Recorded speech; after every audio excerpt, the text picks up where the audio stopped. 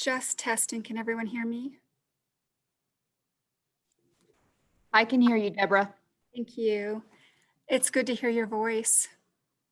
Hello. Look fabulous. Nice to see you. Good to see you.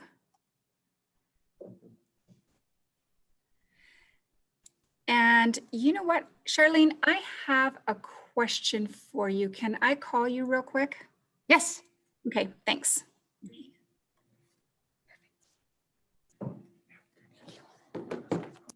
Get back on real quick.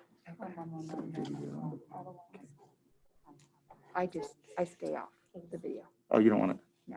For sure. Yeah. Then I don't need it. I don't.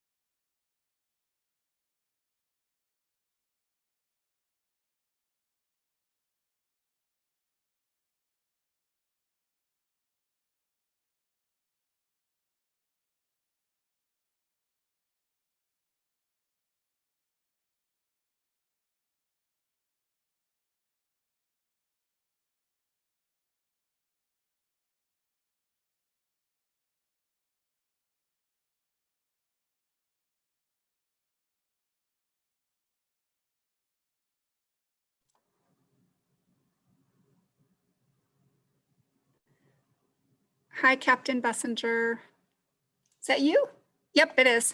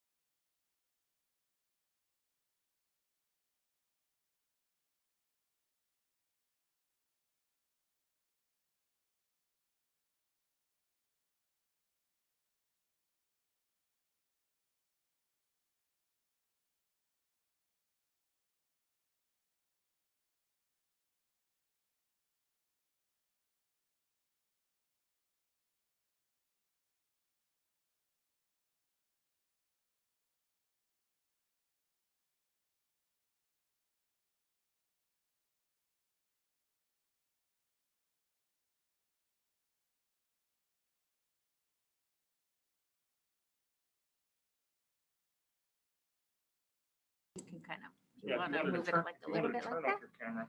No, I'll tell you. Okay, there you But go. if you ever want to turn off, go ahead and click, just wave down here somewhere. If you ever wanted to turn off your camera, so you wanted to. Stop just video. Press that, yep.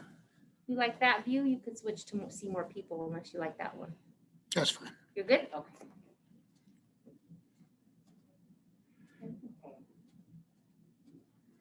If you get really stuck, just yell, because I'm right here in my office. Oh, good. All right.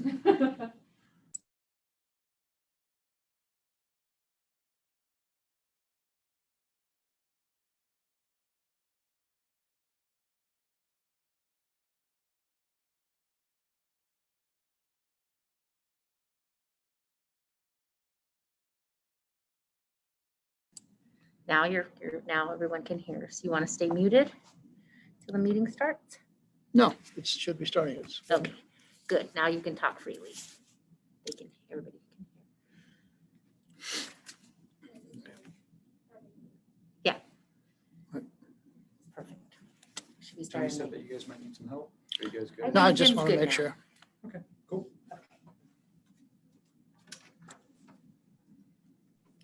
Good afternoon, everyone. Good afternoon. It's now 6 p.m., September 1st, 2020. And I call to order the meeting of the Victorville City Council, Victorville Library Board of Trustees, Southern California Logistics Rail Authority, Southern California Logistics Airport Authority, successor agency to the Victorville Redevelopment Agency, Victorville Joint Powers Financing Authority, Victorville Water District, and the City Housing Asset Successor. This is it. We have roll call, please. Councilmember Cox, Here. Councilmember Gomez, Present. Councilmember Jones, Here. Mayor Pro Tem Ramirez. Here. Mayor Garcia. Here. We will have the invocation by Pastor Dane Davis of Impact Christian Church. The Pledge of Allegiance will be led by Police Chief Rick Bassinger. Pastor Dane, go ahead.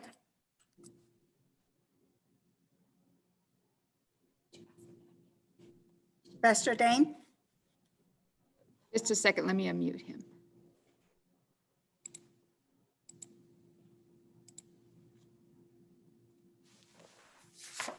Okay, I've been unmuted. I feel like I've been promoted. Thank you, Mayor Garcia. I was reading in Ecclesiastes 4 this morning in verse 12. It says, though one may be overpowered, two can defend themselves. A cord of 3 strands is not easily broken. Sometimes in our families, we drive each other crazy. Sometimes in our businesses, we do the same. Sometimes on city councils, we drive each other up the wall. But ultimately, even though it's easier to make decisions as an individual, it's always better to make them as a team. And so I'm happy to have this honor to pray for this city council team today. Let's pray. Heavenly Father, we do come to you in the name of Jesus Christ, and we thank you for this opportunity the city council has of the city of Victorville to confer, discuss, and make decisions together. And Lord, even though it might be easier to make unilateral decisions, I thank you, Lord, for this team that you've assembled. Lord, I thank you so much for the voters of the city of Victorville that handpicked each and every one of these city council members to work together for the betterment of the city. And Lord, even though this is a volatile and rather tumultuous election year, we just pray, oh God, that this team that we know as our city council would work together, Lord, with one purpose, in unity, Lord, to advance this city in a way that is good for the citizens and ultimately brings you honor. And we pray this in Jesus' name. Amen. Amen. Chief Bassinger? Okay, if you have a flag in the area, please stand, place your hand over your heart, face the flag. Ready, begin. I pledge allegiance Pledge allegiance to the to the flag flag of the United States of America and to the republic for for which it stands, one one nation, under God, indivisible, with liberty and justice for all.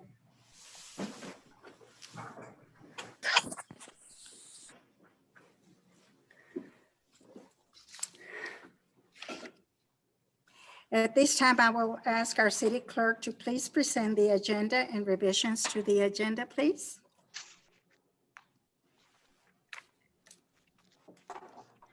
Due to safety concerns related to COVID-19, the City of Victorville has decided to host tonight's council meeting and future council meetings virtually. We were forced to make this decision following behavior exhibited at the City Council workshop on June 24th, where members of the public refused to adhere to necessary safety protocols such as mandatory face coverings and proper social distancing. Medical experts from trusted public health agencies advise that these precautions are needed in public settings to reduce the risk of COVID-19. Also factored into these decisions are recent spikes in COVID-19 cases and increasing hospitalizations in Victorville and San Bernardino County. In order to reduce risk of exposure for our community members, city employees, and city council members, we will hold our city council meetings virtually until further notice. Our virtual meetings are being conducted in accordance with the Brown Act and special provisions enacted during the coronavirus pandemic. We invite members of the public to actively participate in our meetings via Zoom. In order to offer public comment during tonight's meeting, use the raise your hand feature on Zoom when instructed to do so. You will be asked to unmute when it is your turn to speak, and you will be allotted up to 3 minutes. Should you conclude your comments prior to the expiration of the 3 minutes, you waive the rights to speak for any remaining amount of time on that item. For future council meetings, you may also submit public comment via email. Your email must be received no later than 4 p.m. the day of our council meetings. Our meetings are also being streamed on YouTube if you don't have the desire to participate in public comments. I do have one revision on item number 17 for the council chambers audio and visual system replacement. It's on page 766 in the revision in the staff report under discussion. The Muni code referenced in the section paragraph, first sentence reads Muni code 2.28.128. The correct Muni code is 2.28.120. Thank you, Madam Mayor. Those are all the revisions I have. Thank you. Thank you very much. At this time, if there is an item on this agenda that may be a conflict of interest to any council member or board member, it should be identified at this time. Are there any items on this agenda that may be of a conflict of interest? Anyone? I guess not. All right, thank you. Now we move on to public hearings, and our first item is a mitigated negative declaration for 1 million gallon water reservoir project. Madam Clerk, please read the recommendation. Staff recommends that the Honorable City Council adopt resolution number 20-094, approving the mitigated negative declaration and mitigation and monitoring reporting program for the 1 million gallon reclaimed water reservoir project. Thank you. At this time, council members, if you have any questions, you have 3 minutes. I will start with Ms. Blanca Gomez. So you're asking questions of the consent calendar? This is public hearings. Okay. Yeah, so I'm looking at item number 1, mitigated neck deck for 1 million gallon water reservoir project. My question to staff is the 1 million gallons in line with the adjudication of the water that went through the courts a couple of years ago? Madam Mayor, thank you, Madam Mayor and members of the council. This item doesn't have a direct relationship to. I can't hear. Where's the volume? Member Gomez, the adjudication I believe that she's speaking to is the adjudication involving. I can't groundwater. hear him either. This is actually dealing with reclaimed water, and this is actually intending to, if we're successful obtaining the grant, this would actually help boost our storage supply of reclaimed water, which is a different source than the groundwater that I believe she's speaking to. Keith, I wasn't able to hear the first portion, but I did hear, I think what was relevant, which is this deals with reclaimed water, but not with source groundwater. Is that what you were saying? That's correct. Thank you. I have no further questions. Ms. Jones, do you have anything? I have none. Thank you, Madam Mayor. Mr. Cox? I'm watching, I have no questions except that Blanca Gomez has never showed up on my screen. Did she turn that off or do you turn that off or? I'm just curious. I like to see the faces of the council when they're talking. Yes. Her video is off. Can Why? we turn her video on? Video off I there. know. Ms. Ramirez, do you have anything?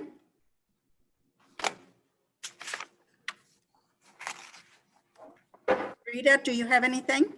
No, I do not. Thank you. Thank you. Sorry. And I don't have anything myself. So at this time, do we have anyone that would like to speak on item 1? I do not have anyone. Thank you. I failed to open the public hearing before the speaker, so luckily we don't have anyone that wants to speak, but at this time I open the public hearing. We do not have anyone that wants to speak on item 1. Therefore, I close the public hearing. And at this time, I do request a motion and a second on item 1. Madam Mayor, this is Jim Cox. I move that we move staff recommendations, negative deck for the 1 million gallon water reservoir project. Second. I have a motion by Councilmember Cox, seconded by Councilmember Jones. Any further comments? Roll call vote. Councilmember Cox? Yes. Councilmember Gomez? Yes. Councilmember Jones? Aye. Mayor Pro Tem Ramirez? Yes. Mayor Garcia? Yes. Motion passes unanimously.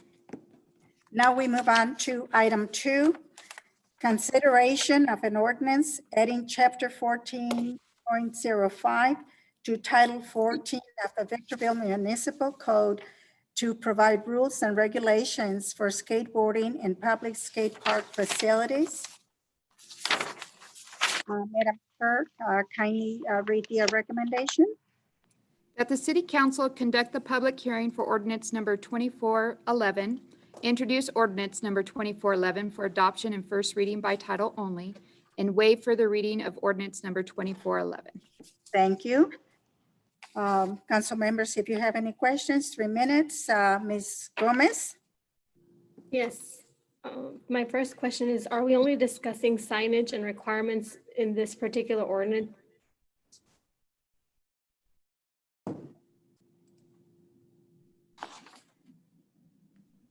In this particular, can you restate the last part of your question? Yeah, so I read through the reporting and it seems like we're only discussing the ordinance is something that we have to add for this title. Yes, that's correct. And this item relates specifically to the skateboard park, doesn't really affect any of the other park facilities. And very generally speaking, this is to put some noticing in place so that it's more clear that those that are using the park are certainly at their own risk. And for the meantime, unless the law is changed or reactivated to allow all-wheel usage at the skateboard park, this will only allow for skateboard use. Oh, I see. My second question is, when will this park be available for our constituency?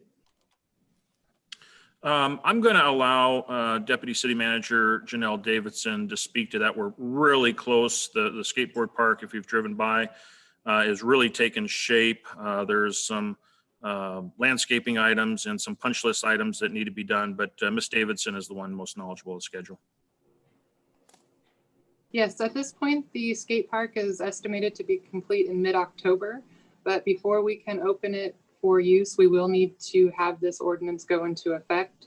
So if the council chooses to take action this evening in accordance with the staff recommendation, we would have our second reading at the September 15th City Council meeting, and the ordinance would go into effect mid-October, just in time to open the park. And what was the cost incurred for the completion of this park?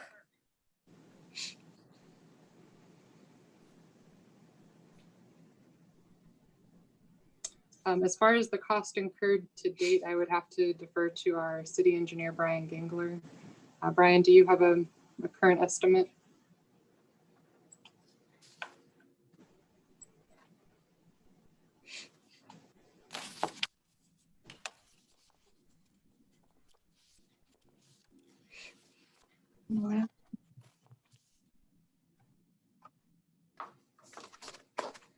Seeing that Brian is not speaking, Janelle, can you at least share with us what the budget was approved by the council? And I suspect we're certainly within that. We are within the budget. Off the top of my head, I believe it was right around $2 million total for the skate park plus the amenities. I recall the skate park being right around $1 million of that.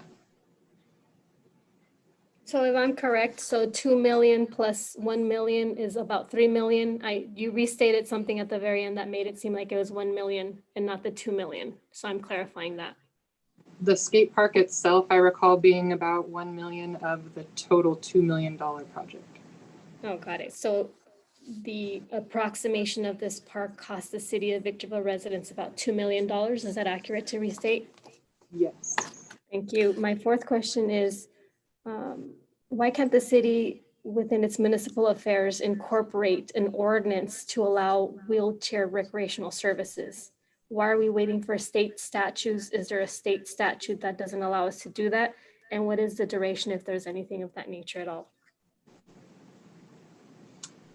As far as the use of a wheelchair for recreational purposes, that is part of what Senate Bill 1003 is attempting to reestablish. That's an urgency statute that is sitting with the governor for signature. So should that be signed into law or something similar to it, it would reestablish the ability to use other wheeled recreational devices at this park over and above skateboards. Okay, so let me reframe and restate my question. I did read the Senate bill that you discussed, and it's on the board on this record. My question is, why can't the city within this ordinance have the power to incorporate something to have wheelchair services or equipment for our populations to do something of this nature as recreation? One of the key barriers for municipal government in establishing skate parks has been the liability, the risk that comes with opening such facilities.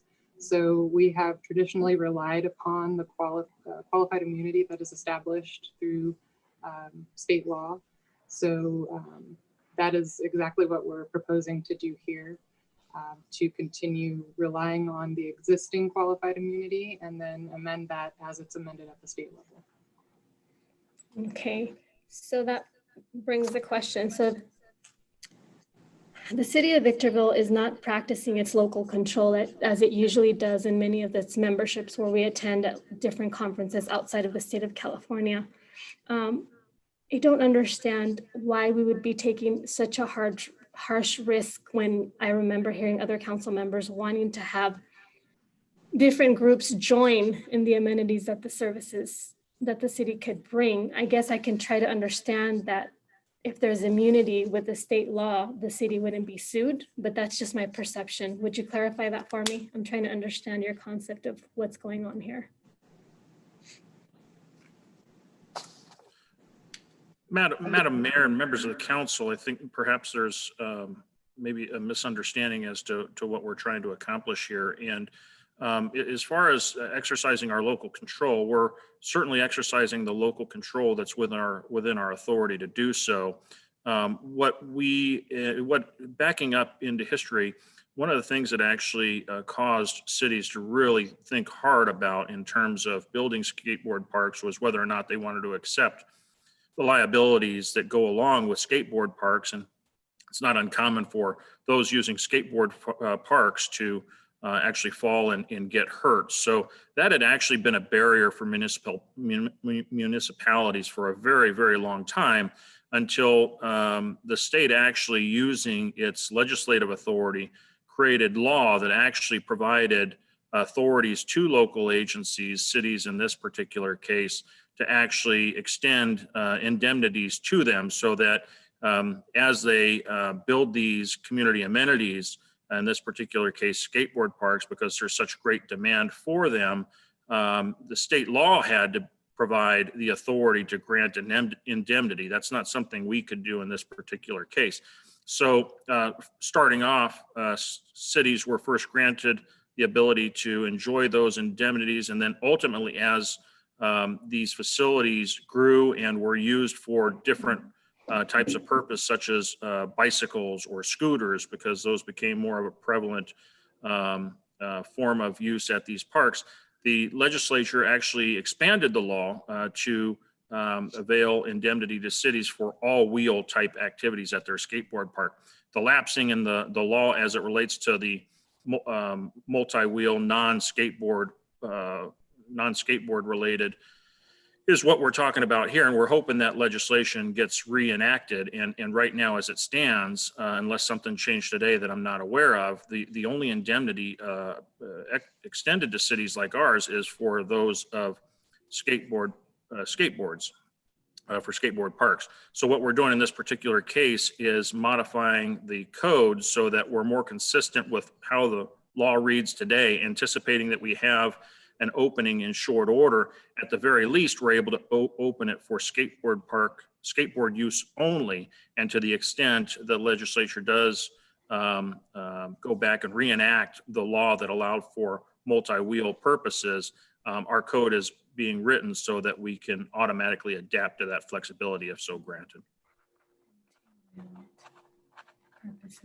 Okay, so then we're opening our skate park the earliest amount that we can just for the mere use of skateboard, and local control isn't being exercised because we want to maintain within the confines of the state of California to be covered with that indemnity. As soon as the state brings in their indemnification and brings in the recreational multi-use of wheelchairs, then that's when we will also accommodate these wheelchairs.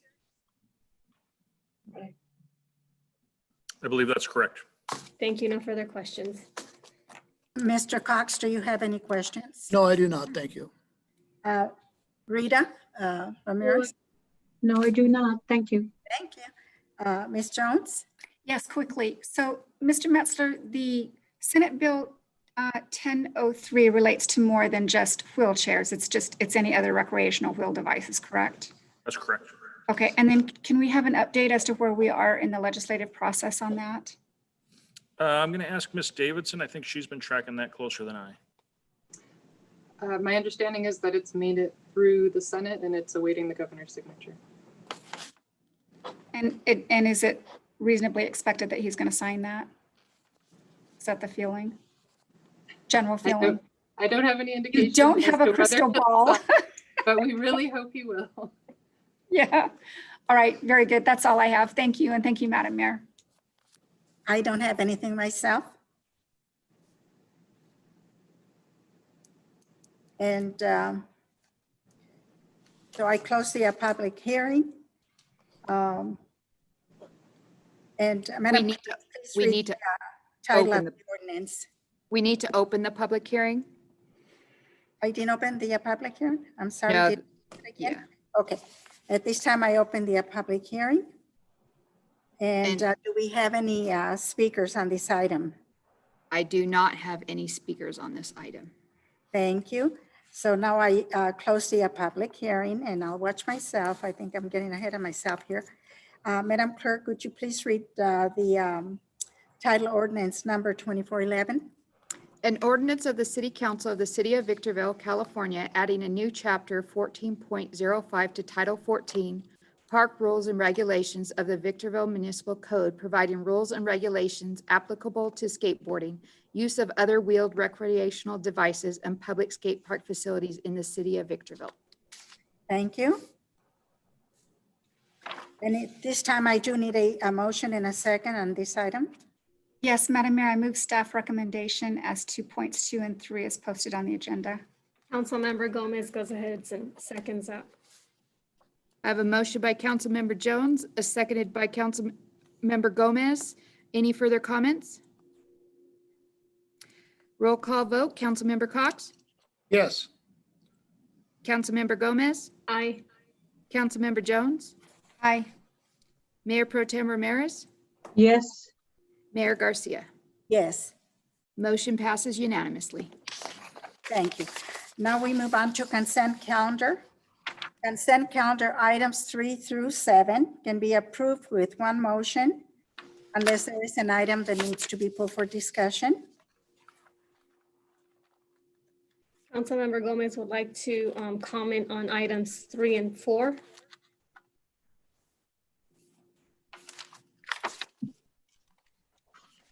Go ahead. So for item 3, how many times up to date have we seen in the consent calendar, including today, which is a consent calendar, an amendment to the 2020-2021 annual budget? Do we have those figures?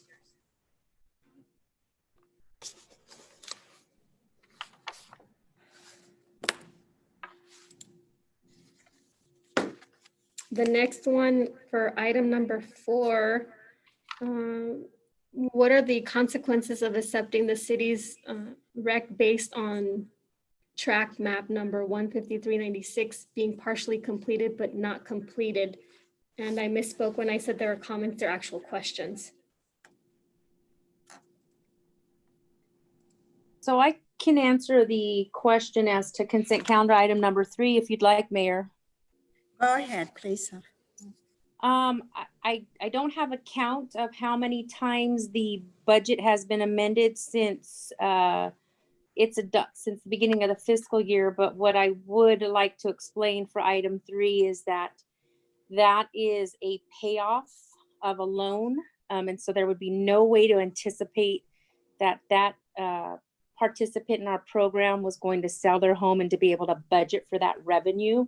And so when it comes to those MAP loan payoffs, they will pretty consistently be on our consent calendars with an amendment to the budget to acknowledge the revenue. I'm not sure of a good way to plan for that. It'd be very difficult to try to anticipate the number of sales of homes and things like of that nature.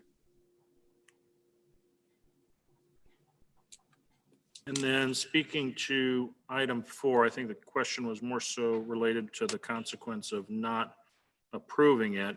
It would certainly impair, I believe, the ability of the owner in developing its property. It certainly would reduce the level of security the city has in ensuring that the public improvements that are required in connection with that subdivision improvement agreement, it gives us actually less certainty, security that those improvements get made. So actually approving it allows for a new subdivision improvement agreement and a new security to be in place as provided by the current owner.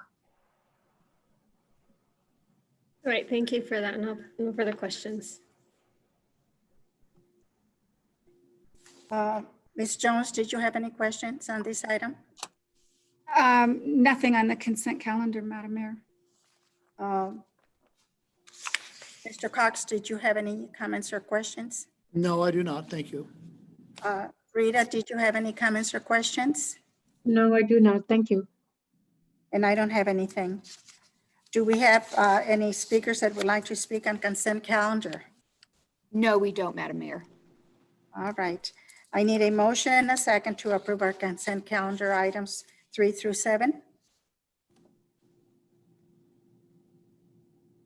Yes, Madam Mayor, I move that the council and various other agencies working their capacity take action in accordance with the recommendations set out on the agenda.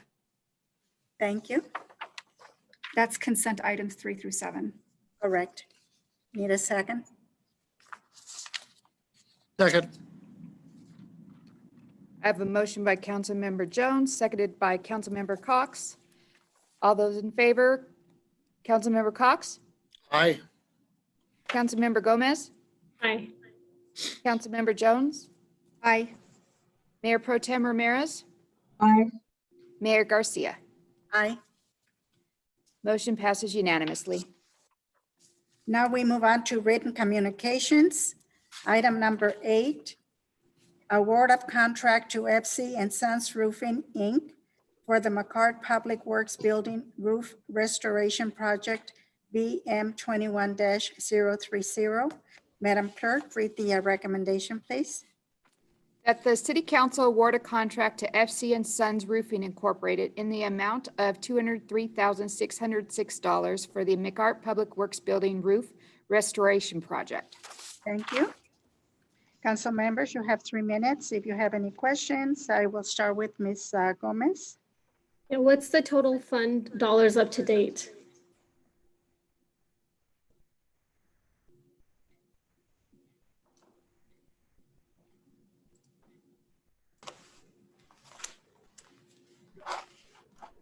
Yeah, item number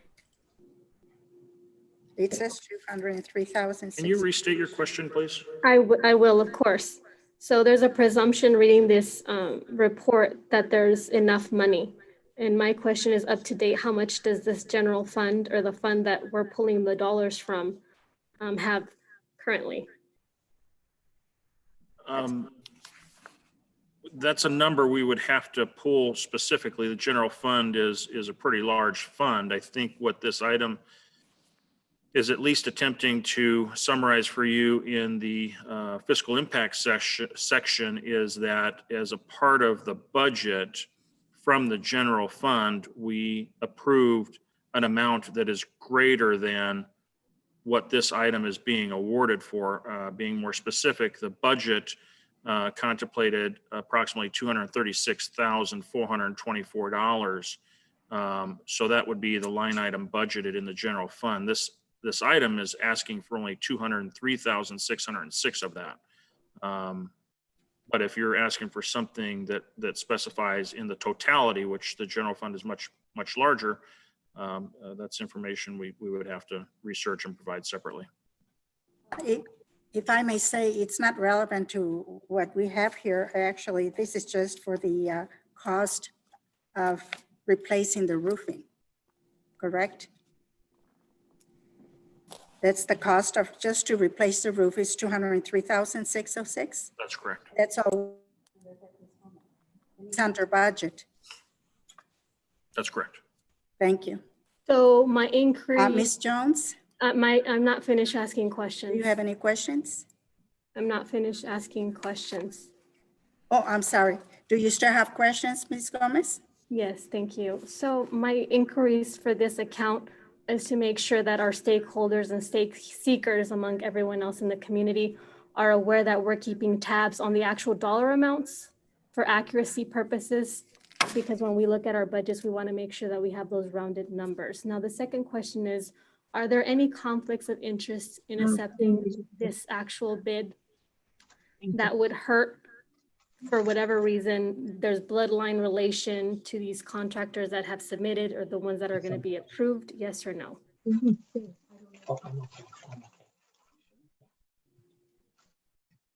I'm not aware of any.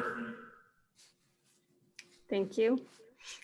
And number 3, what level of security does the roof project require from a level of 1 to 10? And once you give me that figure, I have other questions associated with it.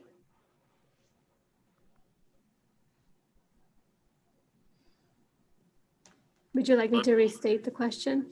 It's not a, yes, please restate the question. Yes, so I read this from cover to cover, and it's my intuition that there was a level of emergency because we did speak about employees and there was an importance of getting this quickly done. And so my question at a level of 1 to 10, what was it that created the emergency that we have to address this issue now? Okay, thank you for restating that question. Yeah, I think it's fairly well identified in the discussion section, and in the very first paragraph, it speaks to the building currently being subject to severe leaks, and there's a need to make sure that we've got a safe work environment, and certainly getting that done before the wet season, I think, is likely a motivation here. And so that we don't incur additional damage. I think that's largely the reason why this is encouraged to move forward quickly. Okay, so I'm just going to presume that the word severe leakage and safe work environment were things that were imminent enough for you to galvanize something of this nature. So now my question to that is, since we're accepting, or there's a recommendation to accept this bid of $200,000 or so, really to be able to accept something like this means we're putting our workers on the line. Have they been injured right now as of is, and how long have we inquired of this but not received it until now? I feel there's a level of emergency that we're looking at from reading at the reporting. If that's not accurate, would you please let me know? That's not accurate. Okay, so the severity of the workplace and the environment just escalated in my mind to be something of an emergency level. So I'm making sure I'm asking the questions, because that's what I'm being prompted in my mind to look at the safety of our environment for our workers. The next one is, when did staff become aware of the need to appropriate some monies for this project, which is a roof project?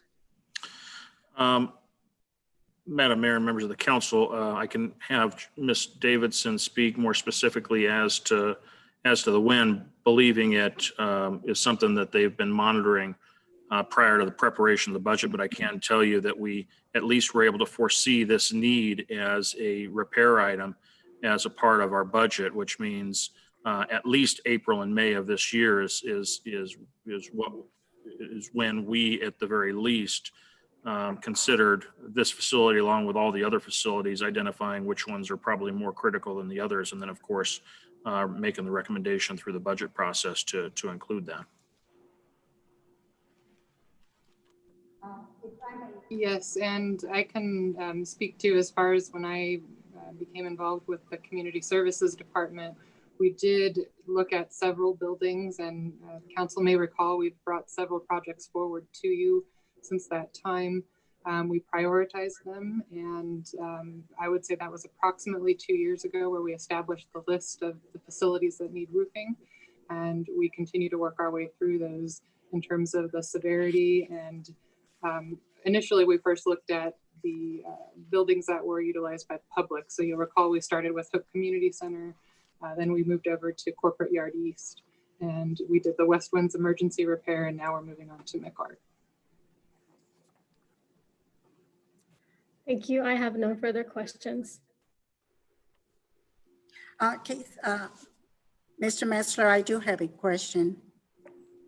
Now, didn't we receive a presentation that actually showed us exactly how bad the roofing was? And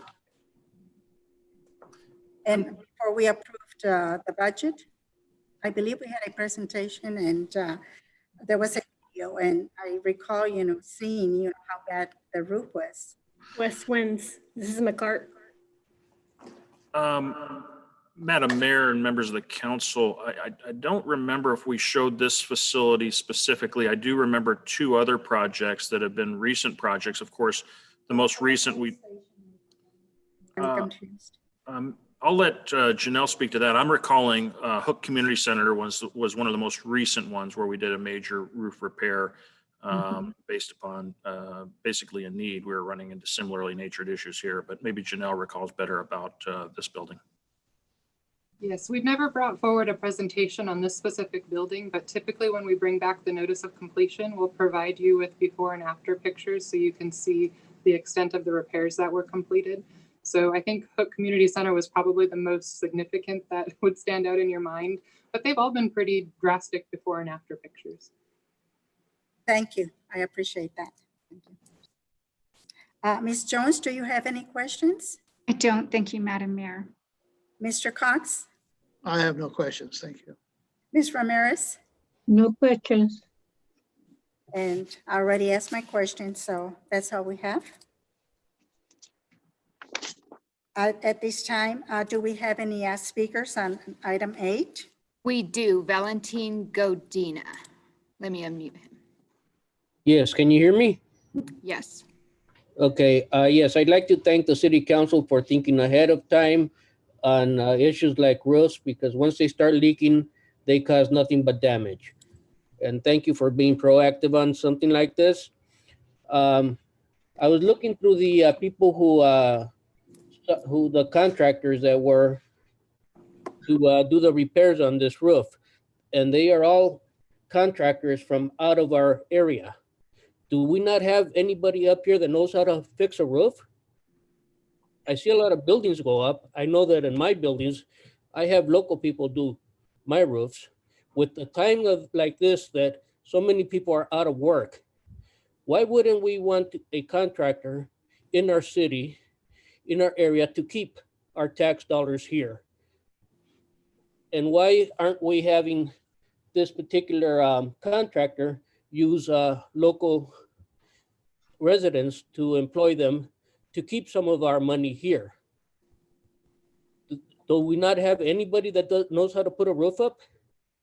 Is that our problem here in the high desert? Not only do we not have jobs, we don't have people that don't know how to work.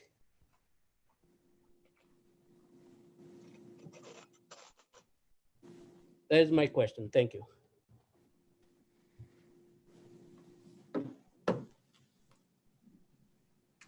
Well, one of the council members or the attorney answer that, or I will. Somebody, please. Well, Madam the Mayor, answer is the state legislature. The state legislature makes it prohibitive. First of all, these are public dollars being used and you have to bid it. It has to be union work and we cannot restrict it to local individuals. You as an individual can negotiate a bid for roofers and put it up, but not so on this. We have to follow the state regulation. So we would love to see the state legislature see the wisdom and what you have said and be able to bid this, whether we require local individuals. Can't do it by state law.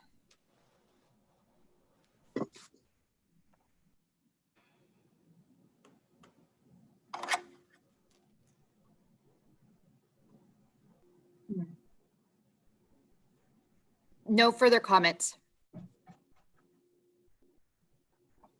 Do we have anyone else that would like to speak? No, we have no further. Thank you. At this time, I do need a motion and a second for item number 8. Madam Yes, Mayor. Go ahead. I'm sorry. I didn't mean to interrupt. no, please go ahead. I recommend that the council award the contract to FC and Sons Roofing, Inc. in the amount of $203,606 for the McCart Public Works Building Roof Restoration Project. Second. I have a motion by Councilmember Cox, seconded by Councilmember Jones. Any further comments? Yes, Councilmember Gomez would like to chime in. So I understand the qualifications and the understanding that one of the speakers from the public commenter is bringing. And I like to add that through my understanding, any local individual with the understanding of pulling, purchasing bid documents would have the same capacity as any other bidder with or without the experience of filling out these documents to be able to submit a bid. And once opened, the city council would be able to see the bidding of these stakeholders or stake seekers. However, it's been very unfortunate because we don't have many people who understand the system of bidding, and they don't go to the purchasing department to get access and to be able to put those bidding papers, because it almost seems like it's a closed system. You have to know, and not only individuals, but be within the contractors division and understand that all these boards are put among the cities and be able to access it in that formation, and then create more of a equanimity amongst individuals who may not have that knowledge, but are opened up when they come to these council meetings, because we can certainly educate you and sit you down with the purchasing department so you have access to those same venues as someone else would to city, local, municipal projects such as this one. Thank you. I have a motion by Councilmember Cox, seconded by Councilmember Jones. Roll call vote. Councilmember Cox? Yes. Councilmember Gomez? Aye. Councilmember Jones? Aye. Mayor Pro Tem Ramirez? Aye. Mayor Garcia? Aye. Motion passes unanimously. Now we move Madam on. Mayor, I make a point of privilege. I'm not able to see Councilmember Gomez on my screen, and I don't know if maybe there's some technical difficulty on her end. If not, it just sure helps me to be able to look at the council member knowing that I believe she's present in City Hall. It just would help to be able to look at her while she's speaking. Thank you, you are correct. I don't know why she snapped. Unless She takes, unless she's busy with her video and she doesn't want us to see her. I've asked for her video to turn on. So she turns off her own video. Yeah, because she's busy with her own personal video. Is someone there with her? Not that I'm aware of. We need someone to.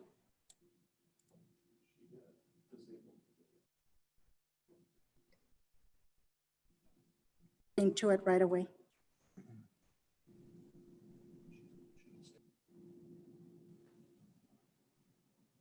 Because I'm afraid that she's doing something else and we're not able to see it here. Would you like to take a few minutes break so we can go in there? Let's get this problem corrected. I will call a 5-minute recess. Thank you.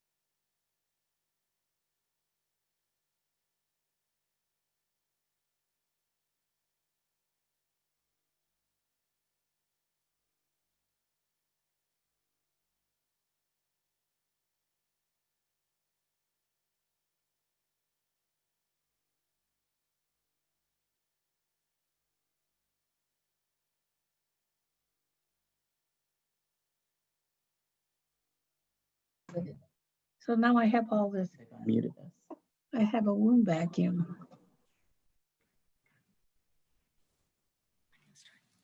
Okay, we are back on again. Is everyone at their seats or their places? I assume they are. Okay. We are on item number 9. Madam Mayor, members of the council, just to report back, we did in fact check with Councilmember Gomez, and she did report to us that her camera is working just fine, but it appears she's choosing not to use it tonight. Well, that's not appropriate, but I guess we will just leave it alone and continue on. No need to be disrupted every opportunity she has. So, okay, we will continue on. We're on item number 9, annexation of tract map number 20274 into citywide LMAD 6 and I don't know how to, DFAT? DFAT 1. Madam Clerk, will you please read the recommendation?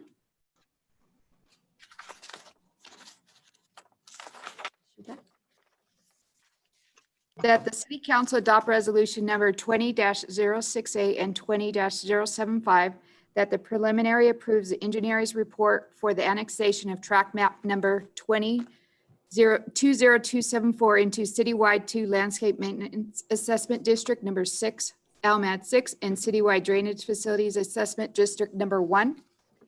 And adopt resolution number 20-069 and 20-076 to declare intention to annex into LMAD 6 and DFAD 1, levy assessments on the parcels within said tract, set a public hearing for October 20th, 2020, and order public hearing notices and assessment ballots be mailed to property owners of said tract.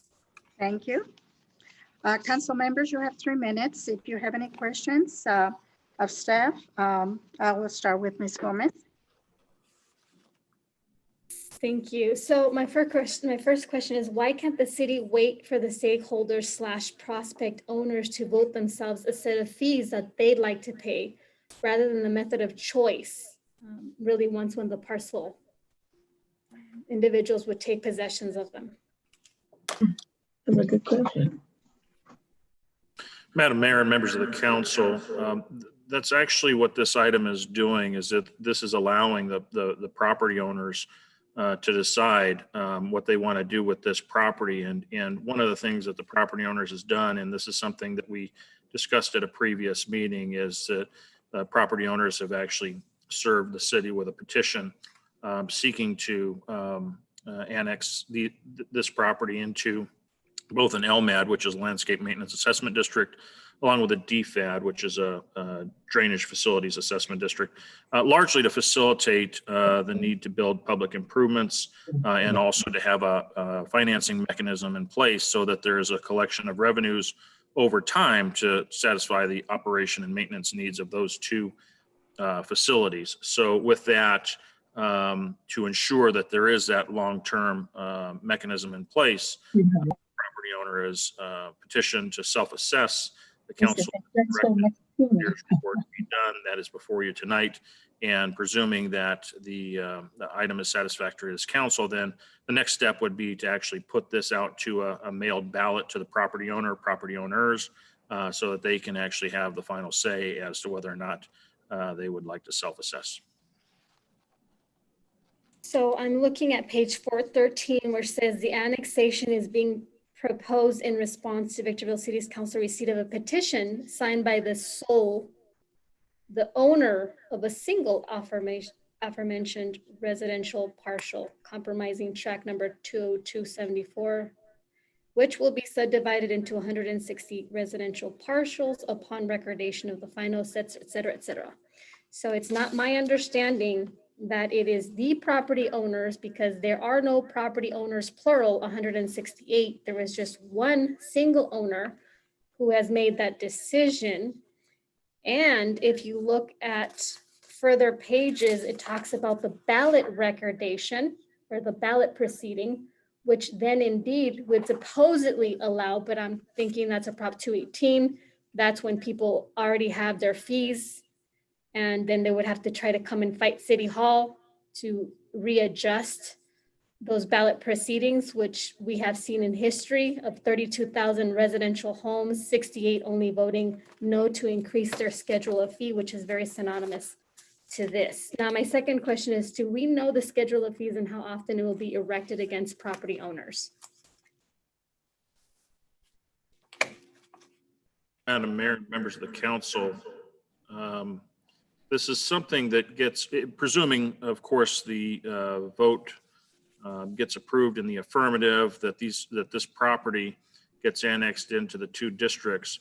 There's a reaffirmation process that occurs annually, and when that reaffirmation process occurs, that is what establishes the rate that'll be charged. But I believe in this particular case, I'm finding it on page 413. It looks like LMAD 6, the charge for LMAD 6 is $144.70 per parcel. Just to give you the example, that's the number that comes before the council on an annual basis after the city engineer evaluates whether or not that amount is sufficient or too much or too little. So if it's too little, based upon actual costs, say the inflationary costs associated with utilities or labor, that could go up, but it can only go up based upon a reflection of actual cost. Okay, and then my next question is 3, I don't understand where we have these amenities, I call them amenities, that they're going to be operated by the city, I presume, after this vote goes into fruition. And with the context, would the city be able to explain mathematically the formulas of the fees that came up to this fee for maintenance and operations?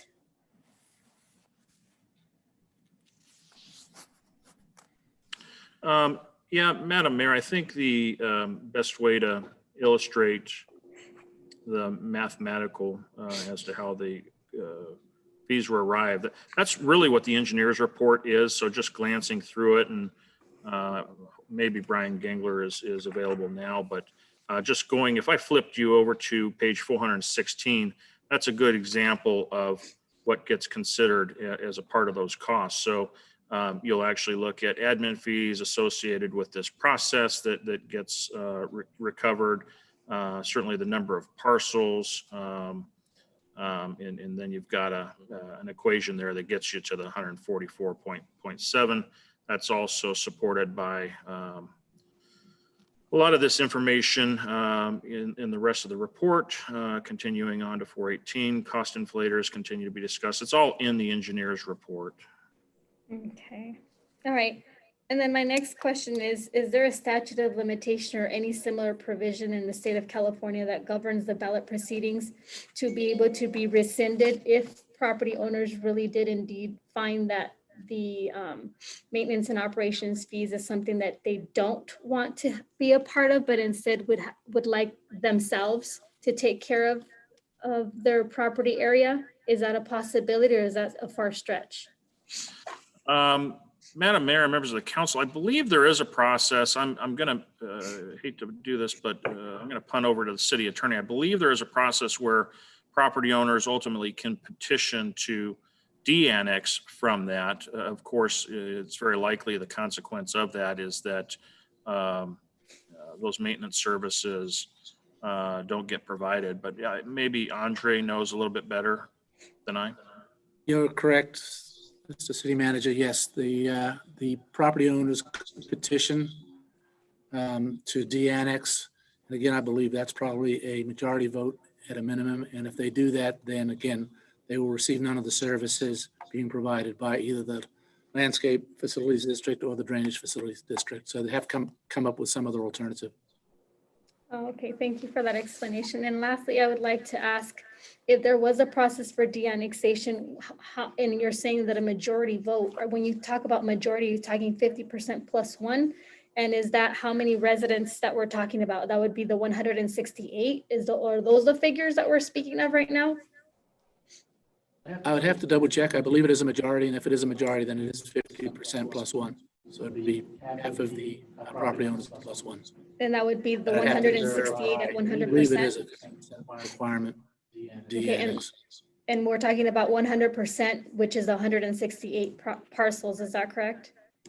In this particular case, it's 160 it's- lots. All right, But thank you. Let me share with you and the rest of the council, the reason, and this is not the city forcing this to be done. Of course, it's the property owner asking for this, and the property owner is asking for this in response to their desire to develop their property. And if not for these types of conditions to help support the development, then the developer is likely not going to be allowed to subdivide to the order of 168 units. So this is in response to conditions of approval to mitigate their environmental impacts, including the need to address things like drainage in the case of the DFAD. So these are mechanisms in place that allow for the developer and ultimately the property owners to mitigate their impacts. Thank you. I have no further questions. Any questions?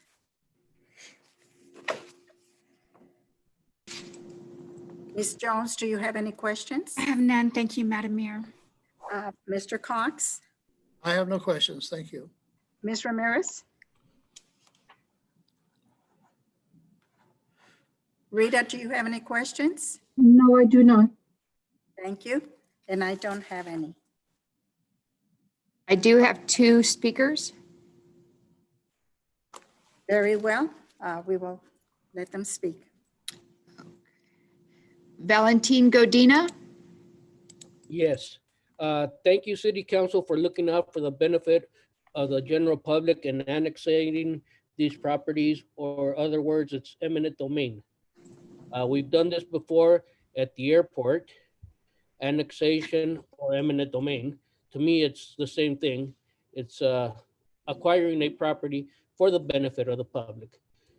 My question is to the trustees of the library, why can't we do one of these either or, annexation or eminent domain, to the road that leads to our library? That is also a public interest and would be of great benefit to many of our residents. And thank you, Mr. Cox, for responding to me earlier.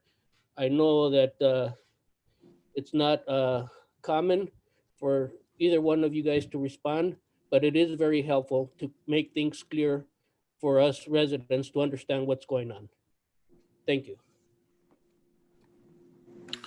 Madam Mayor and members of the council. So it's important to distinguish the difference between the two, because I think the last speaker attempted to make it sound as if annexation and condemnation were effectively one and the same, and that's certainly not the case. They're two completely different things.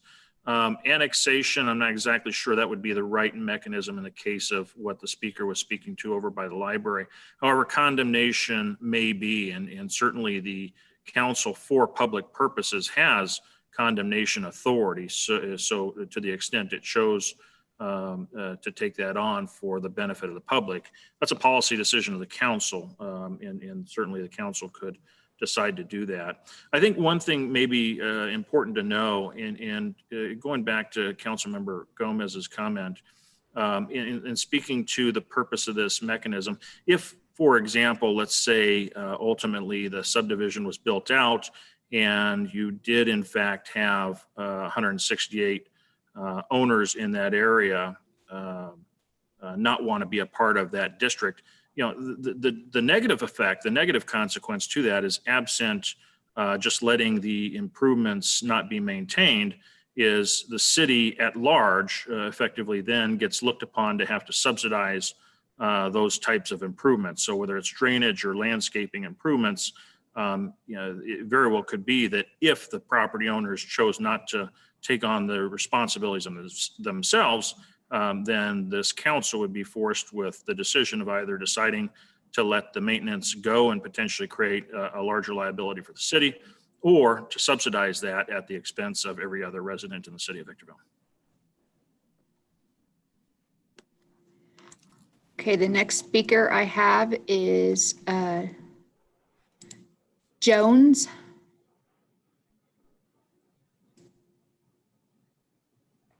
Which one?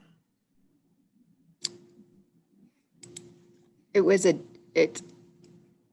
waiting for them to unmute themselves. It says Deborah Jones, guest. It's not me. Yeah, so.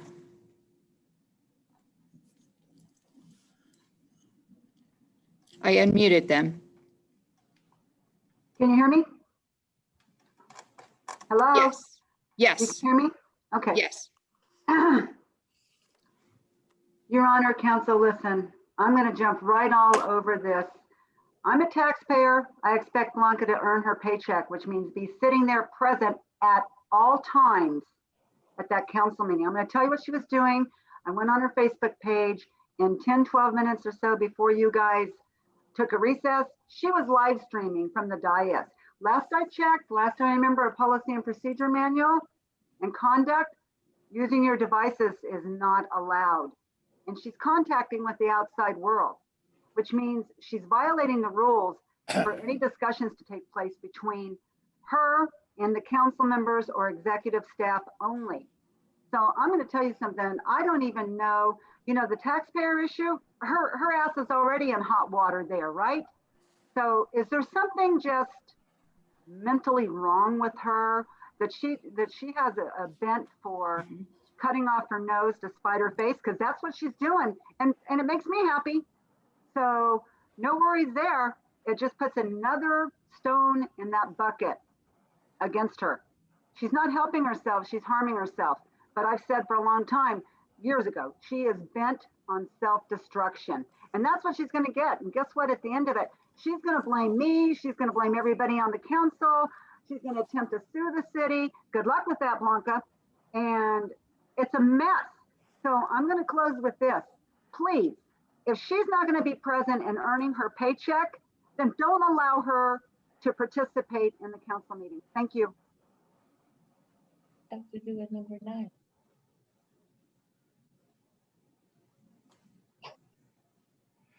Do we have? I do have one more speaker, Ramiro Rodriguez. Hello, can you hear me? Yes. Yes, I also like to bring up the SEC lawsuit in which the city ended up paying $19.6 million. Wanted them to bail out our city manager $9.6 million for the embezzlement of $27 million. That put us in hot. No. She talked about something else completely. So you don't shut me down just because I'm not white. Okay? Just because I'm not white, you're going to shut me down because I'm Mexican? That Maggie, she went on something else completely about Blanca. Why are you shutting me down? She sure did. She went off topic also. Okay? She went off topic also. You understand? So because I'm Mexican, I can't speak against other Mexicans or other white people, but she as being white, she can speak against Mexican people. Now that shows you right there the supremacy that stands up there in the council right now that we need to get rid of right now. So what's going on? You're gonna shut me down? And then that's where they want to bring back McEnron. He was one of the instigators that managed to get all that scam going with the city attorney, with Rudy, with Caldwell, everything. It cost us $20 million. Just settled. We settled. We said it wasn't a settlement. It was a bribe. It was an agreement that needs to be brought up to Elaine Howe, the state attorney. She's the one that brought down Val. She's bringing down all these cities, and we need to get this taken care of. Right now, this is just a lightning rod that you're using Blanca to do all that. $26,000 of what she made. That's what Messer spent on catered lunches on a week for people making over $10,000. And suspected fraud, suspected. Why didn't you get the EDD? Or better yet, Mr. Cox, why didn't you get the EDD instead of the SEC to settle like you did before? I know it's not going to cost $19.6 million, but it's not going to cost us, the taxpayers, not you. I will too. Enough? Thank you very much. Keep it on topic. Okay? Keep it on topic. You should have shut it down right immediately when she started speaking about other than what you were talking about. Yep, it's true. Thank you. I do have one more, Bob Harriman. Can you hear me? Yes. Okay, well, I'll get to the point of the item. These people are asking to annex, they're asking to be part of the LMAD 6. It's not the city coming to them and making them do anything. They are requesting it. And I believe it's a simple majority of the voters, not of all. If there's only 50 participants, it would be 26 for the majority plus one. And I wish people would sit their race stuff away. Everyone says things to me and I have never mentioned this color of anybody's skin or anything. But we have a couple people that for some reason like to get off topic and talk this kind of nonsense. Let's get on with our meeting, everybody.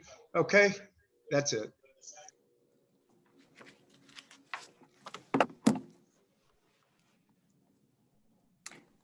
Those are all the speaker cards I have. Thank you. At this time, I do need a motion and a second for item number 9.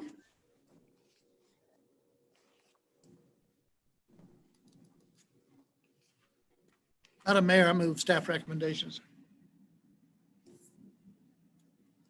Adopting resolutions and so on. Second.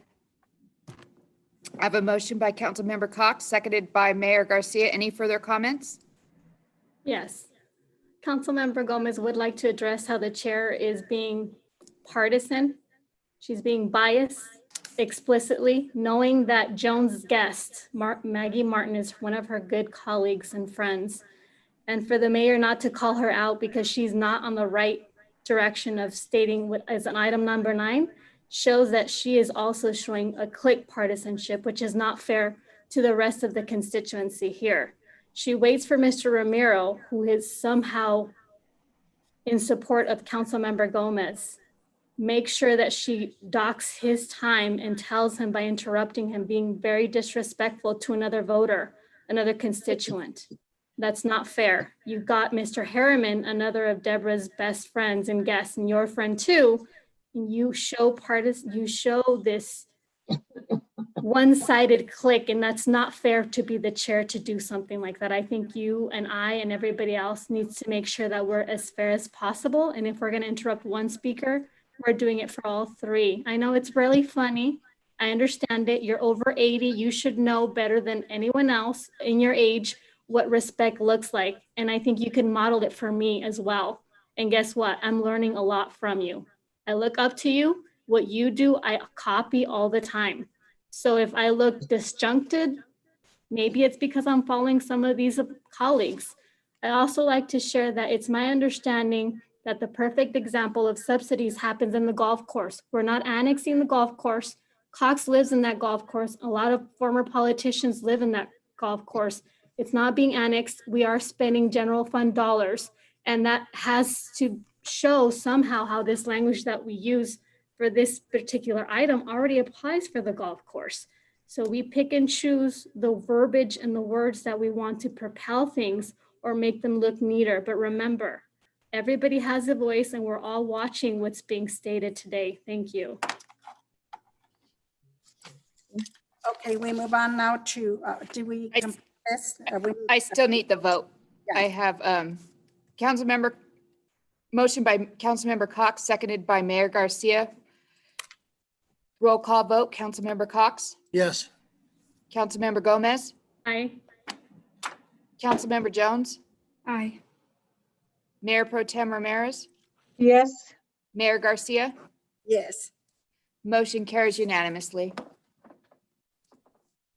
Now we move on to item number 10, request to accept 2019 Homeland Security San Bernardino County pass-through grant for the purchase of portable radios. Madam Clerk, please read the recommendation. That the City Council adopt resolution number 20-079, accepting the award of the 2019 Department of Homeland Security San Bernardino County pass-through grant in the amount of $23,000, and adopt resolution number 20-079, amending the fiscal year 2021 budget for revenue and expenditures for said grant. Thank you. Council members, you have 3 minutes. If you have questions, Ms. Gomez? Yeah, when the city accepts the grant of 23,000, will there be a matching fund from other organizations? I do see that the city of Victorville will not have to do a matching fund. No.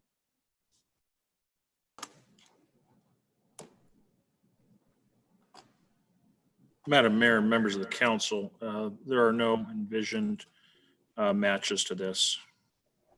My next question is, will the city be considering in the future any emergency communication equipment? Madam Mayor and members of the council, we're always considering the purchase of equipment to satisfy the needs of our medical and fire services department.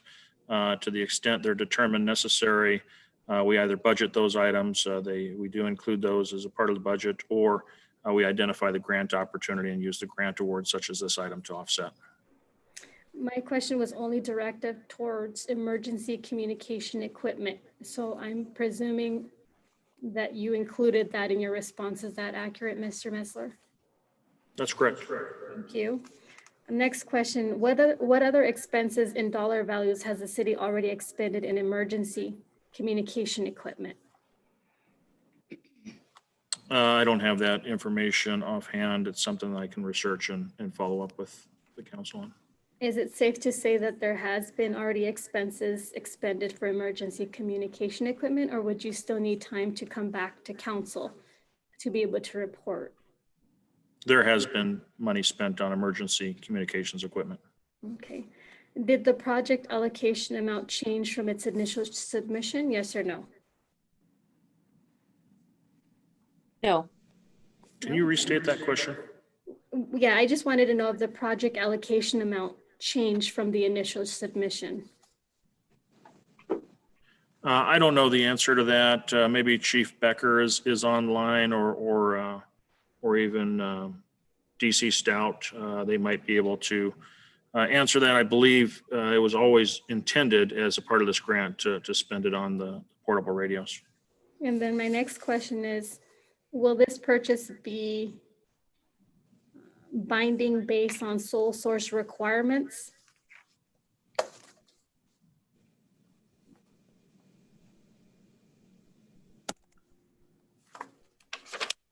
Well, Fred, are you on? Chief Stout, are you on? Yeah, she's Fred's here with me. Yes. Have we gotten far enough in the process to determine whether or not this is going to be a sole source for consistency with the existing equipment, or if we're going to actually solicit for bids? Yeah, it is a sole source based on the fact that this is the type of equipment that Confire uses. It's very specific, it's very highly advanced, and we have the supporting documents here that Confire has given us, so it will be a sole source item, as were the other radio purchases from Confire. And the amount of 23,000 was what we originally requested. It's already been funded through County Fire and Confire, so we're asking council to accept the grant, modify the budget to give us that ability to go ahead and take the money and begin the purchase process. Okay, my next question is presumptive into the modification of the budget of 23,000. Since I'm presuming the modification of this allocated monies will benefit the city, I'm only asking for what are the advantages of the grant in terms of it coming in and then being redirected to leave the, I presume, the general fund, so you guys can purchase what equipment you need. Well, it does relieve the general fund of some obligation. So we can use this grant money to fund the communication equipment that otherwise we would have to budget for and pull out of the general fund. So it's an item that we asked for some time ago and it has been approved. And if we go ahead and accept the grant here, it gives us $23,000 to move forward. And those funds will be spent in the fire department for the radio equipment. Is there a special group or a name of people that I should be thanking for bringing the 23 to alleviate the general fund? Well, it's a Homeland Security grant through FEMA and the state, and it's a pass-through grant. It actually goes to the county, and then we get that grant money passed through from San Bernardino County to purchase these radios. Did we need a grant writer for that to be administered and allotted or no? No, So did you call it a pass-through? it's a pass-through. Thank you, I appreciate it. No more questions. Mr. Cox, do you have any question? No, I don't. Thank you. Ms. Jones? Oh, thank you. Ms. Ramirez? No, thank you. And I don't have any either. Do we have anyone that wants to speak on item 10? I have no speakers. Thank you. I need a motion and a second to, for item number 10. Councilmember Gomez would go ahead and move the recommendation as stated by staff on item number 10. I'll second that. I have a motion by Councilmember Gomez, seconded by Mayor Pro Tem Ramirez. Any further comments? Roll call vote. Councilmember Cox? Yes. Councilmember Gomez? Aye. Councilmember Jones? Aye. Mayor Pro Tem Ramirez? Yes. Mayor Garcia? Yes. Motion passes unanimously. And now we move on to item 11, establish four-way stop controls for the intersection of La Mesa Road and Cantina Drive. Madam Clerk, please read the recommendation. That the City Council adopt resolution number 20-095 to establish four-way stops control for the intersection of La Mesa Road and Cantina Drive. Thank you. Council members, you have 3 minutes if you have questions. I'll start with Ms. Jones. Just one question, if I could, Madam Mayor. So, Mr. Metzler, I certainly understand the need for this.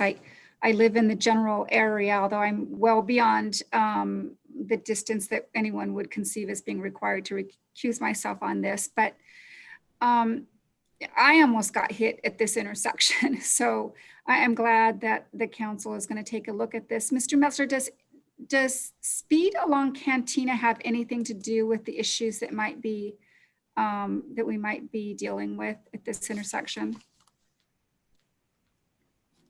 I think the posted speed limit there is 50 miles an hour. Madam Mayor and members of the council, I don't have any data or information currently to suggest that speed is an issue at this particular intersection. And in this particular case, there were 2 warrants that get reviewed to decide if alterations are needed to be made in the form of traffic enhancements or safety enhancements. And those warrants that we consider have more to do with volume of traffic at that intersection, and then of course accidents. And in this particular case, and it's important to note that when we designed the road and actually built it, we built it to the standards that are discussed in the staff report, which are the Federal Highway Administration standards along with the California standards as well. And as a part of the design and the eventual construction of that,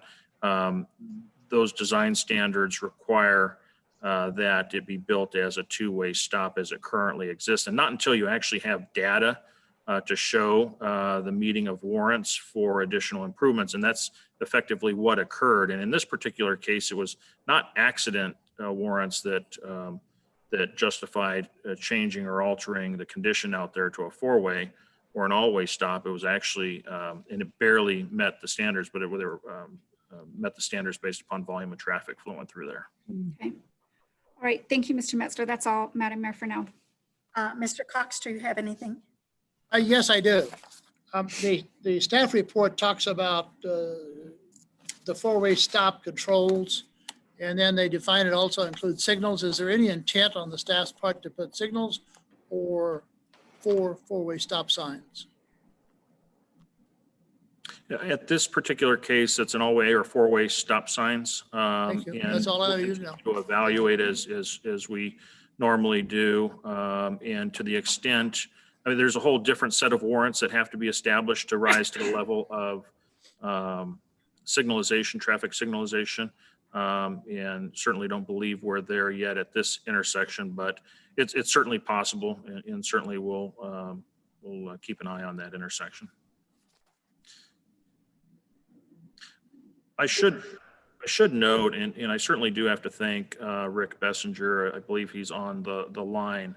But one of the things that we have done since having gone out and started focusing and providing an evaluation to this intersection, including the measuring of traffic flows out there, one of the things that we did do is also increase our traffic enforcement, not with the goal of being punitive.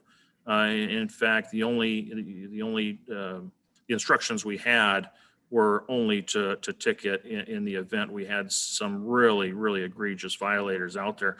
But actually, we dedicated through Captain Bessinger's leadership, we actually focused traffic and patrol in that area, more so from awareness. So if we pulled folks over, it was more so to just let them know, hey, be careful, be cautious. You know, we've had some issues at that intersection, just trying to promote, because it is a new intersection. So anytime you build streets or intersections or road improvements, there's a lot of driving behaviors that exist, and people get so used to driving a certain way and simply, and sometimes, some cases, just forget that there's a new condition out there. So with Rick's help, and I thank him and his team, they actually put some enforcement out there to help promote the awareness of trying to get a safer intersection.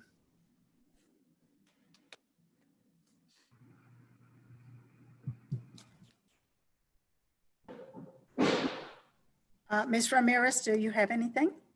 Yes, I was informed by law enforcement officers that there had been at least 10 accidents out there, and I read in the very last incident where a young girl of 17 died, and the pictures were gross, and let me say there was almost nothing left in regards to the cars that were involved. And if we are here to provide public safety, I think this is a good beginning in regards to a four-way stop, but I think that we also need to look at the possibility that because of the population growth and because of the volume of drivers that we have, and of course the speed, that we should consider the possibility in the future of a actual traffic lights there. And but I do commend the fact that we are doing something about trying to prevent the loss of lives. And as I said, that young lady, beautiful young girl, just simply brings home how you can be affected when there isn't proper public safety considered. And so I think this is a good beginning, but only a beginning. And so I thank everyone else who has been involved in this, that I commend them for their work. Thank you. Ms. Gomez, do you have anything? Yes, I do. I have a couple of questions. So is this project a part of the CIP, or was it a budgetary item that was pre-approved in the annual 2020-2021 budget?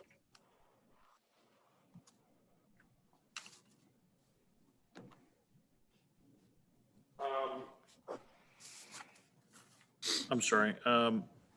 It doesn't appear that this is an item that was in the capital improvement budget, and likely because it wasn't foreseen. And then secondly, because there really isn't a significant cost associated with the installation of 2 additional stop signs, really. That's really the only cost that we have here, and perhaps paint related to the painting of stop legends on the street. Those are things that we do routinely through our sign shop citywide throughout the city for all of our streets. So that's why there's identified no fiscal impact on this particular item. Okay, my next question is, how or who decided that a 4-way traffic stoplight in this section of the city was important, or deeming, what were the determinants, what were the factors to put something in this particular area? Well, it's all statistically based. And so speaking to the staff report on page 464, the first paragraph, it identifies the two meaningful advisories that we have there that regulate streets and highways. So there's certainly guidance there that drives the decision-making process, but it starts with a basic decision to start monitoring and evaluating traffic, measuring the flow, measuring the number of accidents. There likely are other factors, but those were the two factors focused on here. And really at that point, it becomes formulaic. In either the statistics show that traffic enhancements are needed, or statistically they are not needed. In this particular case, it was determined to create an all-way stop based upon the volume of traffic. Okay, the next question is, how does the city promote awareness of safer intersections? For example, in this aspect where traffic enhancements were statistically viable to spend a non-significant amount of dollars, since it's something that routinely does happen. Yeah, I don't know if Brian Gangler is on. He can certainly provide a very technical response to that, but I think just generally answering the question about creating additional awareness, certainly signage plays a big part into it. It could be improving visibility, say for example, where you may have line of sight issues because of landscaping or overgrowth landscaping, whether it's in LMADs or trees coming from private property. Could be flashers, signs with flashers, basically giving caution awareness before reaching an intersection. Those are some that I can think of right away. Not always are they justified, necessary, but those are examples that we use throughout the city to try to create more awareness. And mind you, I'm going to quote you just because I need further explanation. So would you please rephrase, and you stated, and this is what you said, that there is a set of warrants needed to be established. Would you be able, for the sake of understanding, what do you mean where there is a certain amount of warrants to be established? Warrant is a technical term that they use to be a determinant for traffic. Maybe the easier way to describe it would be to consider a warrant as a threshold requirement. Okay, and then my last question is, since we have one of many things happening in this item number, and when I say one of many, it's just a traffic light being installed in two prominent areas with a four-way. Are we exploring statistically other areas of the city of Victorville? If so, does the council have privy to documentation, or would that be something forthcoming that is unexpected that we might look in the future without any further documentation? You're going to have to restate that question, please. Yeah, so in the past, for the last 4 years, we've had constituency come multiple occasions stating that they wanted a four-way traffic because there's a lot of accidents. The response has been, well, we can't do anything about it. There's not enough accidents happening. And so the individuals feel that the death of their family is minuscule. So today's agenda, it gives me the perception that the council does have the power, if there's a statistical survey, to plant a four-way stop sign, and you don't have to have the validated deaths to have come to be able to place that. And so I want the community to understand that perhaps there's different thresholds, how the city approaches today versus something historically that they have been inflamed about with their family's death. Right, and I wouldn't characterize it that way. I think that's not the most accurate characterization. First, especially if a constituent were to show up to the council meeting and complain about a particular intersection, those complaints don't go on deaf ears. We're actually looking into those complaints right away. And typically when we hear those complaints, That's what usually will trigger a survey, a street survey. And I don't know if you're familiar, but we have them throughout the town. Usually the street survey starts with the measuring of traffic, and many times you'll see throughout the town, you'll see kind of a little rubber hose dangled across the street, and cars are driving over it. That's actually a trip counter. And very often, we'll start with that, and then we'll also look at any statistics we have on accidents, and we'll get that in from our records, but also in collaboration with records kept at the PD.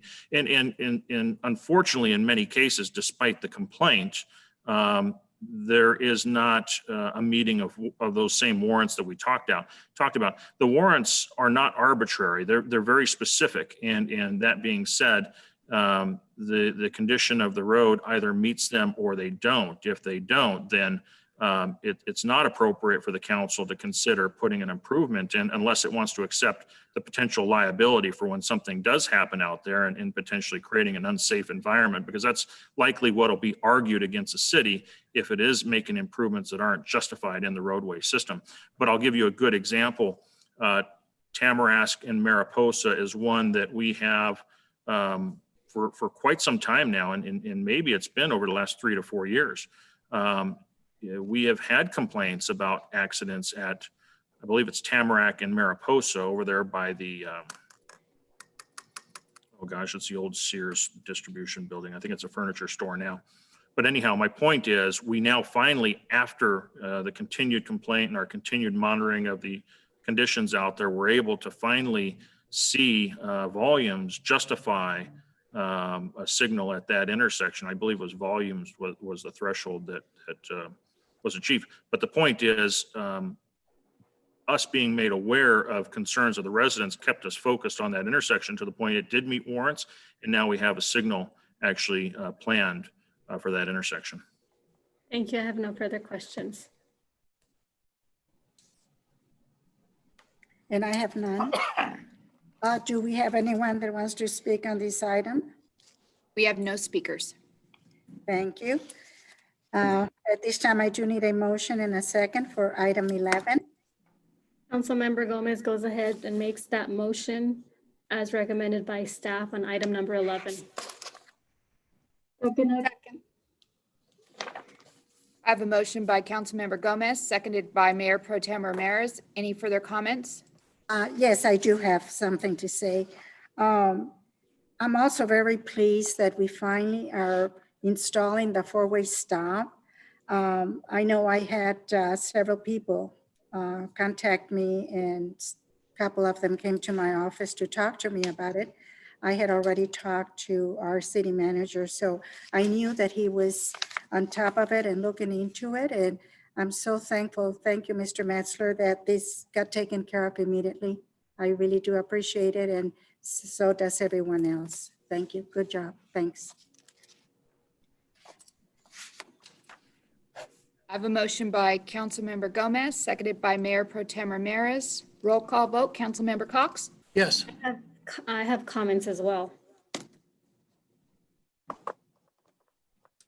So my comment in this specific item is, despite the fact that it is presumptive by the city manager that the characterization of my explanation for this four-way stop sign perhaps didn't necessarily merit the improvements or justification, I'm voicing the concerns of several individuals who characterize something of this nature, and this is the full justification of why I was looking at the improvements, why we would add, based on some statistics, based on surveys, a four-way stop sign in an area where perhaps, as the chair has stated, there was concerns.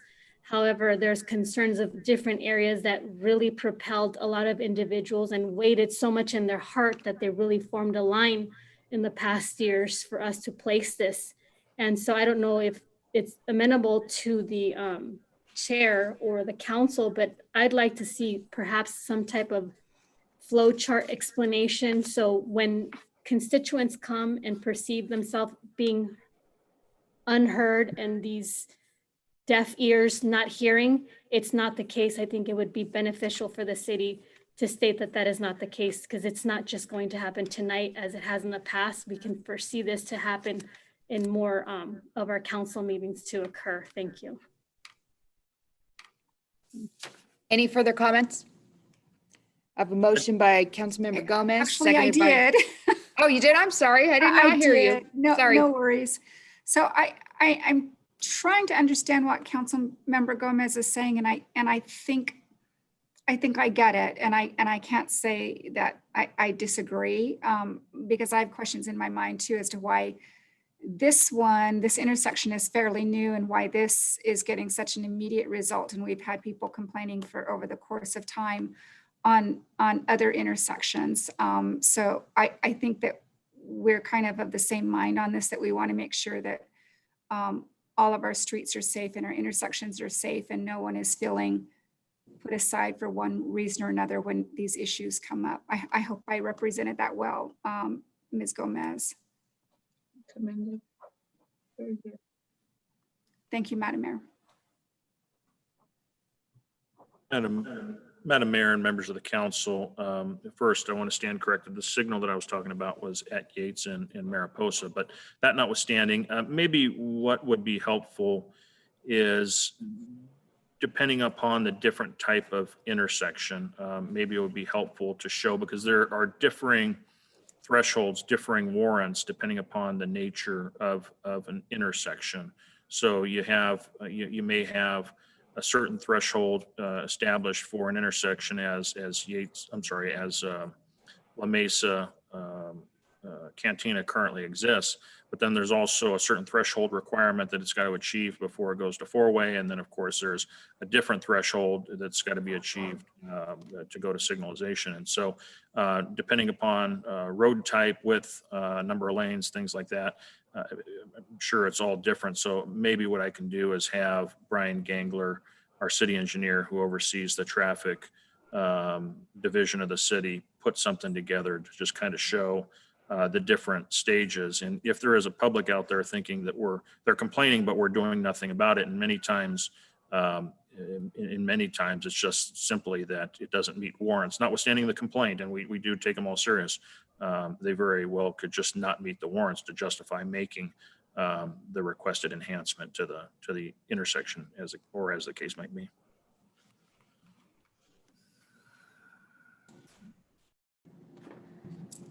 Anyone else have any comments or anything they want to say?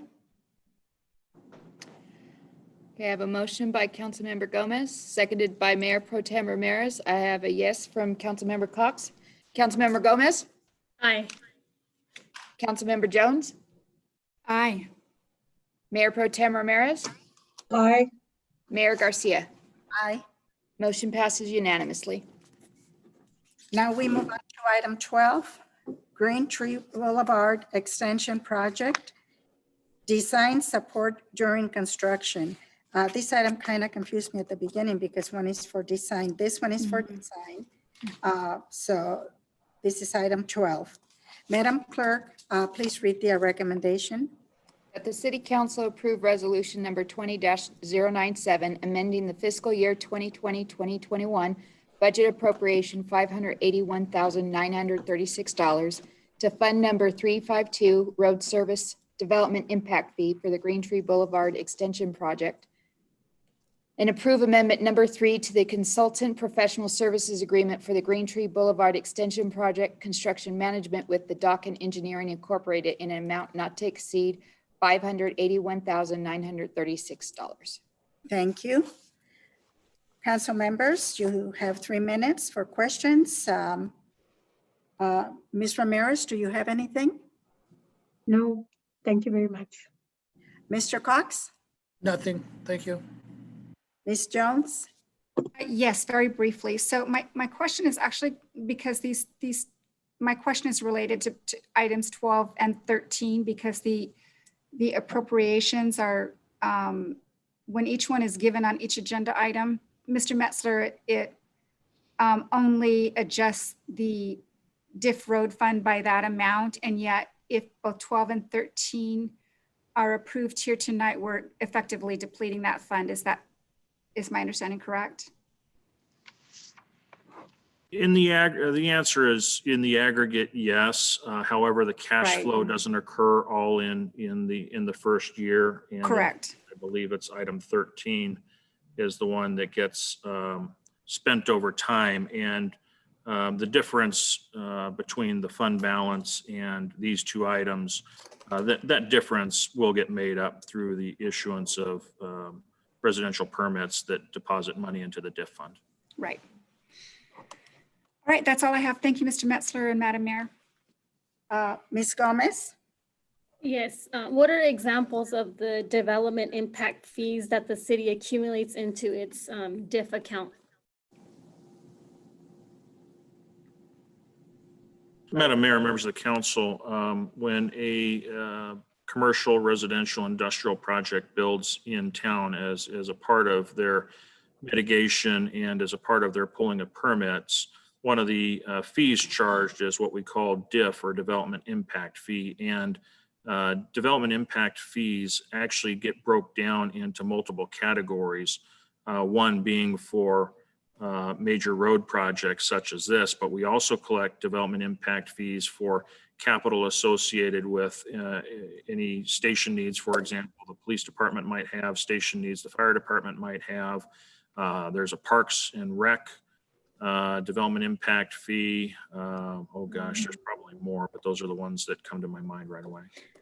Okay, so then the development impact fee is not one solid account. There's different development fees per different divisions that the city has to care for. So you named fire, one of them. I'm going to presume communities has its own, because when you started enumerating residential, industrial, and commercial permitting, I can see how those fees would apply, but I didn't understand that there's a multitude of them held within categorical stations of the departments that we already have or host. So now this document where it says the road service development impact fee is implicit, stating that it could come from any categorical diff. And this is my reading of this content, and my question for asking the different examples is voluminous. So would you please explain, knowing the context that I provided, because I saw you shake your head. Right, and it's not that all those subclasses of diff can be used for this purpose. I think the best way to illustrate is if there was a single family home being built, and don't quote me on this number because I don't know the exact charge for the diff fee associated with a single family residential unit. But if, for example, it was $15,000, from that $15,000, you'd break that amount out to the police diff, to the road diff, to the public buildings diff, to Parks and Rec diff. And so if out of that $15,000, say $10,000 of it was for roads, that $10,000 would go to this fund being used to fund this type of improvement. Okay, so then this Fund 352, that's its own category. It's not coming from residential, it's not coming from public works, it's not coming from Parks and Rec, it's not coming from community services, its own category. For road services, correct. Okay, for road services, it's 5.5 approximately. Currently, that's correct. Okay, my next question is, would you please explain the traffic directions / routes and how they're going to be impacting the residents who typically drive on the area and those who are anticipated prospects? I'm going to turn that one over to City Engineer, Mr. Brian Gangler. I believe he is on right now, and perhaps he's the best one to describe how the circulation works connected to this project. Okay, so basically this is the third segment of a series of projects that started in Apple Valley and continued through the Spring Valley Lake area. There was the Yuckaloma Bridge that was built over the Mojave River. Yuckaloma Road was widened from Apple Valley Road to the river. Yates Road was widened from the bridge to the entrance to the regional park. And so this project will be basically the third segment, which will extend Green Tree a little over a mile from the park entrance to Hesperia Road. And so it will provide an alternative, an east-west alternative to Bear Valley Road and also to Highway 18 to access I-15. It'll be a major additional east-west access in the Victor Valley. And so when traffic will be using this route, they'll have several options. They could continue on Green Tree to I-15, or they could go south on Hesperia Road and utilize Nisqually Road to I-15, or they could go north on Hesperia Road and use Seneca, or various other routes. So it's basically going to provide another major alternative for east-west access in the Victor Valley, and it will relieve traffic congestion on both Bear Valley Road and on Highway 18. Okay, and my next question, I'm looking at a total cost of 44.6 million. Is this not including the federal costs? Is that correct? That's inclusive of all the funding sources, including the federal funding sources. Okay, so then this project alone, for only the design of what's going to support the construction, is costing the city of Victorville, with funding from federal dollars, 44.6 million.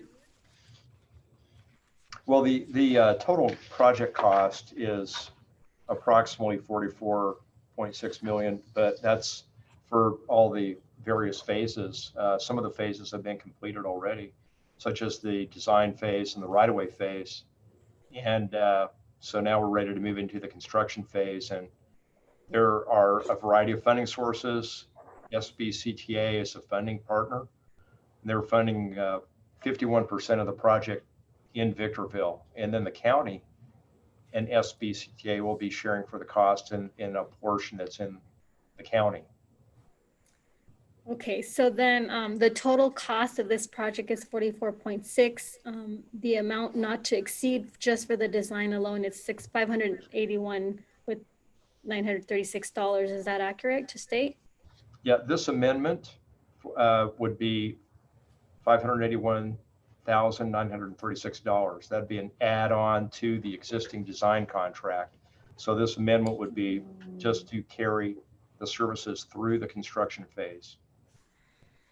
Okay, I see. So because you have looked at the outcome formulaically, I suppose that you have perhaps an actual or an approximate figure as to what it would just cost the city's portion to build this structure, this project. Do you have that figure? It would be the overall project cost for the city is broken down in a funding table, which I don't have in front of me at the moment, but approximately 49% of the project cost in Victorville will be funded by Victorville. And that will be funded primarily, well, actually all of it will be funded by road development impact fees. Road development impact fees. That's different from road service. It's one and the same. It's the same Fund 352. Oh, okay. All right, thank you. I have no further questions. I have no questions. Do we have anyone that wants to speak on item 12? Yes, we have Valentine. Oops.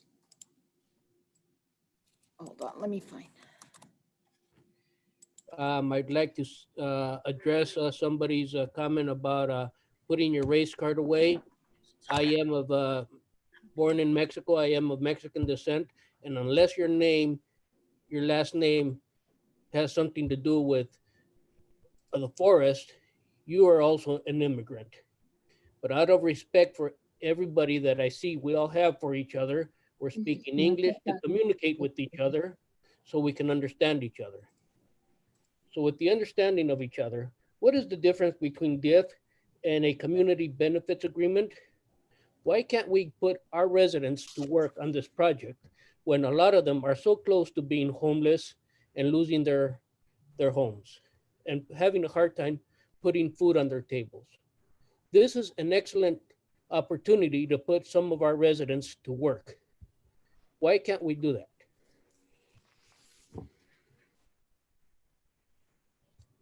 That is all. Thank you.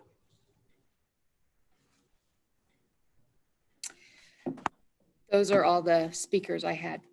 Thank you. Okay, now we need a motion and a second for item 12.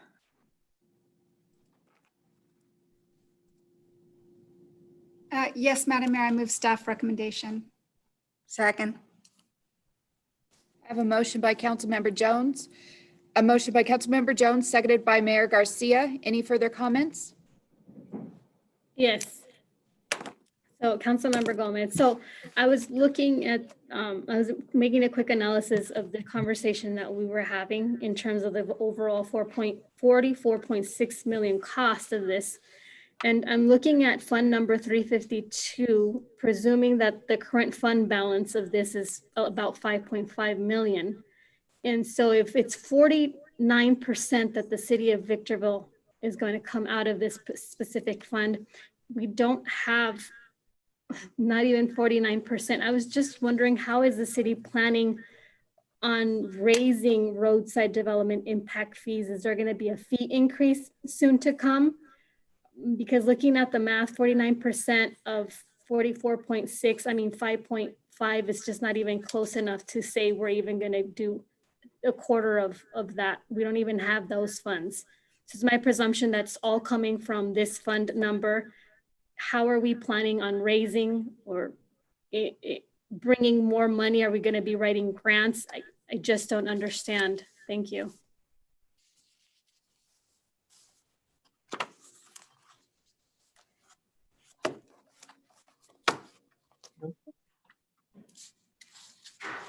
Any further comments? I have a motion by Councilmember Jones, seconded by Mayor Garcia. Roll call vote. Councilmember Cox? Yes. Councilmember Gomez? Aye. Councilmember Jones? Aye. Mayor Pro Tem Ramirez? Yes. Mayor Garcia? Yes. Motion passes unanimously. Now we move on to item 13. 13. Excuse me? 13. That's what I said. Item 13. Green Tree Boulevard Extension Project, Construction Management Contract. Madam Clerk, please read the recommendation. That the City Council approve resolution number 20-098, amending the fiscal year 2020-2021 budget appropriating $1,200,000 to fund number 352, road service development impact fee for the Green Tree Boulevard Extension Project, and approve a consultant professional services agreement for the Green Tree Boulevard Extension Project construction management with the Parsons Transportation Group in an amount not to exceed of $4,937,482.43. Thank you. Council members, again, 3-minute time. I'll start with Mr. Cox. I have no questions. Thank you. Ms. Ramirez, No questions. Ms. Jones, No, thank you, Madam Mayor. Ms. Gomez. Yes. So now we're in the construction phase of appropriating a dollar amount of monies. And I'm looking that it looks like in order to get to the full amount of 4.9 million for just the construction, we're going to be appropriating for the next 3 years as we modify the budget $1.2 million. That's my understanding, although it didn't add up when I wanted to add it up, but that's what I'm hearing here. That's one question. So if you clarify that, if that's understanding is half accurate, and please explain any gaps.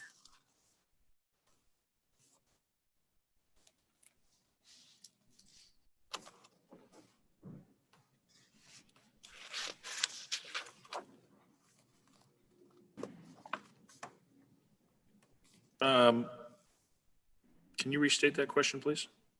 Yes, so your fiscal impact says that the action will result in a figure amount of 4.9 over 3 years. This is an estimation of 1.2 million for 3 consecutive years. And I put the word consecutive as implicit here.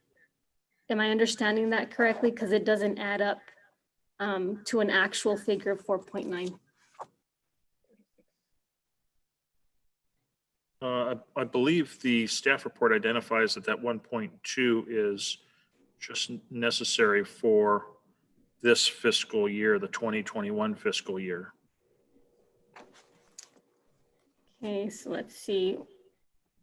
The impact of 3 fiscal years, and then it has an estimation of expenditures for that year.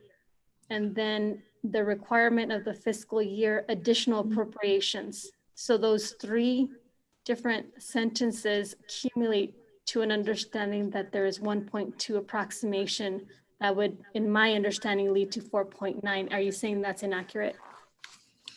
I would say the more accurate way to describe this is that the total contract price is 4.9 million.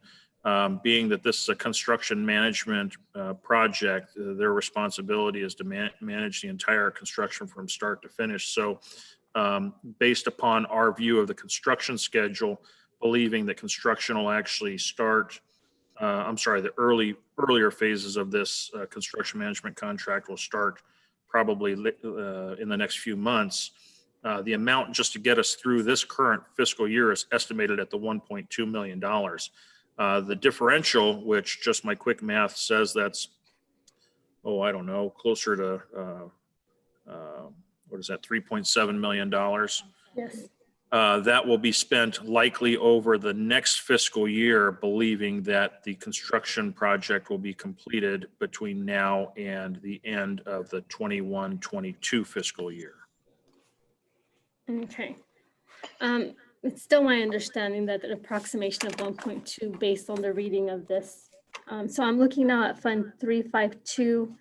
It does say that there's going to be sufficient payment for the conclusion of this particular item. The question that I failed to answer prior was, how are we planning to pay the 49%? Or is that something that we worry as each budget comes in with inflation and then getting schedules of fees to be able to modify a payment that would generate 49% of this particular project? Yes, Madam Mayor and members of the council, there actually is a much more elaborate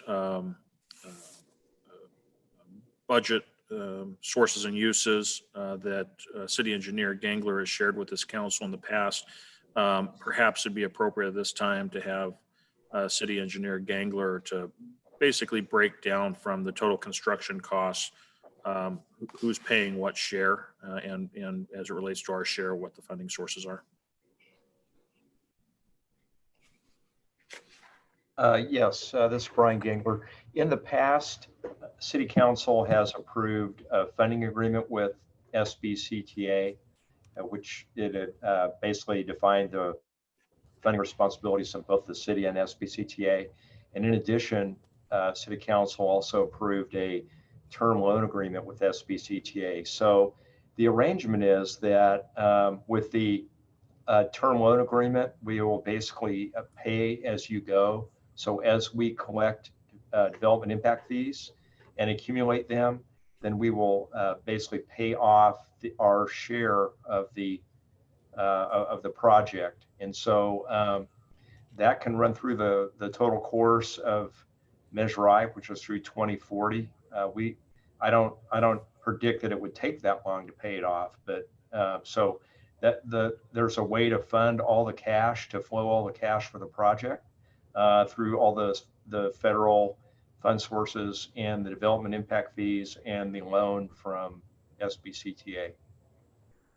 Okay, thank you for that explanation. My next thing is, since we're talking pay as you go, I know when we look at cost benefit studies or analysis, the dollar changes its value once it becomes futuristic, which means perhaps we have a percentage that will increase between now and the termination of the date of completion. Do we know the year of completion, and do we know the approximate inflations that we're going to be in the analysis? Are we already considering in that complex formula what you're stating? Well, our construction management firm thinks that this is going to be approximately a 2-year project.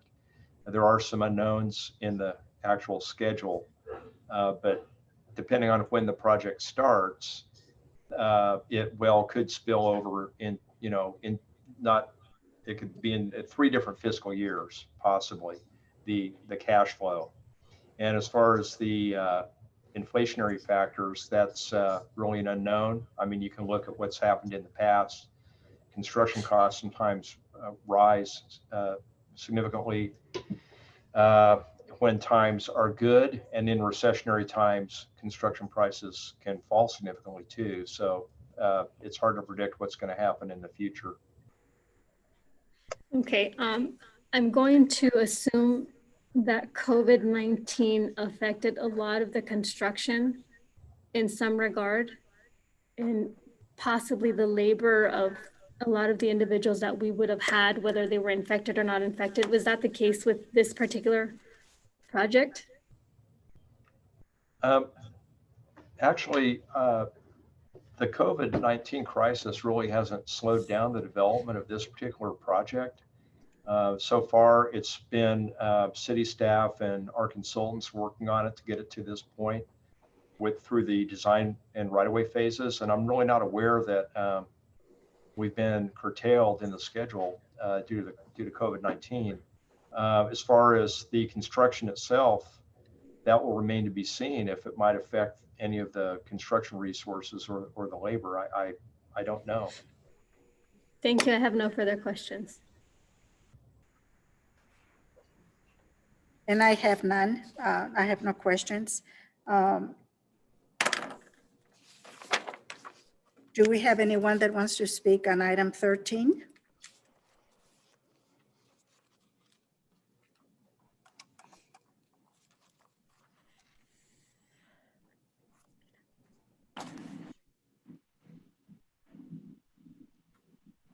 I'm sorry. No, we do not have any speakers.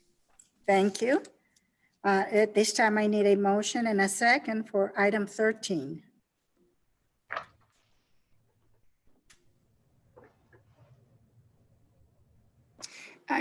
Excuse me. Yes, Madam Mayor, I move that the council take action in accordance with the recommendations set out on the agenda. Second. I have a motion by Councilmember Jones, seconded by Mayor Garcia. Any further comments? Roll call vote. Councilmember Cox? Yes. Councilmember Gomez? Aye. Councilmember Jones? Aye. Mayor Pro Tem Ramirez? Aye. Mayor Garcia? Aye. Motion carries unanimously. Now we move on to item 14. Employment Development Department Report of Suspected Fraud. Councilmember Blanca A. Gomez. Ms. Jones, do you want to present this? Oh, yes. Thank you, Madam Mayor. I do. So as per usual, thank you to my colleagues for allowing this matter to be placed on the agenda. So briefly, Ms. Jones, I failed to read the recommendation that any certainly. discretion of the city council. I'm sorry. No worries. So again, my thanks. And then briefly during the August 18, 2020 City Council meeting, I requested that we have a discussion to learn more about the details that underlie the city manager's August 17th report to the Employment Development Department for suspected fraud by Councilmember Gomez. So this item does allow for action if anyone would wish to make a motion. So Madam Mayor, I hand this item back to you. And when so invited, I'm prepared to offer a motion for council's consideration and begin the discussion. Okay, at this time, I will have council members, if they have any questions, they want to speak, they have 3 minutes. Mr. Cox? Thank you. At this point in time, the information that I have is the information from staff and what's on the agenda tonight. I have no idea what EDD is doing. I don't know the total facts in the case. This is a little different than most claims for unemployment because this is paid for by the city when we receive a complaint from EDD. I don't know how long EDD will investigate this. But normally when we have another agency involved, that's an agency of the state or the county, we allow those agencies to run their course. But in this particular case, Victorville is paying the amount of money. The city council has the responsibility to ensure that the money is being expended in accordance with the current law. And so it's not something that the city council can set back and wait until sometime in the future where EDD may or may not act, because in the meantime, unless the money has been frozen, we're going to receive a bill from EDD and the city is going to pay it again, which is taxpayers' money. I made an inquiry whether or not, if there is suspected fraud, do we have to pay it? Of course, we have to follow the rules like everyone else does. So I don't have any idea when we're going to hear from EDD. It is serious. We certainly cannot, we can't pass it by. I would really, really, really like to hear from Councilmember Gomez, but that's all I have for right now, because this is a serious matter. What the city council does has to be, deliberations have to be careful in consideration of everyone. And as the protector of the taxpayer dollars, we have a very, very serious responsibility to the taxpayers of the city. So I'll wait until everybody has spoken, but I would like to hear from Ms. Gomez on this. Thank you. Ms. Gomez? So it looks like I have 3 minutes to speak, and this is for staff. So question to staff and to the council members, is this not election season?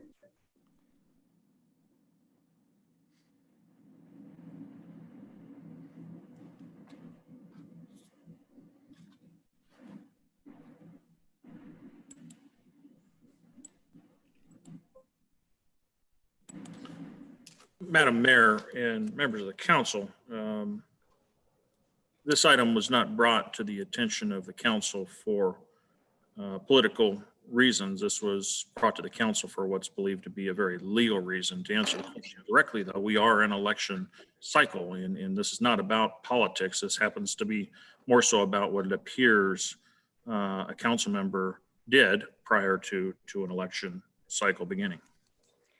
And another question to staff, is this not in the best interest of the city to allege and suspect when nothing has been brought into the court of law?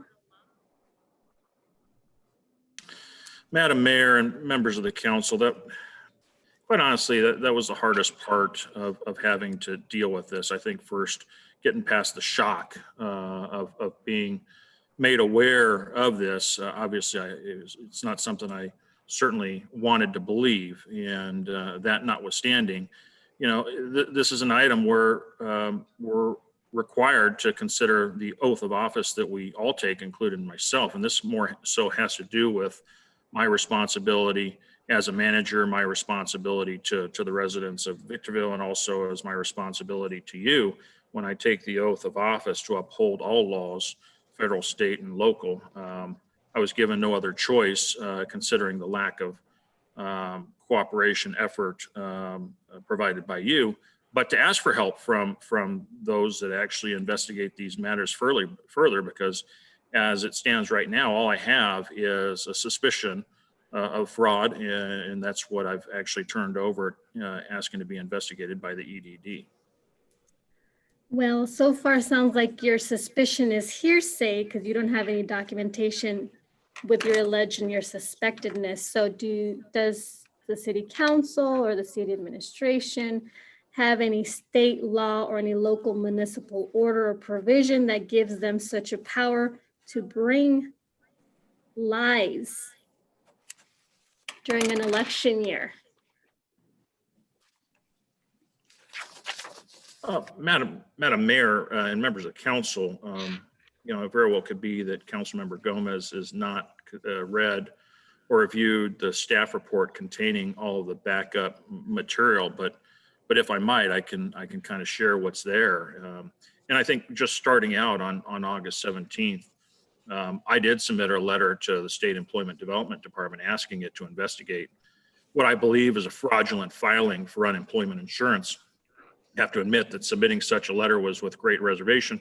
However, after having researched the matter, including having experienced a less than cooperative response by Councilmember Gomez, I felt obligated to ask for help from the investigative arm of EDD. This matter was first brought to my attention in late June. As staff shared with me that it's concerned the city may be charged for unemployment insurance claim. EDD form DE1545, which is found on page 698 of this agenda, is a form received by an employer after the first payment has been made on the claim to the claimant. Based on page 701 of the agenda, form DE428R, that is a statement of reimbursement benefit charges where Victorville is required to reimburse the Unemployment Insurance Fund $932 through June 30th, 2020. That amount represents the $233 weekly benefit found on page 698 of the agenda, suggesting that Ms. Gomez has been receiving the unemployment insurance benefit dating back to the first week of June 2020. On June 24th, 2020, staff responded to the EDD by stating that Ms. Gomez is an elected official for the city of Victorville. And as a current member of the city council, she continues to receive her full pay and has not experienced an interruption in her pay. That response was provided intending to affect Ms. Gomez's eligibility and to help avoid having to make this unemployment insurance claim. Staff's view towards believing Ms. Gomez was not eligible for unemployment insurance benefits is further supported by an information sheet provided by the EDD, which is identified as Form DE231, that specifically excludes elected officials from being eligible for unemployment insurance coverage. On July 24th, 2020, the city became aware that an actual reimbursable charge on Ms. Gomez's behalf was being sought by the EDD. And on July 27th, 2020, the city was obligated to make this payment. It's currently believed that Ms. Gomez is still receiving benefits and that the city will receive a quarterly reimbursement request from EDD in October. That reimbursement request is expected to be the $233 per week for each week Ms. Gomez receives benefits between July 1st, 2020 and September 30th, 2020. Because of all this, including the lack of willingness by Ms. Gomez's part to help better understand the nature of this claim, I had no choice but to seek the assistance by the investigative unit of the EDD on August 17th, 2020. Since having sent that letter, the EDD has contacted us two times, us as the city, two times, and has indicated to us that it will be scheduling an appeal hearing. So with that, that's the information I have, and that I'm certainly available for any further questions you might have. Well, that's not what I asked you. Definitely you prove my point. It is election year. Your hearsay, you were able to explain. What I asked you, let me repeat myself because I don't think you heard, because you didn't respond to my question. I said specifically, what state law were you using to be able to try and condemn me of something that you have no actual facts of your suspected fraudulent understanding, and what law was supporting you, and you gave me no law. My next question for you is, will you be submitting this to the Attorney General? Because it is my recommendation personally as a council member and as an individual that you submit this to the Attorney General, Javier Becerra. I don't know if you will, but my question is, will you? Because I have recommended that. Madam Mayor and members of the council, what I can tell you all is that we have consulted a number of law enforcement agencies, and it's been advised to us at this point that because EDD has its own investigative unit, that they are the most appropriate entity to begin with to look into this allegation. My next question to you, and I also recommend that you send this to the San Bernardino County jurors and make sure you put all your information. That's my personal recommendation that I'm asking you, not only as a council member, as I did for the Attorney General, because I am an acting council member, but also to do that with the San Bernardino County jurors. Will you be doing that as well?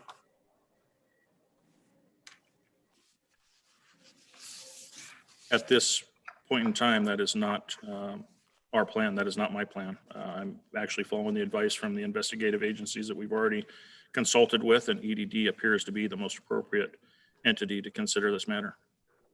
Thank you. I have no further questions. Ms. Jones? Oh, yes, thank you, Madam Mayor. Mr. Metzler, thank you for giving us a brief breakdown of the circumstances that led to the August 17th report to the EDD. So with that already having been done, has Councilmember Gomez ever responded to your questions about whether she filed an unemployment insurance claim against the city?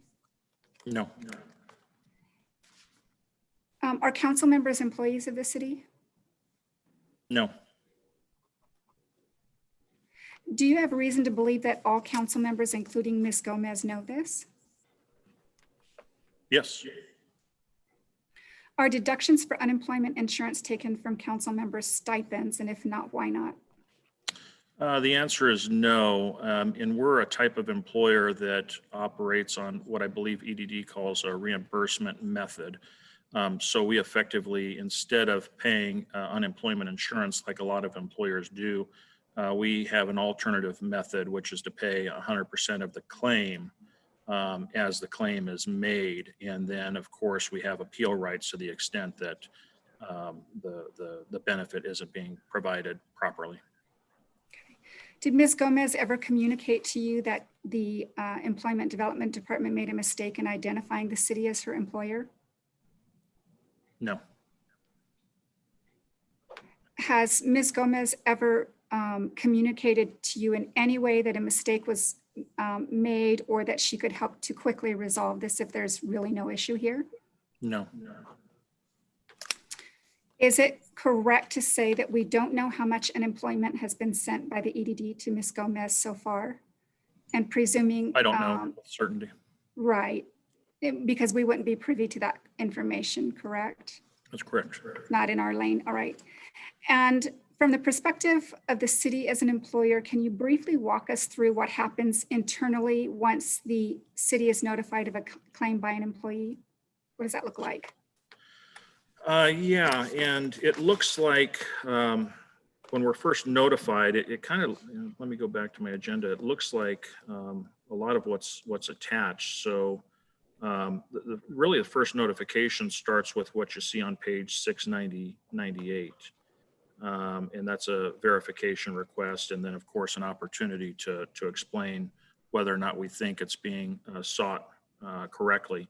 And then usually we don't hear anything until we get a bill, which is what you see in page 701. And there's certainly a lot there that's redacted, or it appears that there's a lot there redacted because there are other individuals that are employees or former employees, I should say, that have made similarly natured claims. And what will happen in that particular case is when we get this document, that's the actual bill.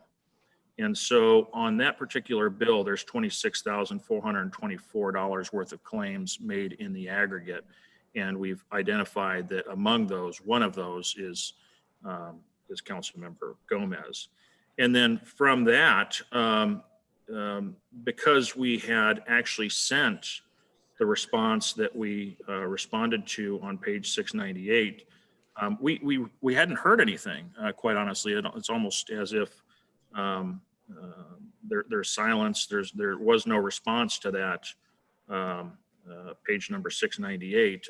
The only response we got was, of course, the bill. And of course, we have a problem paying that bill, believing it's not prudent. So that's when I actually went through the process of reaching out to Ms. Gomez because, through it all, we realized there are a lot of abuses of all of the systems that we have in government. And certainly in this particular case, we were advised that, it's very likely that could be identity theft. And that's why we reached out to Ms. Gomez, because the last thing we wanted to do is try to make a bigger issue of this than needed to be, especially if there was a legitimate mistake. And in trying to identify that legitimate mistake, we weren't provided with the opportunity to be convinced it was a legitimate mistake. In fact, we actually got hostility towards us in that effort. So really, it felt like we had no choice because the suspicion rose to the level to where obviously, if I did nothing, I think there are bigger consequences with me doing nothing,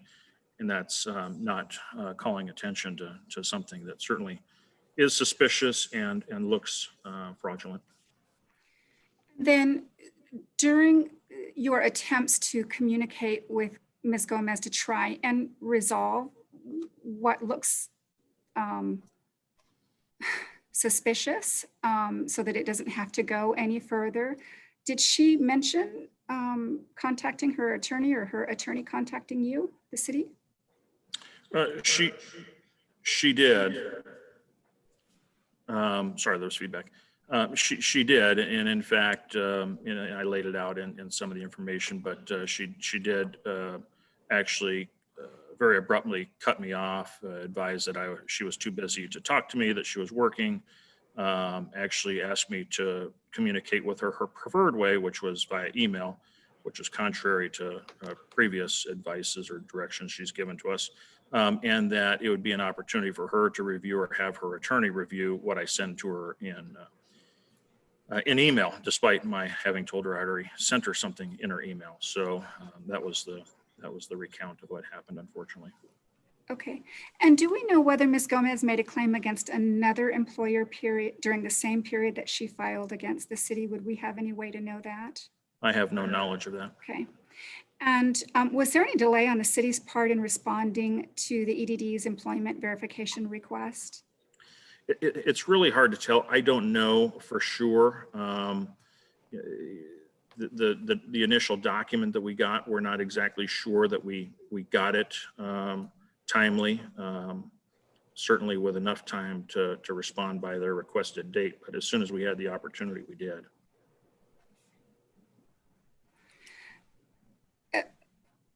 Okay, and then so do I understand correctly that this is now in the formal appeal process with the EDD? Well, I believe so. The last communication we had with them was them acknowledging the letter that I did send, and they did indicate that they would be granting us an appeal hearing and that they would be circling back or following up with us, I should say, with an actual date. That they have not yet done. So that's where we stand currently. And do we have any idea as to when we might expect to have a hearing and or receive a decision from the EDD? As of this moment, no. Okay, thank you. That's all I have, Mr. Metzler. Thank you, Madam Mayor. Ms. Ramirez, Rita, do you have anything? Yes, I have a lot of questions only because I'm not acquainted with the process of EDD. My understanding is that the allege was that Councilwoman Gomez filed for unemployment, correct? I mean, this is my understanding. So my next question is, who approved the fact that she could receive unemployment in this process? Who approves if you file for it? Who approves whether you receive it or not? That's question number one. Question number two is, was the city of Victorville notified of such a request? And if it was, why did they not inform EDD that it was unacceptable by the city of Victorville, that she was not an employee? Number four, why has it taken so long, looking at the chart that it started back in March, that this is when it began? So what am I missing as to this alleged fraud? Number one, when did she apply? Who approved it? How soon did we know? And what is going to be the end result in regards if it's proven to be true? So who can answer those four questions? I don't know the answers.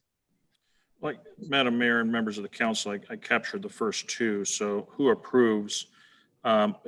My understanding of who approves initially is the EDD, and it starts with an application process. I don't know what their review process looks like. It very well could be for all I know, that whatever an applicant submits, they approve and then rely on the appeals process, or at least the notification process from the employer to say, no, this person's not eligible.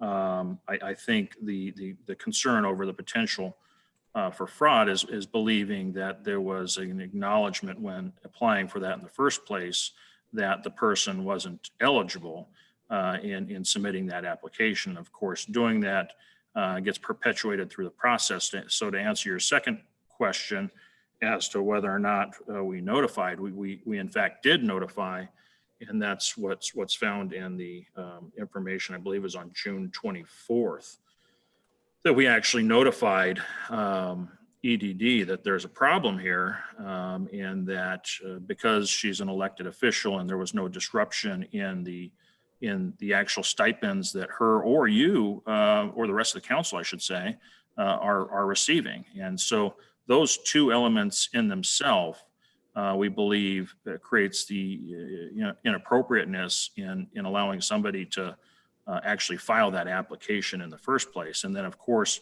with nothing having happened until us getting the bill is when this became a question of whether or not this is being done intentionally and needing to get greater attention to resolve, because the longer this continues to go unresolved, it certainly has the potential at harming our taxpayers by charging the city an amount unnecessarily.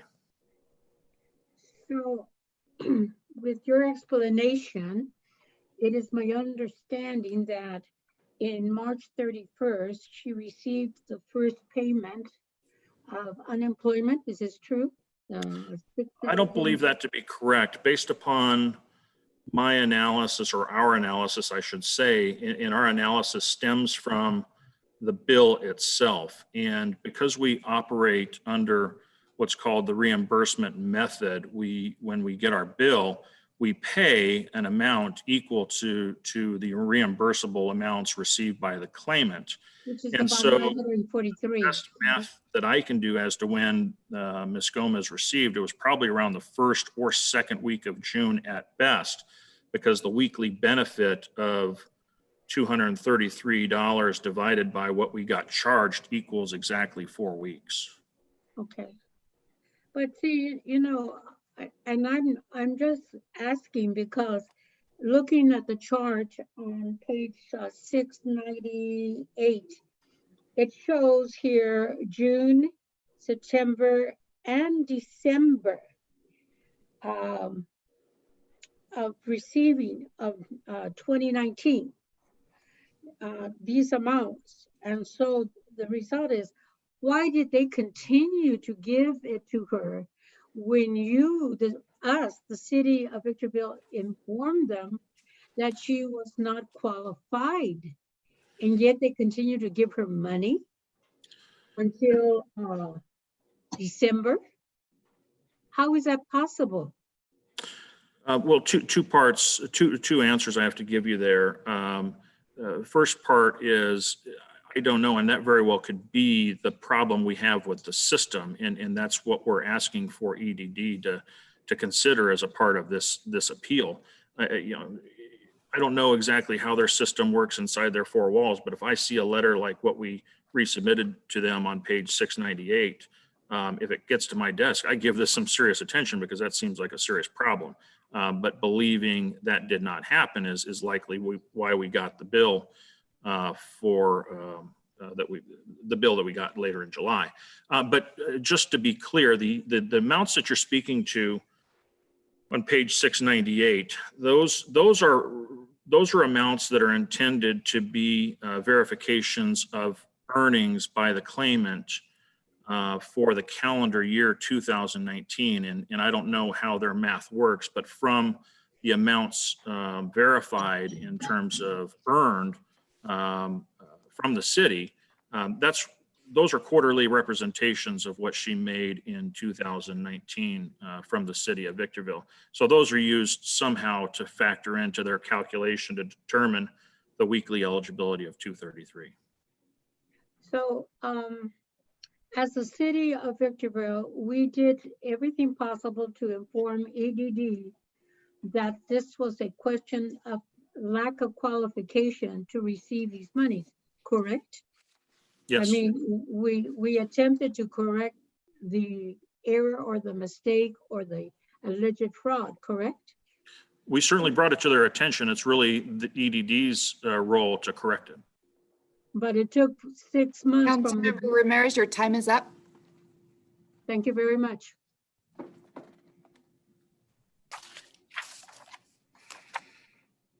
I don't think I skipped anyone, but I would just like to say that on the page 698, the EDD uses quarters to determine the earnings, the gross earnings by claimant, and their quarters are different than calendar months than how we use them, how we calculate things.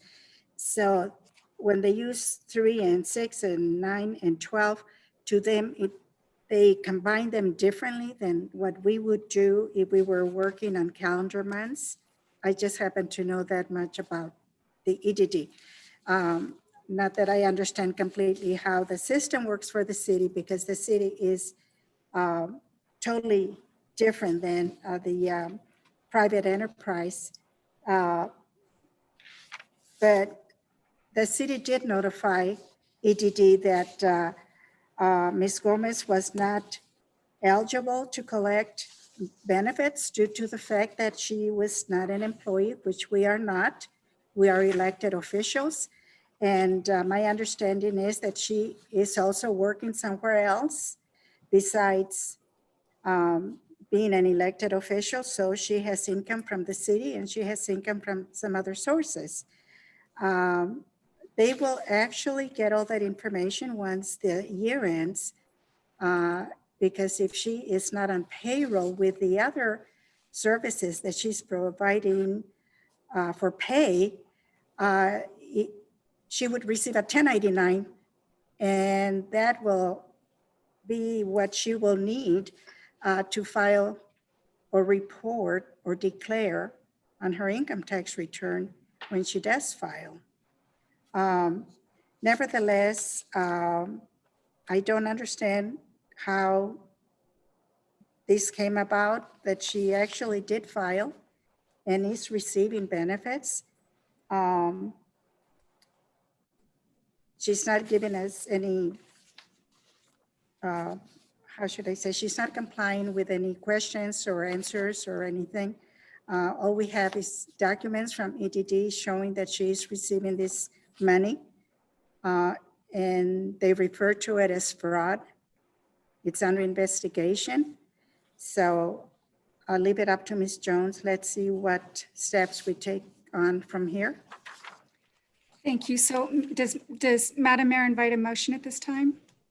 Not yet. I thought if you had any other comments or questions, you may. Well, I definitely have comments after I make a motion. Okay. So we need a motion as to what? I do still have some speakers. Yes, thank you. Oh, we do have speakers on this item? Yes. Very well. We will hear them. The first is Ruth Cordova.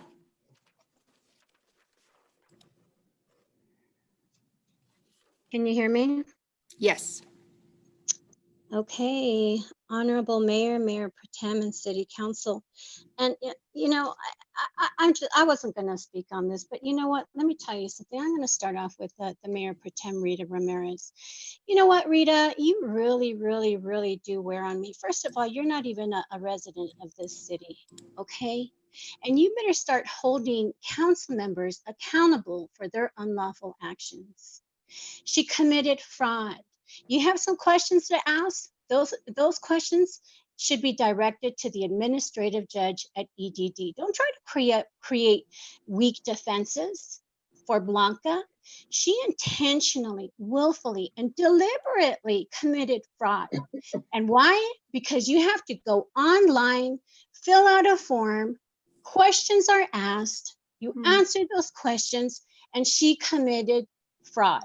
with the intent to defraud the taxpayers. Now, she's got a 2005 case. She was a defendant for welfare fraud, okay? The County of San Bernardino versus Gomez. Now, she's going to raise a defense. Oh, it's a blatant lie, like what she's been saying about Deborah Jones. So I ask the people, look it up, go into open access, type in Gomez, Blanca, and you'll find a ton of cases. All right. And let me tell you what, there's no defense. Well, this is election year. What a cheesy defense. And you know what, Blanca, you're held to a higher standard of the law. You know the difference between right and wrong. You know the nature and the consequences of your acts. And you want to size up Metzler. Oh, I want a jury. And where's the state law? He doesn't need a state law. He doesn't need a jury. You're already going to appeals court. And there's an administrative judge there, okay? And I hope that you get convicted. I hope that you cashed all those checks to a felony and that your ass goes to jail, Blanca, because I'm tired of you defrauding the taxpayers. Thank you. I rest my case. Okay, the next speaker is Valentin. Yes, City Council, I don't think anybody here except one person is an attorney that can really understand what's going on. I was a shop steward for over 20 years, and I witnessed an employee get fired, apply for unemployment and be denied because the company never paid unemployment benefits. And through the union and other sources, we had to take the company to court and find out that they were cheating other employees as well. I don't know that this is the case, but unemployment offices knows who is paying benefits and who is not. And when they see that someone is not paying their benefits, they don't give them unemployment. And that is from personal experience as a shop steward. Thank you. And I have Maggie Martin. Can you hear me? Can you hear me? Yes. Okay. Good to have you back, Charlene. Okay, Ruthie Godina, you go, girl. You go. Okay, I'm with you 100% on that with one exception. You said Blanca knows the difference between right and wrong. You know, I question that, but you're probably right.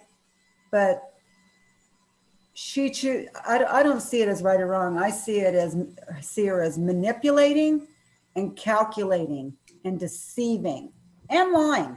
So whether or not she knows the difference between right or wrong, there's a big question mark there in my mind. And Blanca, here's the bottom line. The paper doesn't lie. The backup documents from the EDD on the agenda show clearly where you collected money, paid to Blanca Gomez, Blanca A. Gomez, B.A. Gomez, whatever you want to call it. So, you know, you don't have any wiggle room, girl. There's no wiggling. There's no manipulating out of it, no lying out of it, no attorney out of it. You are flat out busted.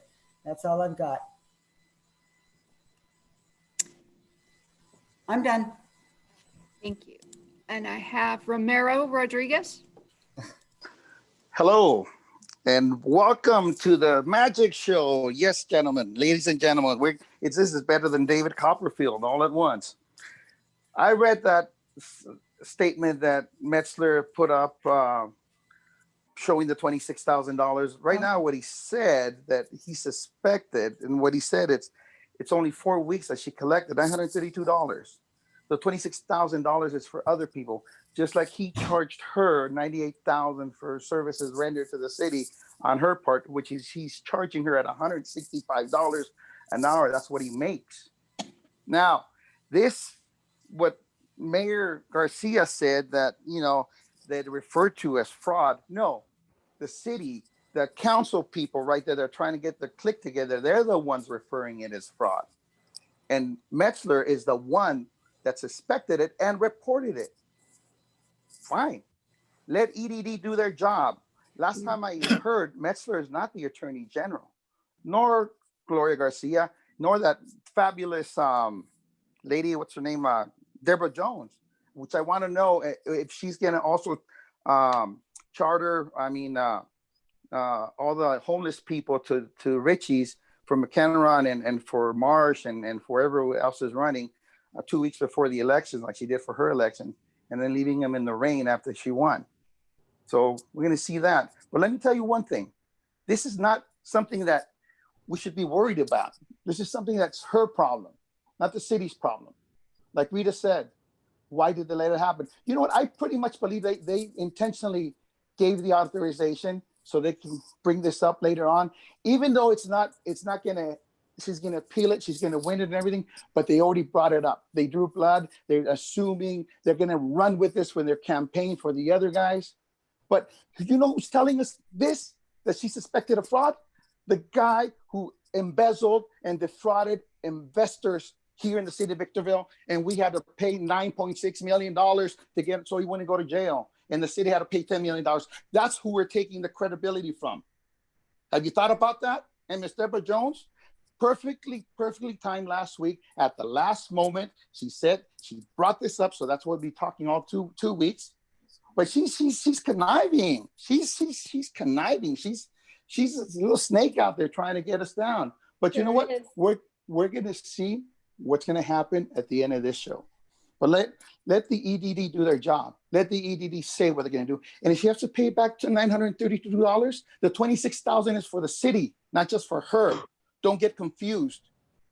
Okay? And who are you getting the information from? A $9.6 million man. Remember that. And it's election year. And you know, Blanca, you're not alone. We all see that. And Ms. Garcia, you have done nothing for the Hispanic community here in the city of Victorville. Your time is You've up. cut up a couple of ribbons, and that's about it. Ashiko Newman. Good afternoon, council members. Thank you for allowing me time to speak today. I really feel like this is a very important issue. I believe that personal accountability is what's lacking in society today. And I believe that it's just important for us as a city and for you members as a council to hold people personally accountable. The reason why it's important to me as a resident is because if a person is willing to do that on their personal expenses, then it allows me to question what they would do behind the scenes. And so I'm for city council members, and any other elected official being held accountable when their actions are fraudulent. And so it is a matter that the people should be aware of, and however that ends up, that's going to be between Ms. Gomez and whoever she has to answer to. But as far as me just being a regular resident of the city of Victorville, accountability is very important. Our community members need to know that they can trust our elected officials. And if there's a matter of fraud, let the people who do the investigation do their job. It'll all come out in the end.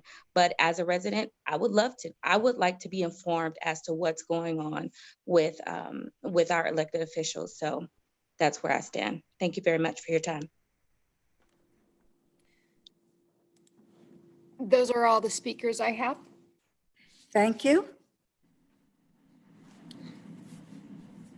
At this time, then I will ask Ms. Jones, what's your suggestion here, or we have? Yes, and so this item did allow for possible action, so I'm going to move, Madam Mayor, that the city manager be directed to provide a brief status update to the council in every future meeting until this issue is resolved.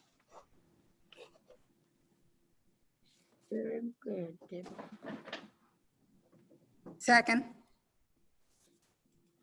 I have a motion by Councilmember Jones, seconded by Mayor Garcia. Any further comments?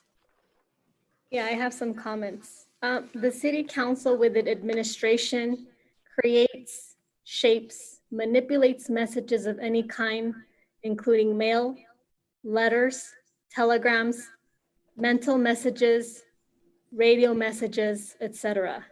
You manipulate in writing and in speech. It's called the abuse of power and control.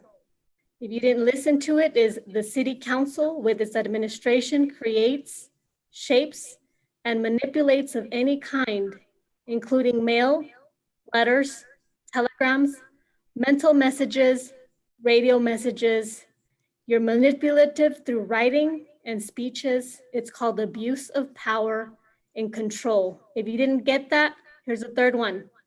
The city council, with its administration, creates, shapes, manipulates messages of any kind, including mail, letters, telegrams, mental messages, radio messages. You're manipulating writing, speeches. It's called abuse of power and control. Remember that.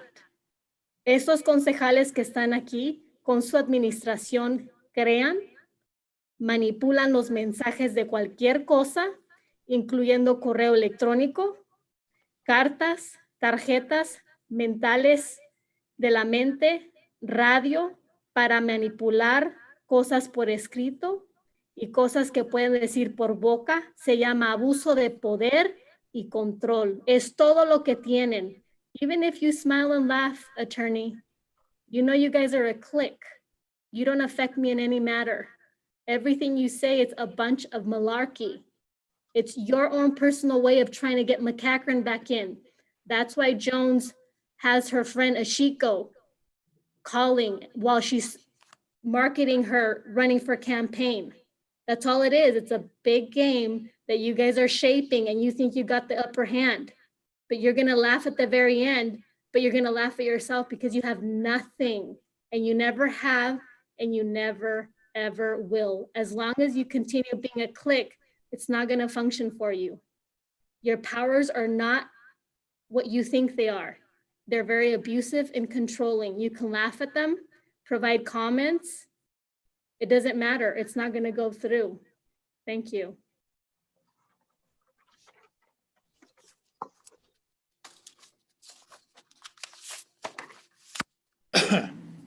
Any further comments? Yes.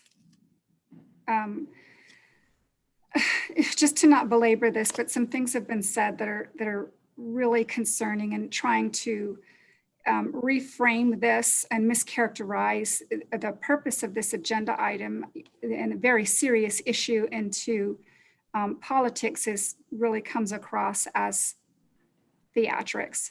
So quite frankly, Ms. Gomez is barking up the wrong tree, because the truth is that she brought reproach upon herself. To my knowledge, no member of this council coaxed Ms. Gomez into filing for unemployment against the city. No member of this council suggested she rebuff our city manager's legitimate questions about the notice it received from the Employment Development Department. No member of this council suggested she be uncooperative in trying to resolve this issue. In fact, Ms. Gomez wants us to go ahead and make reports to, I'm presuming, the grand jury and the attorney general. My goodness, why would anybody want to put the city through this? I mean, that's more expense to the taxpayers beyond what may have already been a burden to them by Ms. Gomez. Ms. Gomez has information to say that this is all some horrible misunderstanding, then my goodness, for the sake of our city, for the sake of our community and our well-being, bring it forward. Don't play these kind of games with our community. It's just so unseemly. The truth is, Ms. Gomez took the path she chose when she chose it. There's any blame to be had for the consequences that naturally follow her actions, or inactions for that matter. It lies squarely at her doorstep. The city manager was required to yield himself to his oath of office and was as such compelled to report suspected fraud. And Ms. Gomez did nothing to stop that. Mr. Metzler tried to find out if there was some misunderstanding here, and Ms. Gomez was completely uncooperative. So when appeals are heard and decided, is up to the EDD, not the council and not the staff. That we happen to be in election season is all Ms. Gomez is doing, not this council, not staff's. Thank you, Madam Mayor. I do have a motion by Councilmember Jones, seconded by Mayor Garcia. I'll take a roll call vote. Councilmember Cox? Yes. Councilmember Gomez? Nay. Councilmember Jones? Aye. Mayor Pro Tem Ramirez, Yes. Mayor Garcia. Yes. Motion carries with Councilmember Gomez voting no. Now we move on to item number 15. Councilmember Gomez's appointment to the Community Services Advisory Committee. Recommendation is that any action is at the discretion of the City Council. Ms. Gomez, you want to present this item? I presented it last time and my nomination was for Princess Barry. Not sure if she's on now, but that's who I've nominated to be a part of the Community Services Advisory. I mean, we've heard this 5 different times. I don't know if you want anything else. There is no qualification. The only thing is she must be able to live in the area, and she has, and she does, and she's more active than many of the council members that sit on this council meeting.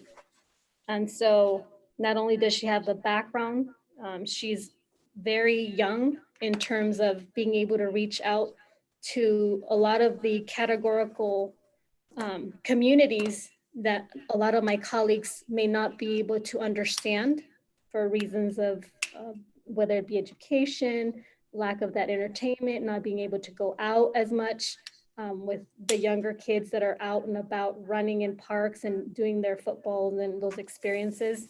So Miss Barry is very qualified. It wouldn't surprise me if you guys didn't want someone like Princess Barry, but I think she's more than ample to be able to bring any counsel and advisory to this council with the other 4 appointed individuals who sit on this position already.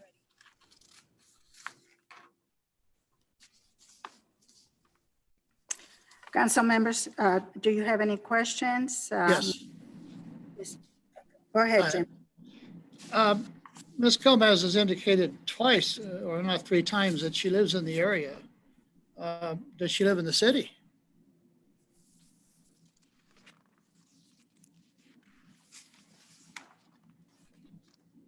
There's no reason that you should doubt that she lives in the city of Victorville, Mr. Cox. Whether I doubt it or not is immaterial. The question was, does she? I responded to it. I don't know what other question you'd like me to It's respond. a yes or no. She does or she I doesn't. responded to you. If you want to reinterpret it, you're more than welcome. I'm not here to argue with you. You already have your predestined way of voting. I'm not going to change your mindset, sir.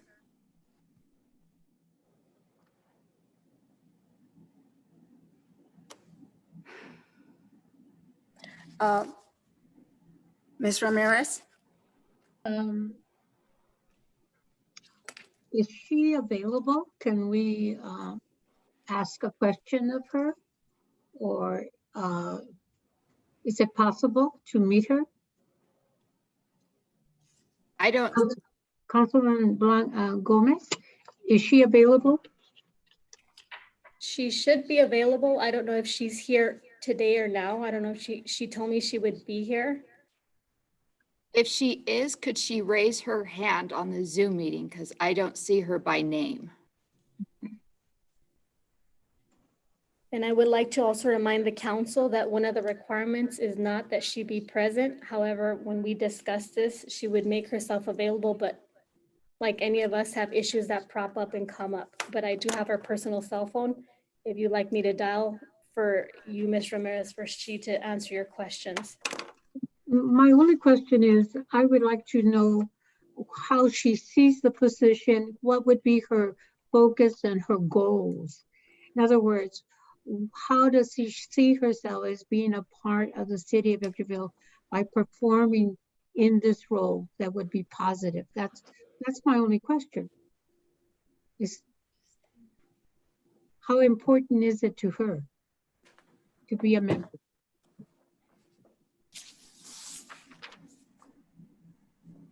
So I would have loved to listen to her answer. I think that she does bring an extended experience, and I think that only adds more to the position. So I am not questioning her qualifications. I'm just asking, how did she see herself in what she feels would be good for our community. So if it's not possible, Councilwoman Gomez, it's okay with me. But anyway, if when approved, if approved, I would love to talk to her.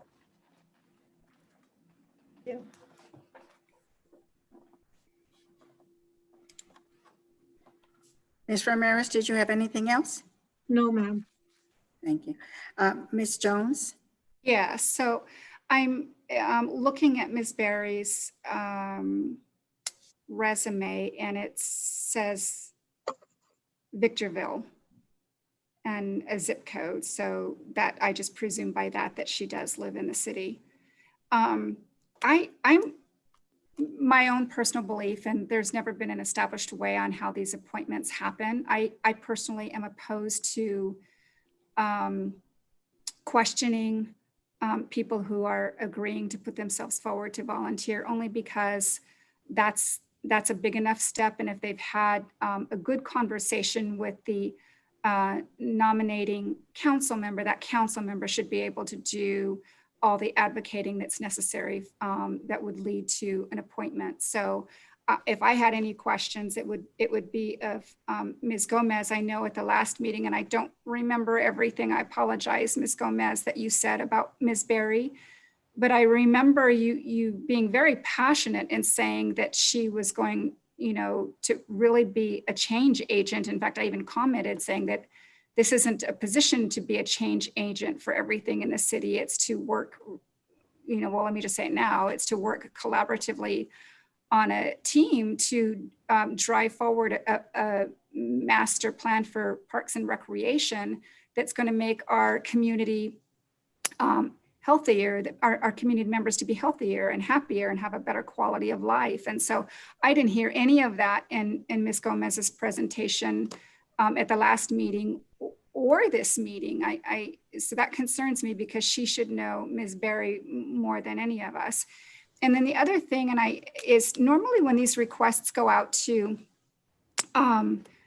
the community to fill a vacancy, the request is that you submit a letter of interest as well as your resume. And so I don't see a letter of interest with this. And I always like to look at those, because it helps me to tap into who the person is, what they're really feeling about the position, what was the catalyst for their applying. And so I don't have any of that before me. And I just, absent that information, I would have expected Councilmember Gomez to advocate for her nominee in that regard.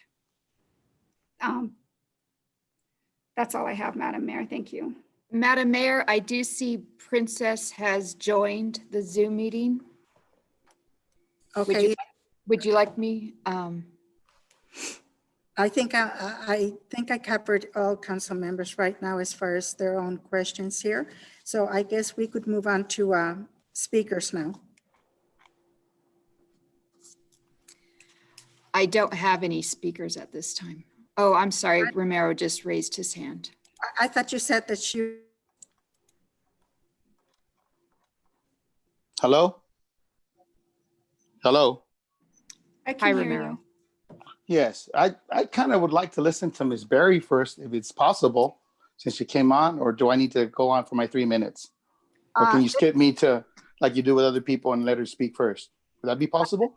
Let me see if we can get her on the phone. And I think it will also allow Ms. Ramirez to ask her some questions, and then you will be next. Is that okay? Thank you very much. I appreciate that. Okay. Bye-bye. I'm not gonna lose my time. And then we will have Ms. Ramirez ask some questions. Princess, if you can hear us, are you there?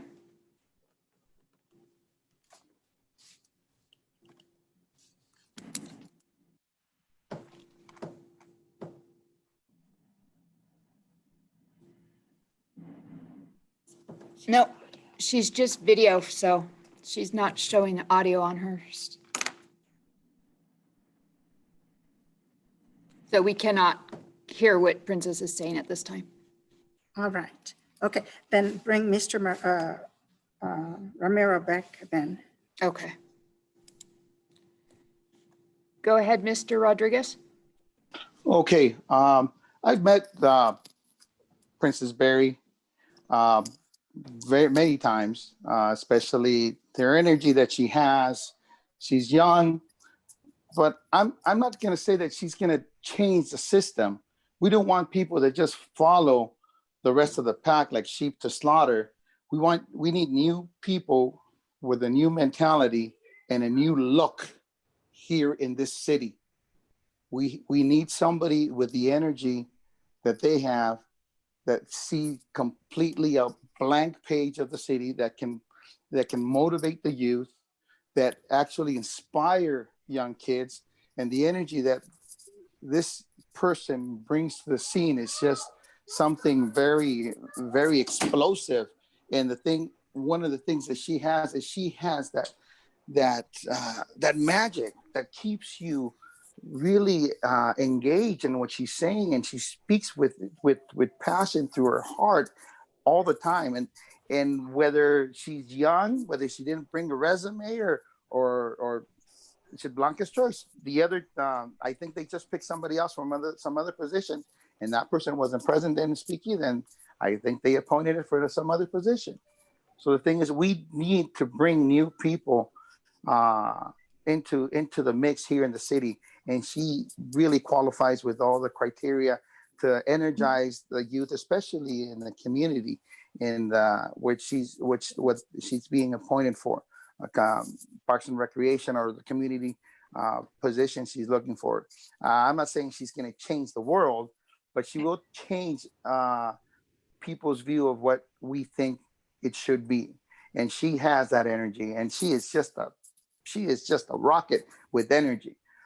She has beautiful ideas, clean ideas, a new perspective on this. And like I said, she's not one of the persons that's going to be just waiting to see what they tell her to do. She's going to be doing what needs to be done. And that's the new people that we need here in the city. We need change. We need change. This city is changing big time. Where the Black population is over 20%. The Hispanic population is 60, right below 60, in some parts over 60%. The other population went to 14%. And the thing is, we need change in the city. We need people with different perspective, with different points of view, and we need the energy that this person can bring into the scene of the city. Whether later in life she runs for president of the United States, that's up to her. But for right now, she can be focused on what you need Your her time is up. to accomplish. The next speaker I have is Ruth Cordova. Good evening, Mayor Pro Tem, and City Council. All right, well, so much for clean change. Here I've got the people of the state of California versus Princess Berry, and she has a 2010 case. And for a case so minor, she definitely has demonstrated the total lack of responsibility and respect for her community. Now, all she had was a loitering. Okay, she had an infraction for loitering. It's still an active case because she had a failure to appear. She didn't appear to court. On May 14th, she had a court date. She didn't fail to appear to court. On June 22nd, 2016, $575 went over to collections, and it's still in collections today, and she has not paid not one penny, not one penny. So there goes the community. There goes her respect for the community. This is who Princess Berry truly is. This is who she is. I'd like her to pay that, okay? And please do not disrespect and loiter our city. We want a clean city. So I would ask council to consider in not voting for Miss Berry. Also, she does not have a proven, she fails to demonstrate a team effort. She cannot agree to disagree. She challenges others to a fight. She has stated in her own words, we're going to take the city down. No, we're not going to have that. I do agree with Romero. We need new change, but we need positive change. Thank you, council. Those are, oh, I do, there's Princess now. Okay, let's bring her on. Okay, go ahead, Princess. Hey there, it took me a while to find out how to get my Zoom going. It wasn't working. I heard someone speaking about me. I'm not sure what she was saying because I joined in a little late. I owed fines, or what was she saying? I don't understand. I'm just joining. I thought the meeting had ended. She's just there to antagonize you. We're trying to appoint you, and she's just one of those arms as hecklers. That's all it is. Don't mind her. Okay, yeah, I'm not entirely sure what fines I owe or anything, so I'm not entirely sure what that's about. And loitering, I'm not entirely sure what that was about. I just joined the Zoom. But what I will say is that I did submit my application to be a part of the Community Advisory Board. And I also did not know that I had to submit a letter of interest. On the flyer that I did receive from Councilwoman Blanca Gomez, it did not say that I had to submit a special interest letter. However, I do have plenty of references that I can also email over. And I know right now Victorville is looking for change, and that is what I would like to bring to Victorville, is hear what the people would like and also contribute to that and make Victorville the city that I know that it can be. But I'm not entirely sure what she was talking about. I'm just joining, so I'm not sure what's happening right now.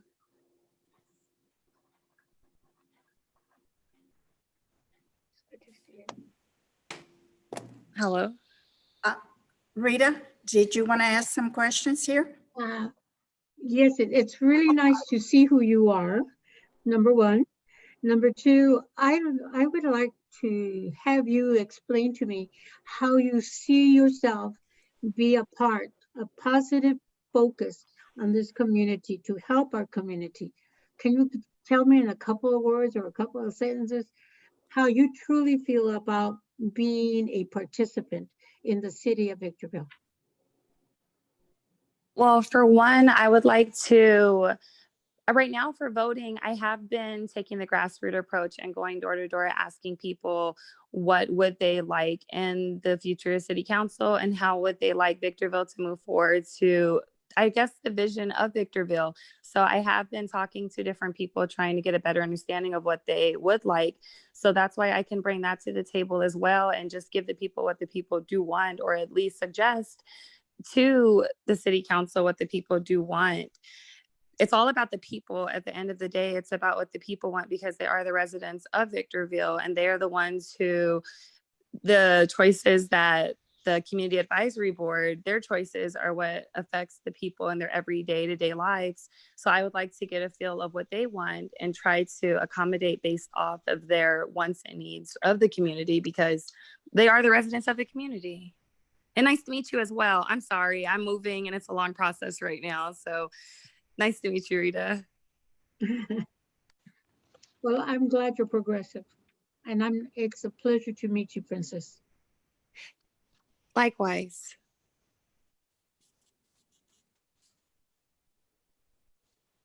So, Madam Mayor, I just have one question, and I really don't like to ask nominees questions because I think it's enough that they've put, information together to give to us. We should be able to make the decisions based on the advocacy of the council member and not put any undue burden on our nominees. But just because the question was asked earlier, and I just heard you mention that you're moving, do you live in Victorville?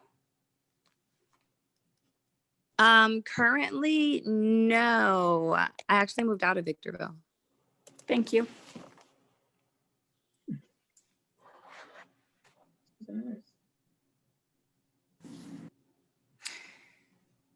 I'm sorry, did she say she was moving out of Victorville? Yes.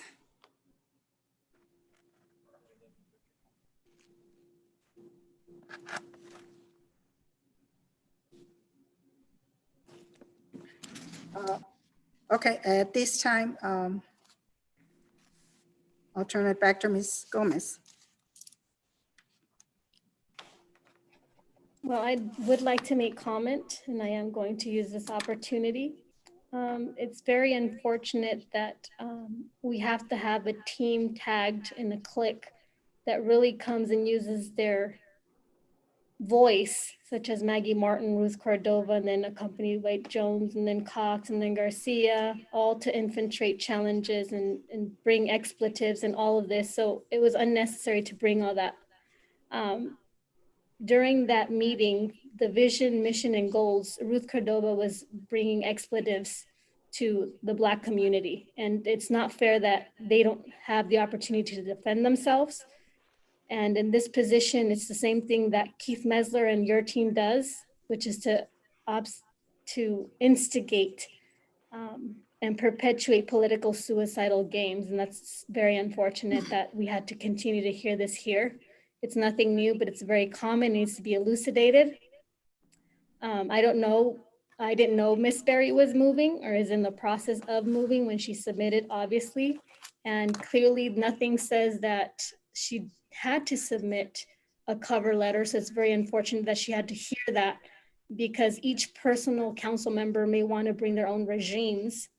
And it's unfortunate because we already nominate and then we get to vote, and that's the essence of where it goes. But when a nominee is appointed, we try to figure out ways of not letting them get reappointed or be appointed, which is the case here. And I started right from the very get-go, that may be the case here. And it felt true to be, so I'll be able to look for another nominee that lives in Victorville and hopefully won't be moving. And we can go from there.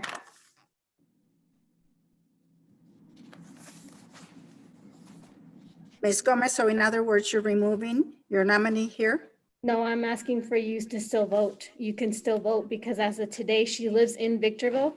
We can reappoint later, but I know you guys would not like to do that. But if she's in the process of moving, I mean, today she's still viable.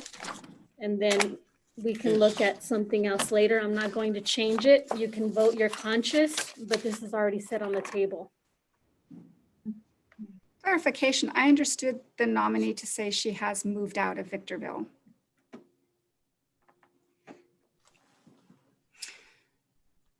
So does Ms. Gomez wish to make a motion then, so that?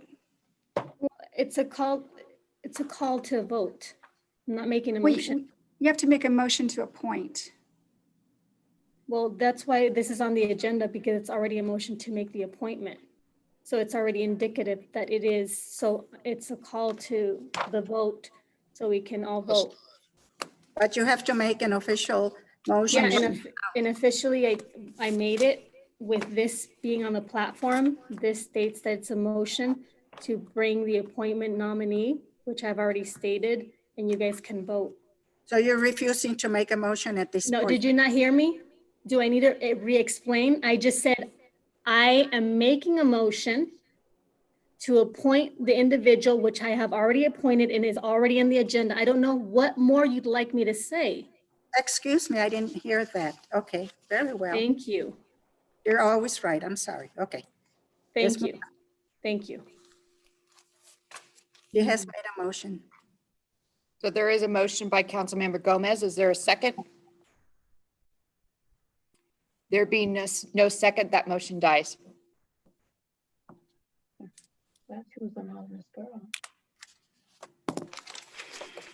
Okay, we move on then? Yes. So now we move on to item 16, ratification of the acceptance of Federal Aviation Administration Grant Agreement 3-06-0359-026-2020. Madam Clerk, read the recommendation. That the City Council ratify the acceptance of grant agreement 3-06-0359-026-2020 between the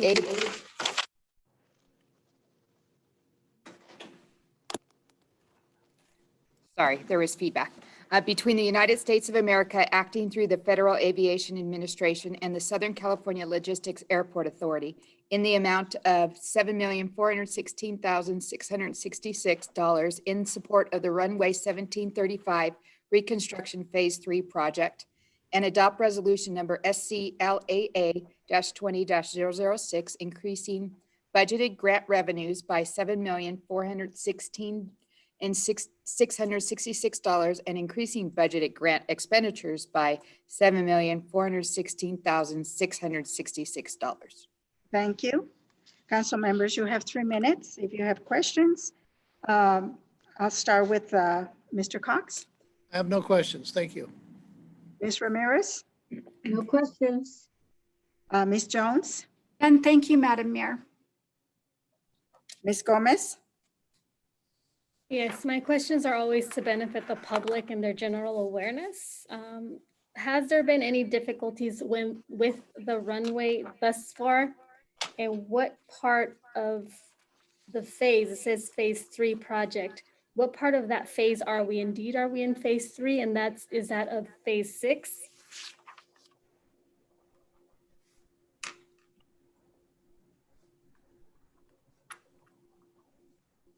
Madam Mayor and members of the council. Is Eric Ray, our airport director, on the line? I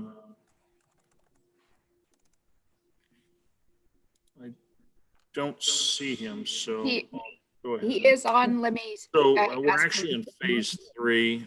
We've completed phases 1 and 2, which generally has allowed for the reconstruction of about 8,000 feet of our north-south runway, runway 1735 out at SCLA. Altogether, the entire length of runway 1735 is about 15,000 feet. Once we're done, it'll actually be, we'll actually just change some of the threshold markings, and it'll actually operate it as a 13,000 foot runway once this construction project is complete. But effectively, this is the last phase on that runway that'll actually reconstruct runway pavement. We have inherited old runways that weren't built to the standards that are necessary today to satisfy the type of aircraft that fly into SCLA. So it's expected that with this improvement to runway 1735, we'll have a higher quality, more strengthened runway system that will actually help reduce the amount of maintenance that we're currently having to perform to keep the runway operable. Okay, so let me re-ask the question because I'm not sure it was addressed to the outcome of what I expected it to be. My question was, has there been any difficulties in the runway? There was no yes or no response, which left it up to my interpretation of gathering Mr. Metzler's words of there were threshold markings, which I presume that those threshold markings were geared to respond to some of the difficulties that the runway has indeed faced, along with the maintenance and operation, which I'm presuming were added because they were responding to the difficulties of the runway, which would have called my question stating that indeed even the maintenance and the operation were some difficulties on this runway. And if that's an incorrect understanding, would you please correct my understanding? And I would greatly appreciate it. Difficulties, I would answer yes, from the perspective that we inherited conditions that were constructed by the military, again, to a much different standard than what's required today. So we've had cracks, we've had failure of pavement. So characterize it as difficulties, I would identify those as difficulties. Okay, so now looking at the difficulties of the runway, I'm going to presume that my question is within the guidelines of the onset of the date of the phase number 1, phase number 2, up to phase number 3, and those cracks and those other difficulties were within those respective dates. Is that the case?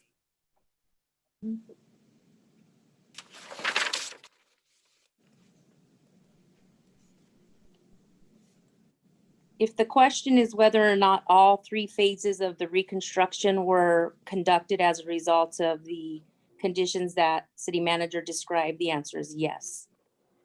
Okay, thank you for that clarification. I have no further questions. Do we have anyone that wants to speak on this item? I see Princess's hand up, so let me check. It might be from a leftover from last one.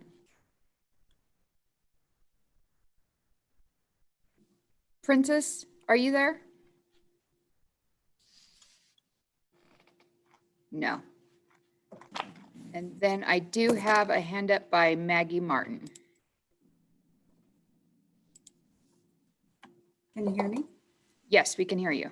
You know, my short-term memory is not so good. My long-term memory is really good.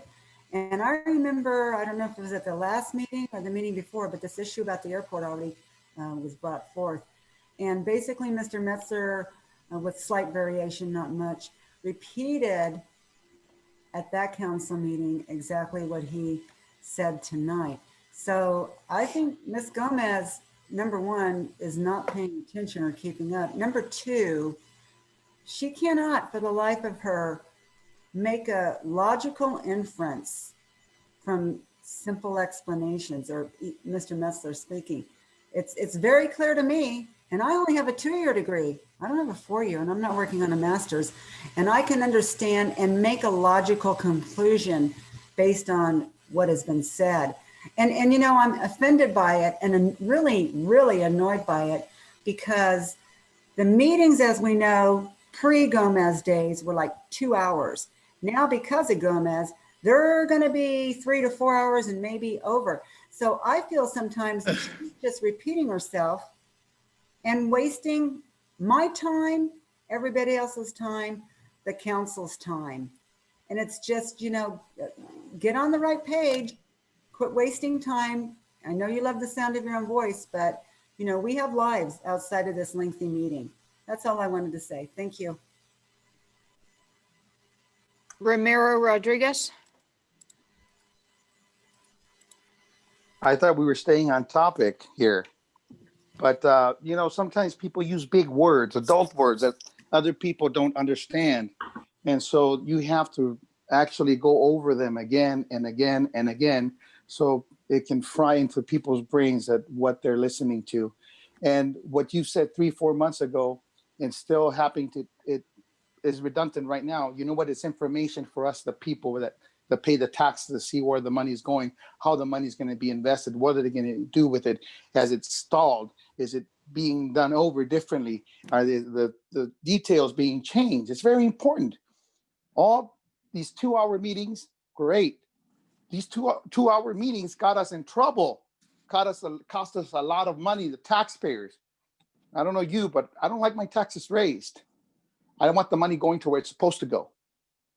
So I love these 5-6 hour meetings because they're detailed. We're told exactly what's going on. We're not all lawyers. We don't understand this mumbo jumbo, these legality things. They mix things around. And I see what they do. They just make the words differently to make it sound important, but the same thing. I read the reports and sometimes they're 200 pages. It's the same thing done over and over and over again, just to make it seem like they did something. And you can see the redundancy. But you know what? It's important that we know the details, because the devil is in the details. And that's at least one person is out there looking out for us. The rest, you know, you guys can say, just look to the right and see what he says and go, yes, yes, yes, yes, yes, yes, and go. We'd be done in 10 minutes. But then we would end up paying everything. So I'm sorry to waste your time. I'm just going back to what the lady said. And the thing is, stay on topic. Thank you very much. I won't waste any more of your time. Those are all the speakers I have. Thank you. At this time, I do need a motion and a second for item 6. Council member goes ahead and makes the motion as recommended by staff. Second. I have a motion by Councilmember Gomez, seconded by Councilmember Jones. Any further comments? Roll call vote. Councilmember Cox? Yes. Councilmember Gomez? Aye. Councilmember Jones? Aye. Mayor Pro Tem Ramirez? Yes. Mayor Garcia? Yes. Motion passes unanimously. Now we move on to item number 17. Council Chambers Audio and Visual System Replacement. Madam Clerk, please read the recommendation. That the City Council award Rahi Systems a contract to furnish and implement a replacement council chambers audio and visual system in the amount of $228,821.98 and authorize the city manager or designee to execute said contract and any transactional related documents to effectuate this transaction. Thank you. Council members, again, 3 minutes. Ms. Jones, do you have any questions? Yes, thank you, Madam Mayor. Mr. Metzler, I think it's probably safe to say that most, if not all of our council members know that we have a problem with our system, and it's outdated, and we saw the problems when we were able to meet again in chambers, the council was, and just handling everything via telephone and so forth. So with this new system, would it work out all of those bugs so that we can, if we ever find ourselves in a similar situation, we're not going to have the potential difficulties to our community in participating in the meeting? Madam Mayor, members of the council, I believe the easy answer to that is yes. We certainly won't experience the issues that we've been experiencing recently. And of course, as you know, this is a system that's 13 years old. It was commissioned when we opened this upgraded version of City Hall. So it's definitely going to be much more modern. It's going to carry a technology that's more current with today. Has integration capabilities, and if there's more technical, because I don't speak technology very well, I can certainly get some support from Sophie or even Mr. Haggard. I know he's on the line as well. He can share the greater particulars about what this system is going to do differently. I would actually be interested in that, but before Mr. Haggard or Sophie speaks, if the council were to approve this, what timeline are we looking at in terms of this being started and completed? That's an answer that I definitely have to defer either to Ms. Smith or Mr. Haggard. Okay, thank you. Joe, will you go ahead and give the council an idea of the timeline, specifically speaking to the unknown delays that we're experiencing in getting technological equipment due to the pandemic? And just a quick overview of what this system can do a little different than the current one we have, and just the challenges we're having with the existing one. Yes, thank you, Sophie. The system is very antiquated, as Mr. Metzler said. The new system is going to incorporate new features for teleconference and televideo like Zoom, which is something that we didn't envision when we implemented the original system back in 2013. Additionally, components have gotten much smaller and more efficient since 2013, so the system is going to be easier to support and maintain going forward. It's actually going to require significantly less cabling and infrastructure than the existing system, so it'll be very manageable compared to what we have now. I forgot what the second question was. Just about the timeline, the schedule for implementation, should this item be approved tonight? Oh, yes, thank you. So due to the COVID pandemic, we are experiencing extremely long lead times on getting electronics, especially electronics that are either manufactured in China or have substantial assemblies manufactured in China, which a lot of this equipment does. That could delay the project anywhere from 60 to 90 days. Once we have the equipment on hand, we're hoping to get it implemented very quickly in 30 days. We're actually working with Rahi to have all the equipment shipped to them, integrated and configured ahead of time. So when it comes to City Hall, it'll be configured, tested, ready to go. So we'll have a very short window at City Hall to swap in the new system, do a quick test, and then be ready for a meeting. I have asked the vendor, as soon as we get authorization from the council and we can move forward, to place those orders right away and try and grab what they can from vendors that have it in stock stateside. But anything that's back ordered or going to be shipped from China, I do expect some delays.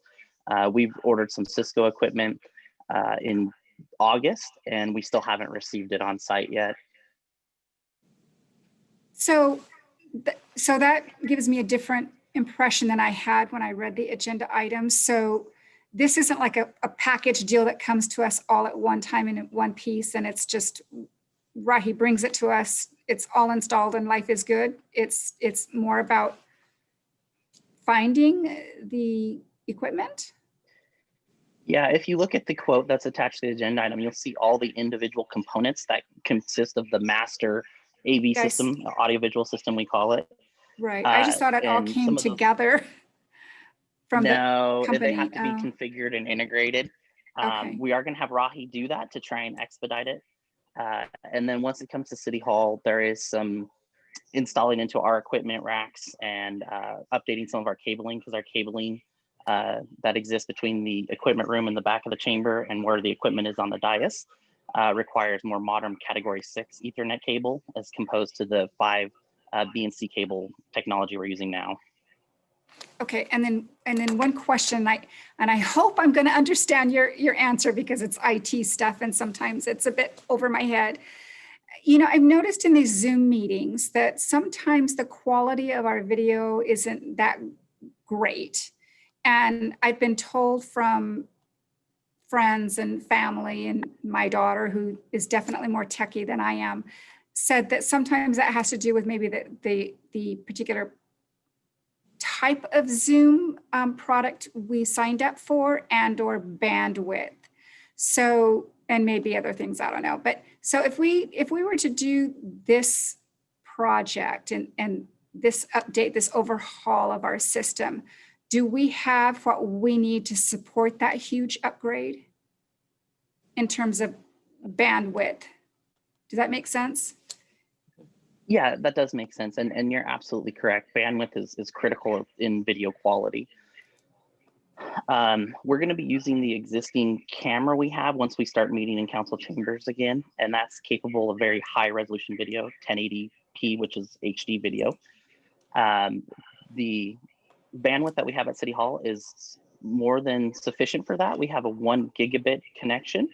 HD video requires anywhere between 15 and 20 megabits per second. So we're more than covered there. We have had some challenges in the past where our network was being taken down to try and interrupt the meetings. So that doesn't affect the bandwidth you have. That's someone actively trying to stop your signal. And then with Zoom, once it leaves our City Hall, it goes to the Zoom servers. And some of us are at City Hall, some of us are outside of City Hall, and it concentrates that all together. Time going on, that can affect the quality as well, because they only have so much capacity. I don't know if you've heard of some of the outages and issues some of the schools have been having that have been trying to do remote learning with Zoom. And once it gets to the cloud, once it leaves our network, it's difficult for us to manage it or really have any say in what happens there. And then like for our YouTube stream, it actually goes from the Zoom cloud over to the YouTube cloud. And again, we don't have any control over that. Once it gets to the cloud, you're just kind of at the mercy of the internet routing. Wow. Okay. I actually think I understood that. Thank you so much. Thank you, Madam Mayor. Okay, let me see where I'm at. Mr. Cox, do you have anything? No, I don't. Thank you. Ms. Ramirez?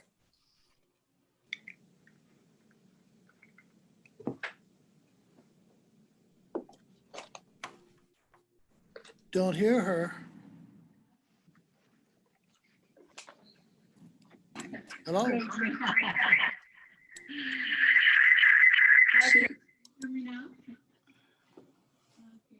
Councilmember Ramirez, you're muted. We're having a little problem here.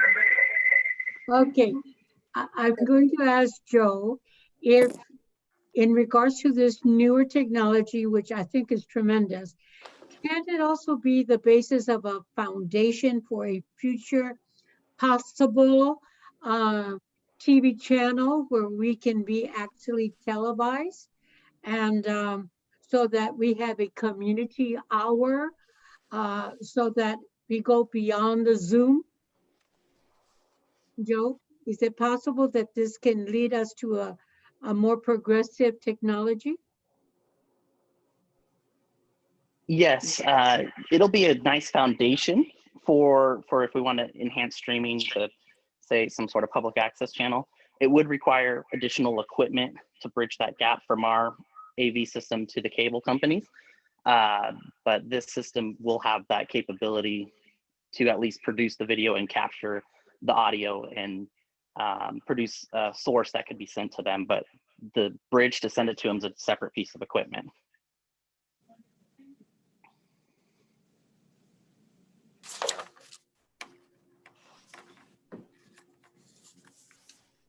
Ms. Gomez? Yes, I have several questions. With the birth, oh yes, what birthed the recommendation to replace the council chambers with this audio and visual system? I'm sorry, did you say birth? Board came up with? It's been something we've been trying to get accomplished for a while. And I'm very grateful to the city manager for being able to find funding in this fiscal year to accomplish it. Okay, because this is not the first of its kind. It's been asked on several occasions for the last 4 years. So I feel like COVID-19 really forced the hand of what should have been to bring something of this nature, because we've been with Granicus for quite some while. And over months, we have not been able to use Granicus. And those were many complaints that I brought up to the city, former and current manager. Second question is, will Granicus still be used? So I think you're confusing the audio visual system with the agenda management system. So this has nothing to do with Granicus or PrimeGov, which we use currently. This is just the system that consists of the mics, the camera, the mixers, the amplifiers, everything in that council chambers we use to capture audio, rebroadcast the audio and video, the displays up on the wall, all that kind of stuff in council chambers. And then Granicus or PrimeGov can use that as a source for the agenda management system. Right. So my first question was very different from the second question. So they weren't meant to be paired. I've had several discussions with different city managers in regards to not only Granicus, but the use or failure of use of live streaming our city council meetings for the public accessibility. So those are two different issues, absolutely. And no, I'm not confusing them. I'm just probably not giving you enough information because 3 minutes is not enough to contextualize where I'm coming from.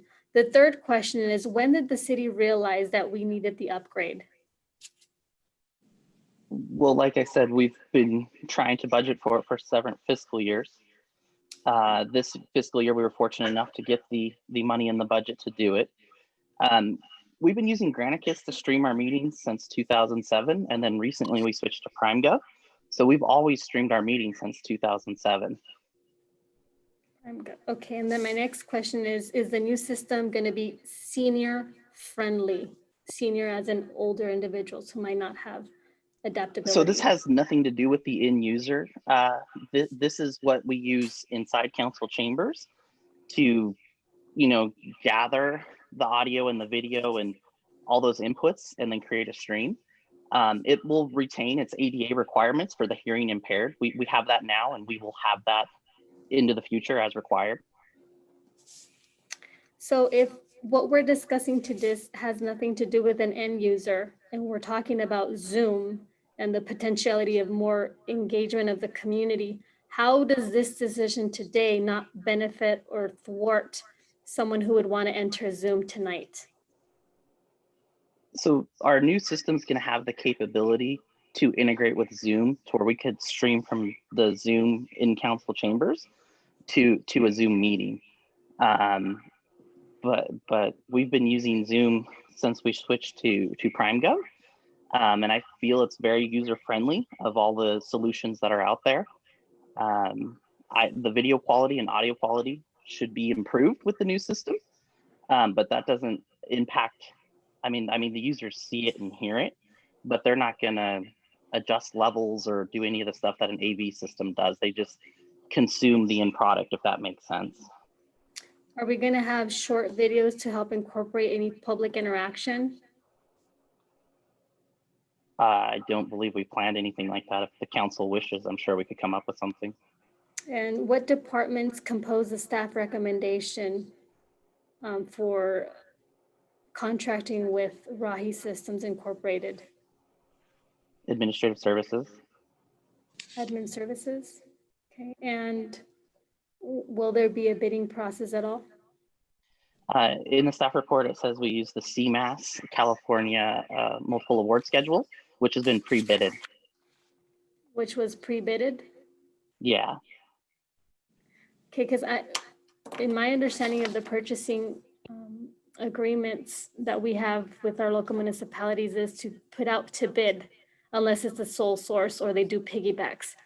But the wording here on 766 states, staff recommends the award of contracts, and then it goes on. So, and asking who these staff members were, I'm gathering the administrative services is making the direct recommendation. I'm the staff to member. award. It's my name at the top of the staff report.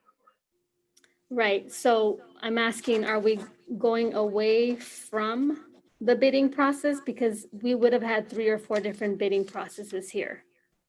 So I'll answer for you, Joe. And there was actually a revision to this particular item. So the Muni code referenced in the revision is the municipal code that allows for an award to Rahi Systems under the CMAS system, the California Multiple Award Schedules. Under that Muni code section, we do not have to go out to bid. However, the staff actually went above and beyond the Muni code requirement in this particular case and actually tried to solicit some additional bids just to make sure that we were getting the best price.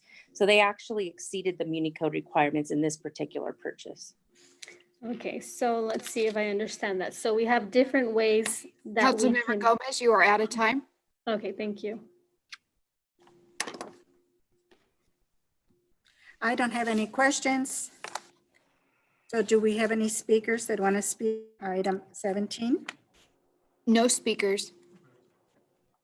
Then I do request a motion and a second for item 17. I'm sorry, I do see a hand up from Romero. Sorry, Okay. Madam Mayor. Romero, are you there? Yes, I'm here. Yeah, for the gentleman that was speaking, well, I don't know if he can answer. He says to go to is Zoom right now. Zoom is not really made for what we're using it now. It's something that just came out popular, but it is very confusing. It is difficult. You need the password. You need a net ID. You need all this. Granicus is awesome. Granicus is perfect. You just click on it and it's there. Now you can add a couple cameras on it and it'd be switching back and forth. But Granicus is one of the systems that is used most widely in the United States by government agencies. And what we want is the people to log in. We don't want them to be more confused with subpar systems, new ventures that we're going to be experimenting with. Granicus is right on. It was on. You would click on it and it would go there. Now to go to Zoom, you have to click this, click that, and click all this. Even when you started the telephone conferencing, it was the most unorganized, the organized experience I've ever had in my life. And I've done thousands of video conferencings and telephone conferencing, but I really think that we need to really make it so not only just 37 or 27 people are watching in on the YouTube channel or 46 people join on the Zoom. I had to use 3 different phones because my computer wasn't allowing me to raise my hand. And my laptop wasn't allowing me to raise my hand. So I had to go to the phone and that allowed me to raise my hand. So a lot of people just get frustrated. And the numbers that you post on there is very small. You have to read the fine print. You really have to work to get on it. And so hopefully this gentleman, what he's going to do, he's just going to put better speakers and better microphones so they sound a little bit better. But as to actually having access to these meetings and just one click and you're there, I don't see it happening. I need to see at least 1,000 people out of these 125,000 people that live in the city and so many things are changing. We need to have a lot of access. I don't see this council really accessing the ability for us to click on and see what's happening and listen to what's going on. They're making it very difficult. The first few times with Zoom, they were actually asking for a password and something that wasn't relayed to us. And so Zoom is a subpar system. Many people are using it. You know, a lot of people use cheap gas too. I use it. I'm not a fan of it. There are better video conferencing systems out there. They just cost a little bit more money, but we got lots of money. You know, we shouldn't be paying just $19.99 a month or $12.99 a month. Your time is up. I have no further speakers. Thank you. So this time I do need a motion in a second for item 17. Madam Mayor, move staff's recommendation on item 17. Second. I have a motion by Councilmember Cox, seconded by Mayor Garcia. Any further comments? Yes, I have a couple of comments. So Councilmember comments would like to place on the record the concerns that we have. I'm not against the council chamber's audio and visual system replacement. It's my understanding as a council member and as a stakeholder that tonight's approval of this item, which is the council chamber's audio and visual system replacement, is indeed for the end user. Place in point is one of the individuals speaking of the importance of having one versus changing another and making it a little bit more difficult. So when I ask the questions that I'm asking is not to instigate the profession of anyone who makes the recommendation, but I'm vouching and advocating for the best interests of my community, which I daily go out and communicate with. There's not a day that I'm not talking with a new stranger out on the ground on any time of the day.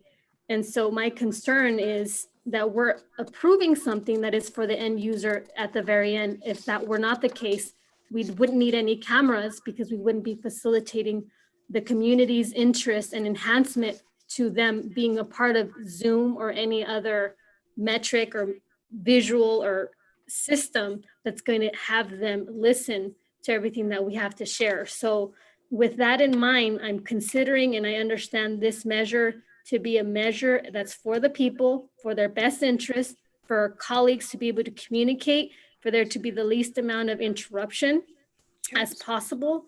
And I'm understanding that now there's a third methodology that I found out through the municipal code that it was expressed by Ms. Smith today, that you can actually have staff members supersede the actual bidding process, not just by piggybacking, but by using CMAS vendor and contract information, which I probably should have been aware, but it's just another way of saying staff strongly recommends when above and beyond. And because of their expertise, we can go ahead and trust that they're placing out the best. And if they indeed go above and beyond, I'm very appreciative that it was spoken to tonight. And I'm glad I gained awareness of that. Thank you. Any further comments? I have a motion by Councilmember Cox, seconded by Mayor Garcia. Roll call vote, Councilmember Cox, Yes. Councilmember Gomez, Aye. Councilmember Jones, Aye. Mayor Pro Tem Ramirez, Yes. Mayor Garcia.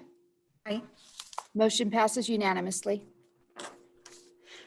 It's 9:55. I think I would like to ask council members if you're in agreement to continue until we complete our agenda. We're going into item 18, which is the last item. Yes, Madam Mayor, I move that we just finish the rest of the agenda. I really don't think it would take much time. We have item 18 is the new item. The rest of it's public comments, city manager report. I think it'd be easy breezy. Whatever council members' 2 cents opinion is whatever the council wishes. I need a second. I second it. I have a motion by Councilmember Jones, seconded by Mayor Pro Tem Ramirez. Roll call vote, Councilmember Cox, Yes. Councilmember Gomez, Aye. Councilmember Jones, Aye. Mayor Pro Tem Ramirez, Yes. Mayor Garcia. Yes. So we will continue on. All right. So we're on item number 18, 2020 League of California Cities Annual Conference and Business Meeting, General Assembly. Madam Clerk, read the recommendation. That the City Council consider approving council member attendance to the League of California Cities Annual Conference and appoint a voting delegate and alternate to represent the city at the General Assembly meeting. Council members, 3-minute time limit for questions. Ms. Ramirez? Yes, I think that in regarding to the League of California Cities, I would highly recommend that, is it possible to mention someone or to nominate someone for this office now, or must I wait? In terms of consideration. In terms of consideration, I believe you can actually go ahead and make your selection at this time. Or your. Thank you. I believe that in consideration, Deborah Jones should be our person to attend.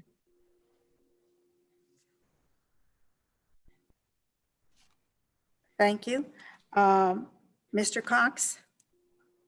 That's for the delegate position?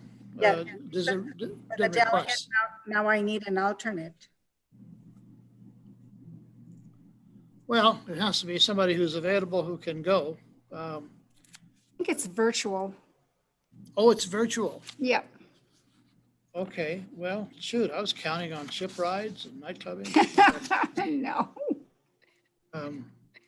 No, I second that. As far as the second, would the mayor be available for that at least? I will not be available. You will not be available? No. Well, then I would certainly want Mr. Cox to be the alternate delegate. Unless he prefers to be the delegate.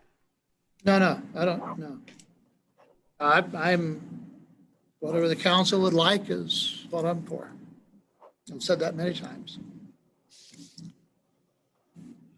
Okay, Cox for alternate.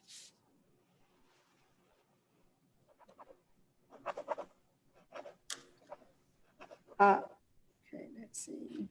Ms. Gomez, do you have any?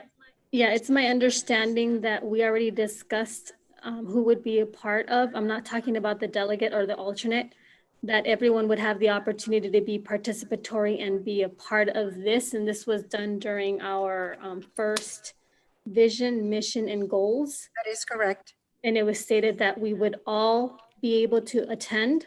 And I'm not questioning delegate or alternates. That is correct. Yes, that was my understanding also.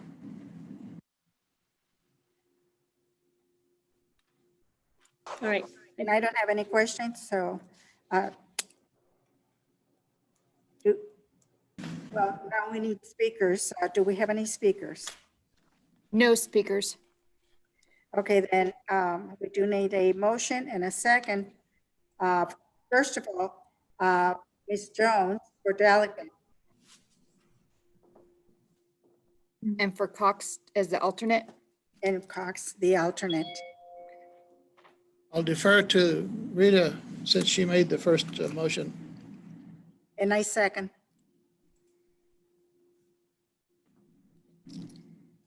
So I have a motion by Mayor Pro Tem Ramirez, seconded by Mayor Garcia for Deborah Jones to be the delegate and Jim Cox to be the alternate. Any further comments? Roll call vote. Councilmember Cox? Yes. Councilmember Gomez? Nay. Councilmember Jones? Aye. Mayor Pro Tem Ramirez? Yes. Mayor Garcia? Yes. Motion passes with Councilmember Gomez voting no. Now we move on to public comments. 3-minute time limit. Do we have anyone that wants to speak on public comments? Yes, the first I have is Maggie Martin. Can you hear me? Yes. Okay. Good evening again, Your Honor and Counsel. I'm going to speak regarding the August 18th, 2020 meeting. They're itemized. 1, Ms. Gomez incorrectly made a statement that public speakers could reclaim any time they had left short of the allotted 3 minutes. When your comment is done, it's done. Only council members can ask for a second opportunity to speak when they have time left. 2, a few meetings back, Mr. Godina spoke about the library. He said he wouldn't even take his dog to the library. By the way, the library is a big part of Ms. Ramirez's agenda. And she's supporting him for council because he wouldn't do it because it's in. Excuse me, Maggie, could you speak up, please? Oh, yes. I was trying not to be too loud because God knows I'm loud. He said he didn't want to take his dog to our city library. It's in such bad condition that he was afraid his dog would get COVID. Are you seriously kidding me? And he's running for council? No. Number 3, then there's Ramiro Rodriguez bashing a white female council member about her makeup, hair, and her $70,000 vehicle. Ramiro, check it out. Before you criticize someone else's appearance, you might want to look in the mirror, just like I do. And the cost of someone's vehicle is absolutely none of your business or legitimate concern. Personally, I think you have jealousy issues and you covet what other people have that you don't. He is nothing less than a misogynist, a hater of women who dislikes, despises, and shuns them, especially so if they are not Mexican, and that's in capital letters. Mexican being the operative word. So let me ask this question. Who's actually the racist? I would say it's him. Lastly, this is 4. Lastly, he and some of Blanca Gomez's supporters were hijacking agenda items to express their own personal off-topic rants. I'm going to stop here and interject something.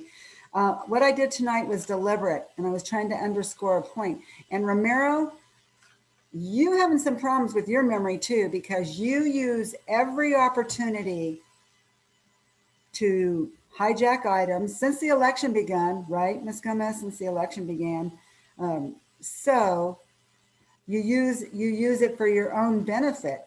And all you ever ramble on about is the SEC and racism and how the city spends their money. You know, I've got that on, I wish I had that on tape because then I wouldn't have to listen to you. I could just play the tape over and over again.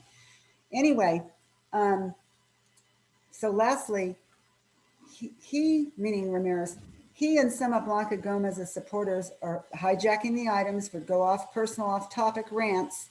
The procedural rules in speaking before the council are clear and stated on the pre-COVID agendas. I have verified that. Your time is up. Oh, nuts. Okay, thank you. Do we have anyone else? That is all I have. Okay. Oh, wait, I'm sorry. Here they come. Yes, I slack. Yeah. Ramiro, you're next. Yeah, they always want to be the last ones, but they get the last word. That's all right. Ramiro? Yes, can you hear me? Yes, you're next. Okay. They, you know, no one's hijacking anything. We're just asking questions. And Ms. Martin has her opinions, and what she says, she likes to throw the misconception of what people actually say. When she was saying that she was saying that Mr. Harriman was a racist. Actually, it wasn't Ms. Blanca. It was somebody else in the council that referred to him, not so much as a racist, but actually a supremacist. And that's on film. And it wasn't Blanca. So, you know, don't be throwing lies out there. We're here because we're interested in the city. If we didn't believe in what we're doing, we would move somewhere else. That's all. We just want accountability. I think that this city is being run to the ground. The people running the city are more important than the builders and all these other and investors in the city. But actually, for the people here, no, we don't have these big companies offering jobs here. Actually, they're building railways to shuttle people away from the city to work somewhere else. And Ms. Garcia, when you laugh at me, you laugh at us. I haven't really seen so much from you in the city rather than just cutting a bunch of ribbons. But to defend us, You're paying $223,000 to get some new microphones, but when we asked $5,000 for translator services, you said no. Where's your last name? Where's the representation of your people? Mr. Cox said one time, says, yeah, we have the representation. Look at the council. Yeah, we have the illusion of diversity, but we don't have diversity. But we asked for that. One of the key things that they said, they would rather pay the Little League bill for the lights rather than spend it on us. And the other gentleman even said, you guys should learn to speak American. So excuse me if I take that personally, if I take the tone that I'm taking, but you know what? I'm just fed up. I'm asking nicely to give us the total, and you go around circles and everything, and you never do. Easily, you're shouting at Blanca for maybe $900. She made a mistake. It's her mistake. But nobody's saying anything about paying $26,000 for catered lunches to people that make over $10,000 a month. That's just who's doing it. And first of all, the person that's accusing Blanca is a person that was accused of something even worse, and nobody's batting an eye on that. I don't want to offend anybody, but I just want people to wake up and see what it is. See it as it is, and for Your what time it is is. up. The next speaker I have is Ashiko Newman. Thank you, council members. Thank you for the opportunity to speak. I just wanted to reiterate my position on accountability. I think that it is very important for us to have personal accountability by our elected officials. I think that it's just important for us to just have that transparency. Your personal life is your personal business, but when it affects government issues, I think that there should be some level of transparency and accountability that takes place. I just wanted to also say that, pardon me for calling into the meeting late tonight. I was busy handling issues that pertain to our city. I am employed as a social worker, and as such, I was busy taking care of the needs of our residents. I was not called into this meeting by Ms. Jones. I wanted to be a part of this meeting so that I am aware of what's going on and the current needs of our city. So I do thank you for allowing me time to express my opinions and my position. I'm not politically motivated by anything. I'm just an average person who wants to know what's going on with our city and be a part of that change. So thank you very much.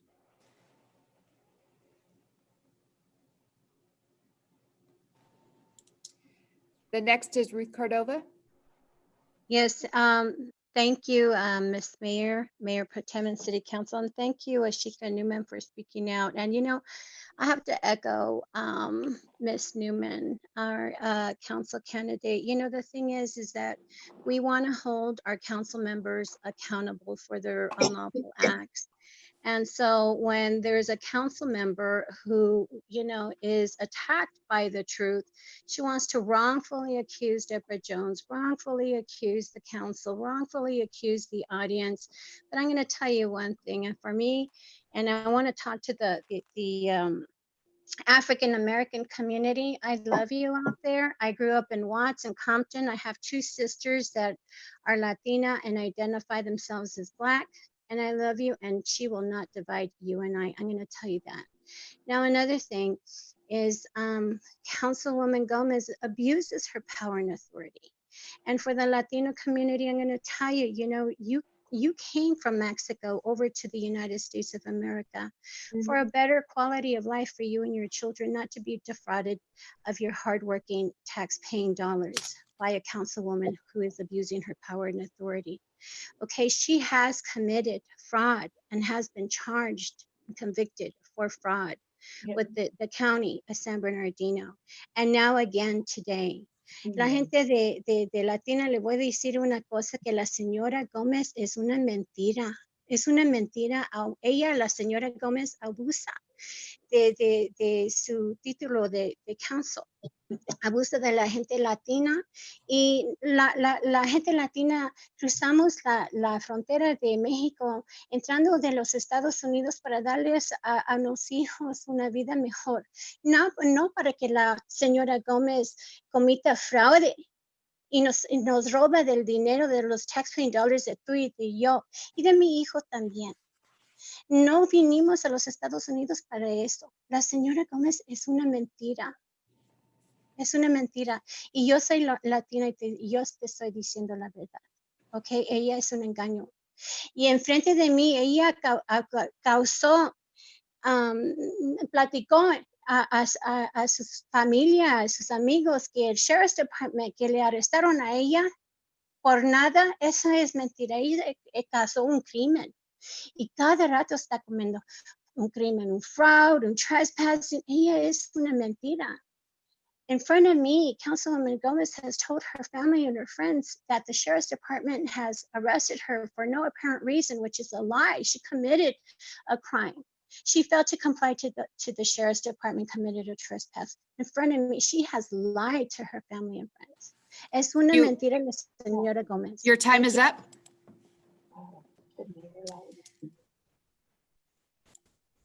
The next is Princess.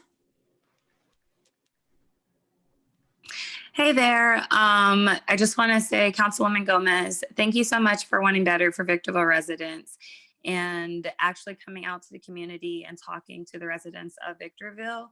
I know that the other council members, I have not once really seen them out talking to the public and the people, which is, you guys serve the public. However, you guys do not take the time to actually see what do the public want. You guys only talk to the people who actually come to these meetings. However, we do not have enough people who are even coming to these meetings to really represent the community as a whole.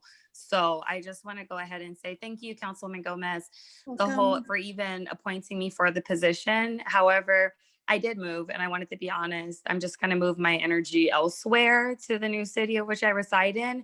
But I want to say this also to Soldier Mom. You mentioned how, for one, that I have citations for loitering. First of all, I don't know you. Second of all, I have never once even gotten a parking ticket. So I don't know what that is about of me loitering. So for you to even speak about me when I'm not even in the meeting or can't hear or can't even comment, that just shows that we cannot even trust your character. For you to even sit here and talk about Councilwoman Gomez, that just shows how you are as a person. And second of all, you mentioned how I mentioned at a city council meeting to bring down the city council, and you're damn right. It is the residents, they have a responsibility to vote in people who do serve their best interest. So when you say that I want to burn down city council or bring them down or get them out of office, yes. And even though I am still going to be in a different city, I have been in Victorville for 12 plus years. So I am still going to make sure that we still do elect people who should be in office, who do serve the people. So you're damn right. I'm still going to bring it down regardless if I'm in the city or not. So suck on that. And Blanca Gomez, again, thank you. And this will probably be the last meeting. So thank you so much for actually coming out to the protest and talking to people and actually just taking the time to even get me to get others involved. Like, we are the people who you guys serve. You guys should come out to the community and see what do we want rather than just listening to the few same people who are always in these meetings. And again, Soldier Mom, please do not speak on behalf of Black people saying that it's divisive and the people. Please do not speak on behalf of Black people if you are not Black. Thank you so much for your time.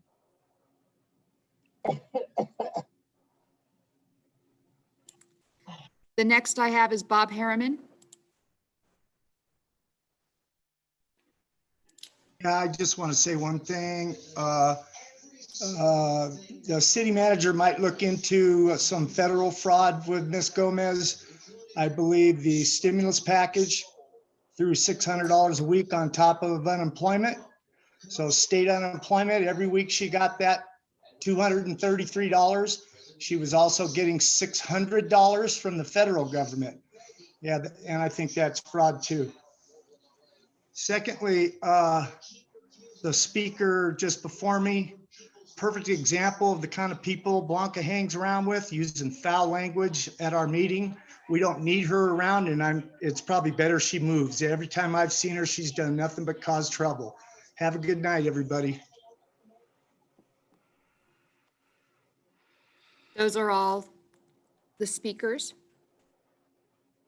Thank you. At this time, we will have a report from our city manager. Thank you, Madam Mayor. Thank you, Madam Mayor and members of the council. I'll try to be brief. I thought you should know, along with the members of the public, to know that Victorville Fires have been very active in helping respond to a number of fires that have been burning throughout California, both northern and southern.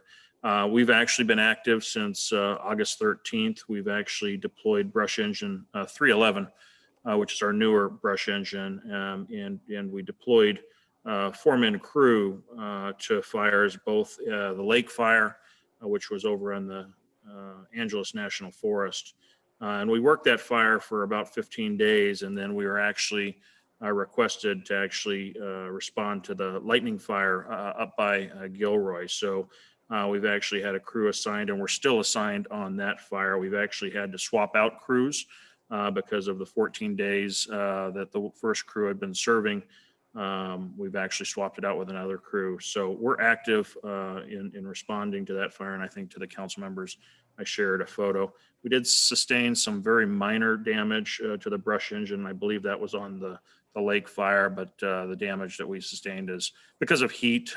We actually had some plastic elements around the brush engine that actually started warping just because of the proximity of the engine to some of the fire that they were fighting. The heat started melting and bubbling up paint and things like that. So at least I'd ask for you to hope and pray for, of course, the remaining crew that's out there to return safely. And I'll keep you posted on that progress. We've actually got quite a few activities, and I won't go into them in too much detail. But our Recreation Library Division has a number of virtual programs developed for the public to access. All of them are on our public calendar, which is found on our website, and include everything from English classes, library citizenship classes, preschool storytime programs, and kinder prep virtual programs. Of course, any information, if there's a request for additional information, it's on our website, or certainly call us here at City Hall.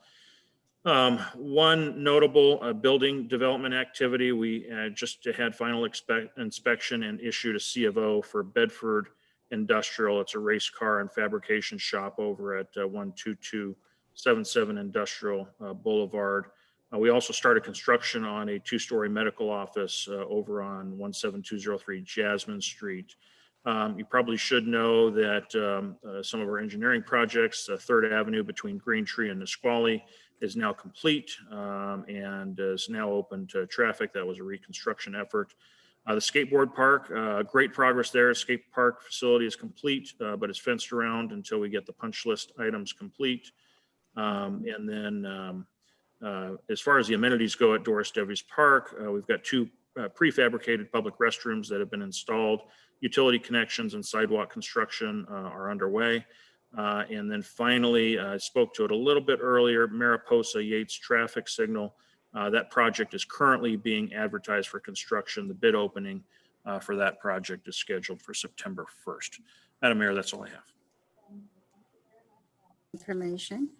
Now we move on to discussion and possible action regarding upcoming agenda items. This is to agendize items. I'll start with Mr. Cox. I don't have any items, Madam Mayor. Thank you. Ms. Ramirez, do you have anything? No items. Ms. Jones? None, thank you, Madam Mayor.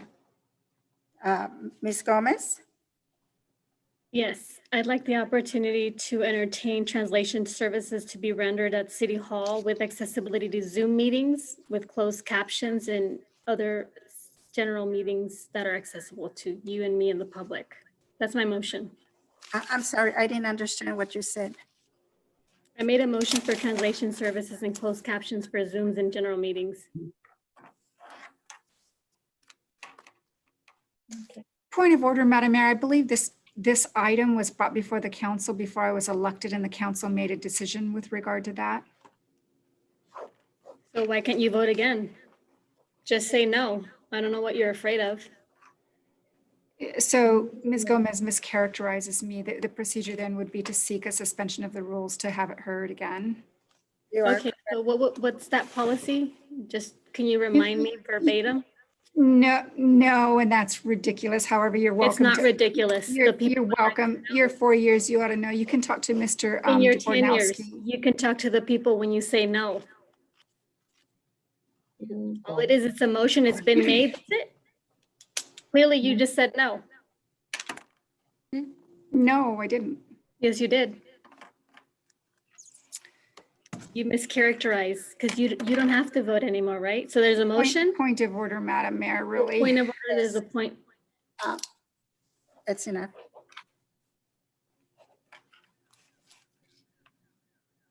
Anyone else have anything to? So you're not considering it, is that correct?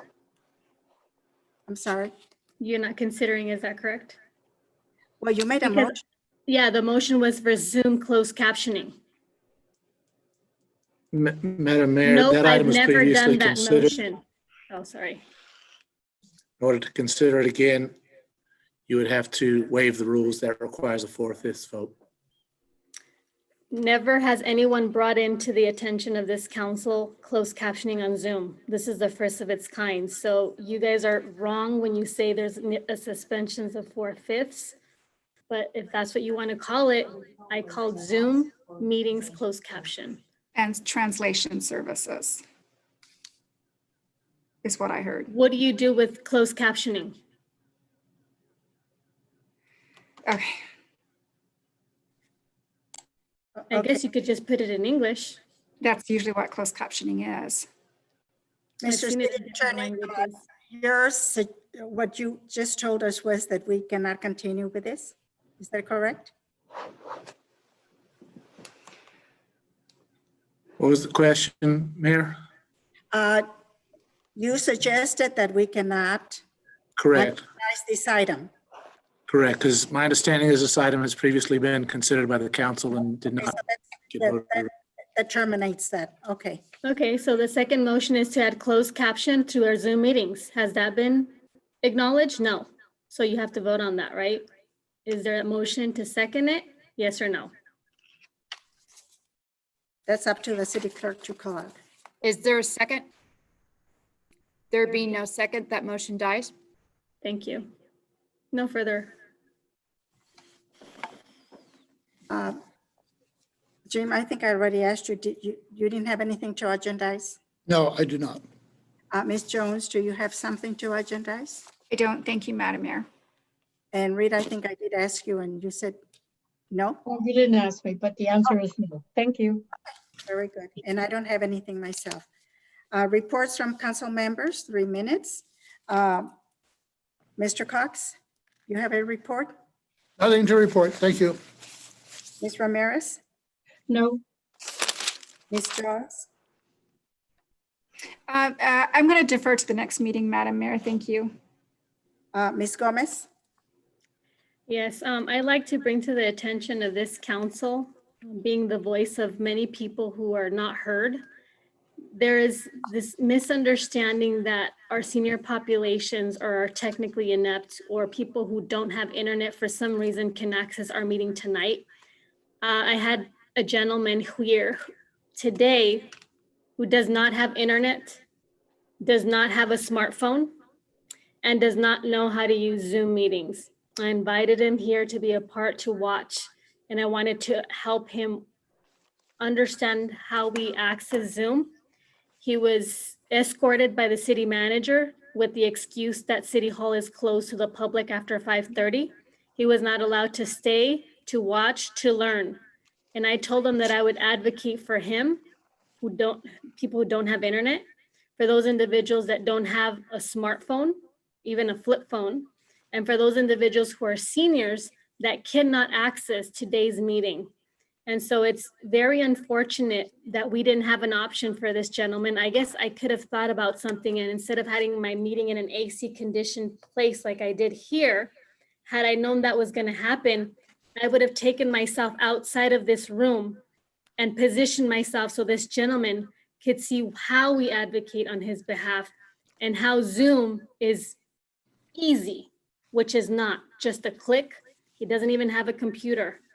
He voices the concerns of many individuals who don't have money to pay for the internet, and the city's not willing to subsidize internet for anybody. The Very City is not going to pay for phones for individuals. He doesn't qualify for it. He's a veteran, and hopefully the Vets Direction or the organization can help me. I introduced him to Mr. Cox. They had a good conversation really quick. He talked to a lot of people here, and he took an impression that I wish he hadn't taken. I wish I would have been quick to think, and I would have sat outside with him so he could have watched everything that we do and hopefully convince him that we're there to help him be a part of the Zoom meeting, which he happened to miss tonight because of 3 reasons: no internet or money to pay for it, no phone, smartphone, and no accessibility to Zoom because he has no clue. So please be considerate when I'm voicing the concern. Is not mine. I have internet, luckily I've been here. I have 2 smartphones which I do record, and I have the staff who place something here for me to not lose connection, and I have their availability. So when you consider, or when you go out, talk to people to see if you can help them get into Zoom and sit with them. That's the next time what I'm gonna do, because they're not allowed in City Hall because of all these regimens and these rules. But it was very unfortunate, and he was very interested in finding out how you and I serve him. Thank you. I don't have anything, and I believe that's all that we have. Meeting adjourned. Good evening, everyone. Good night. Night.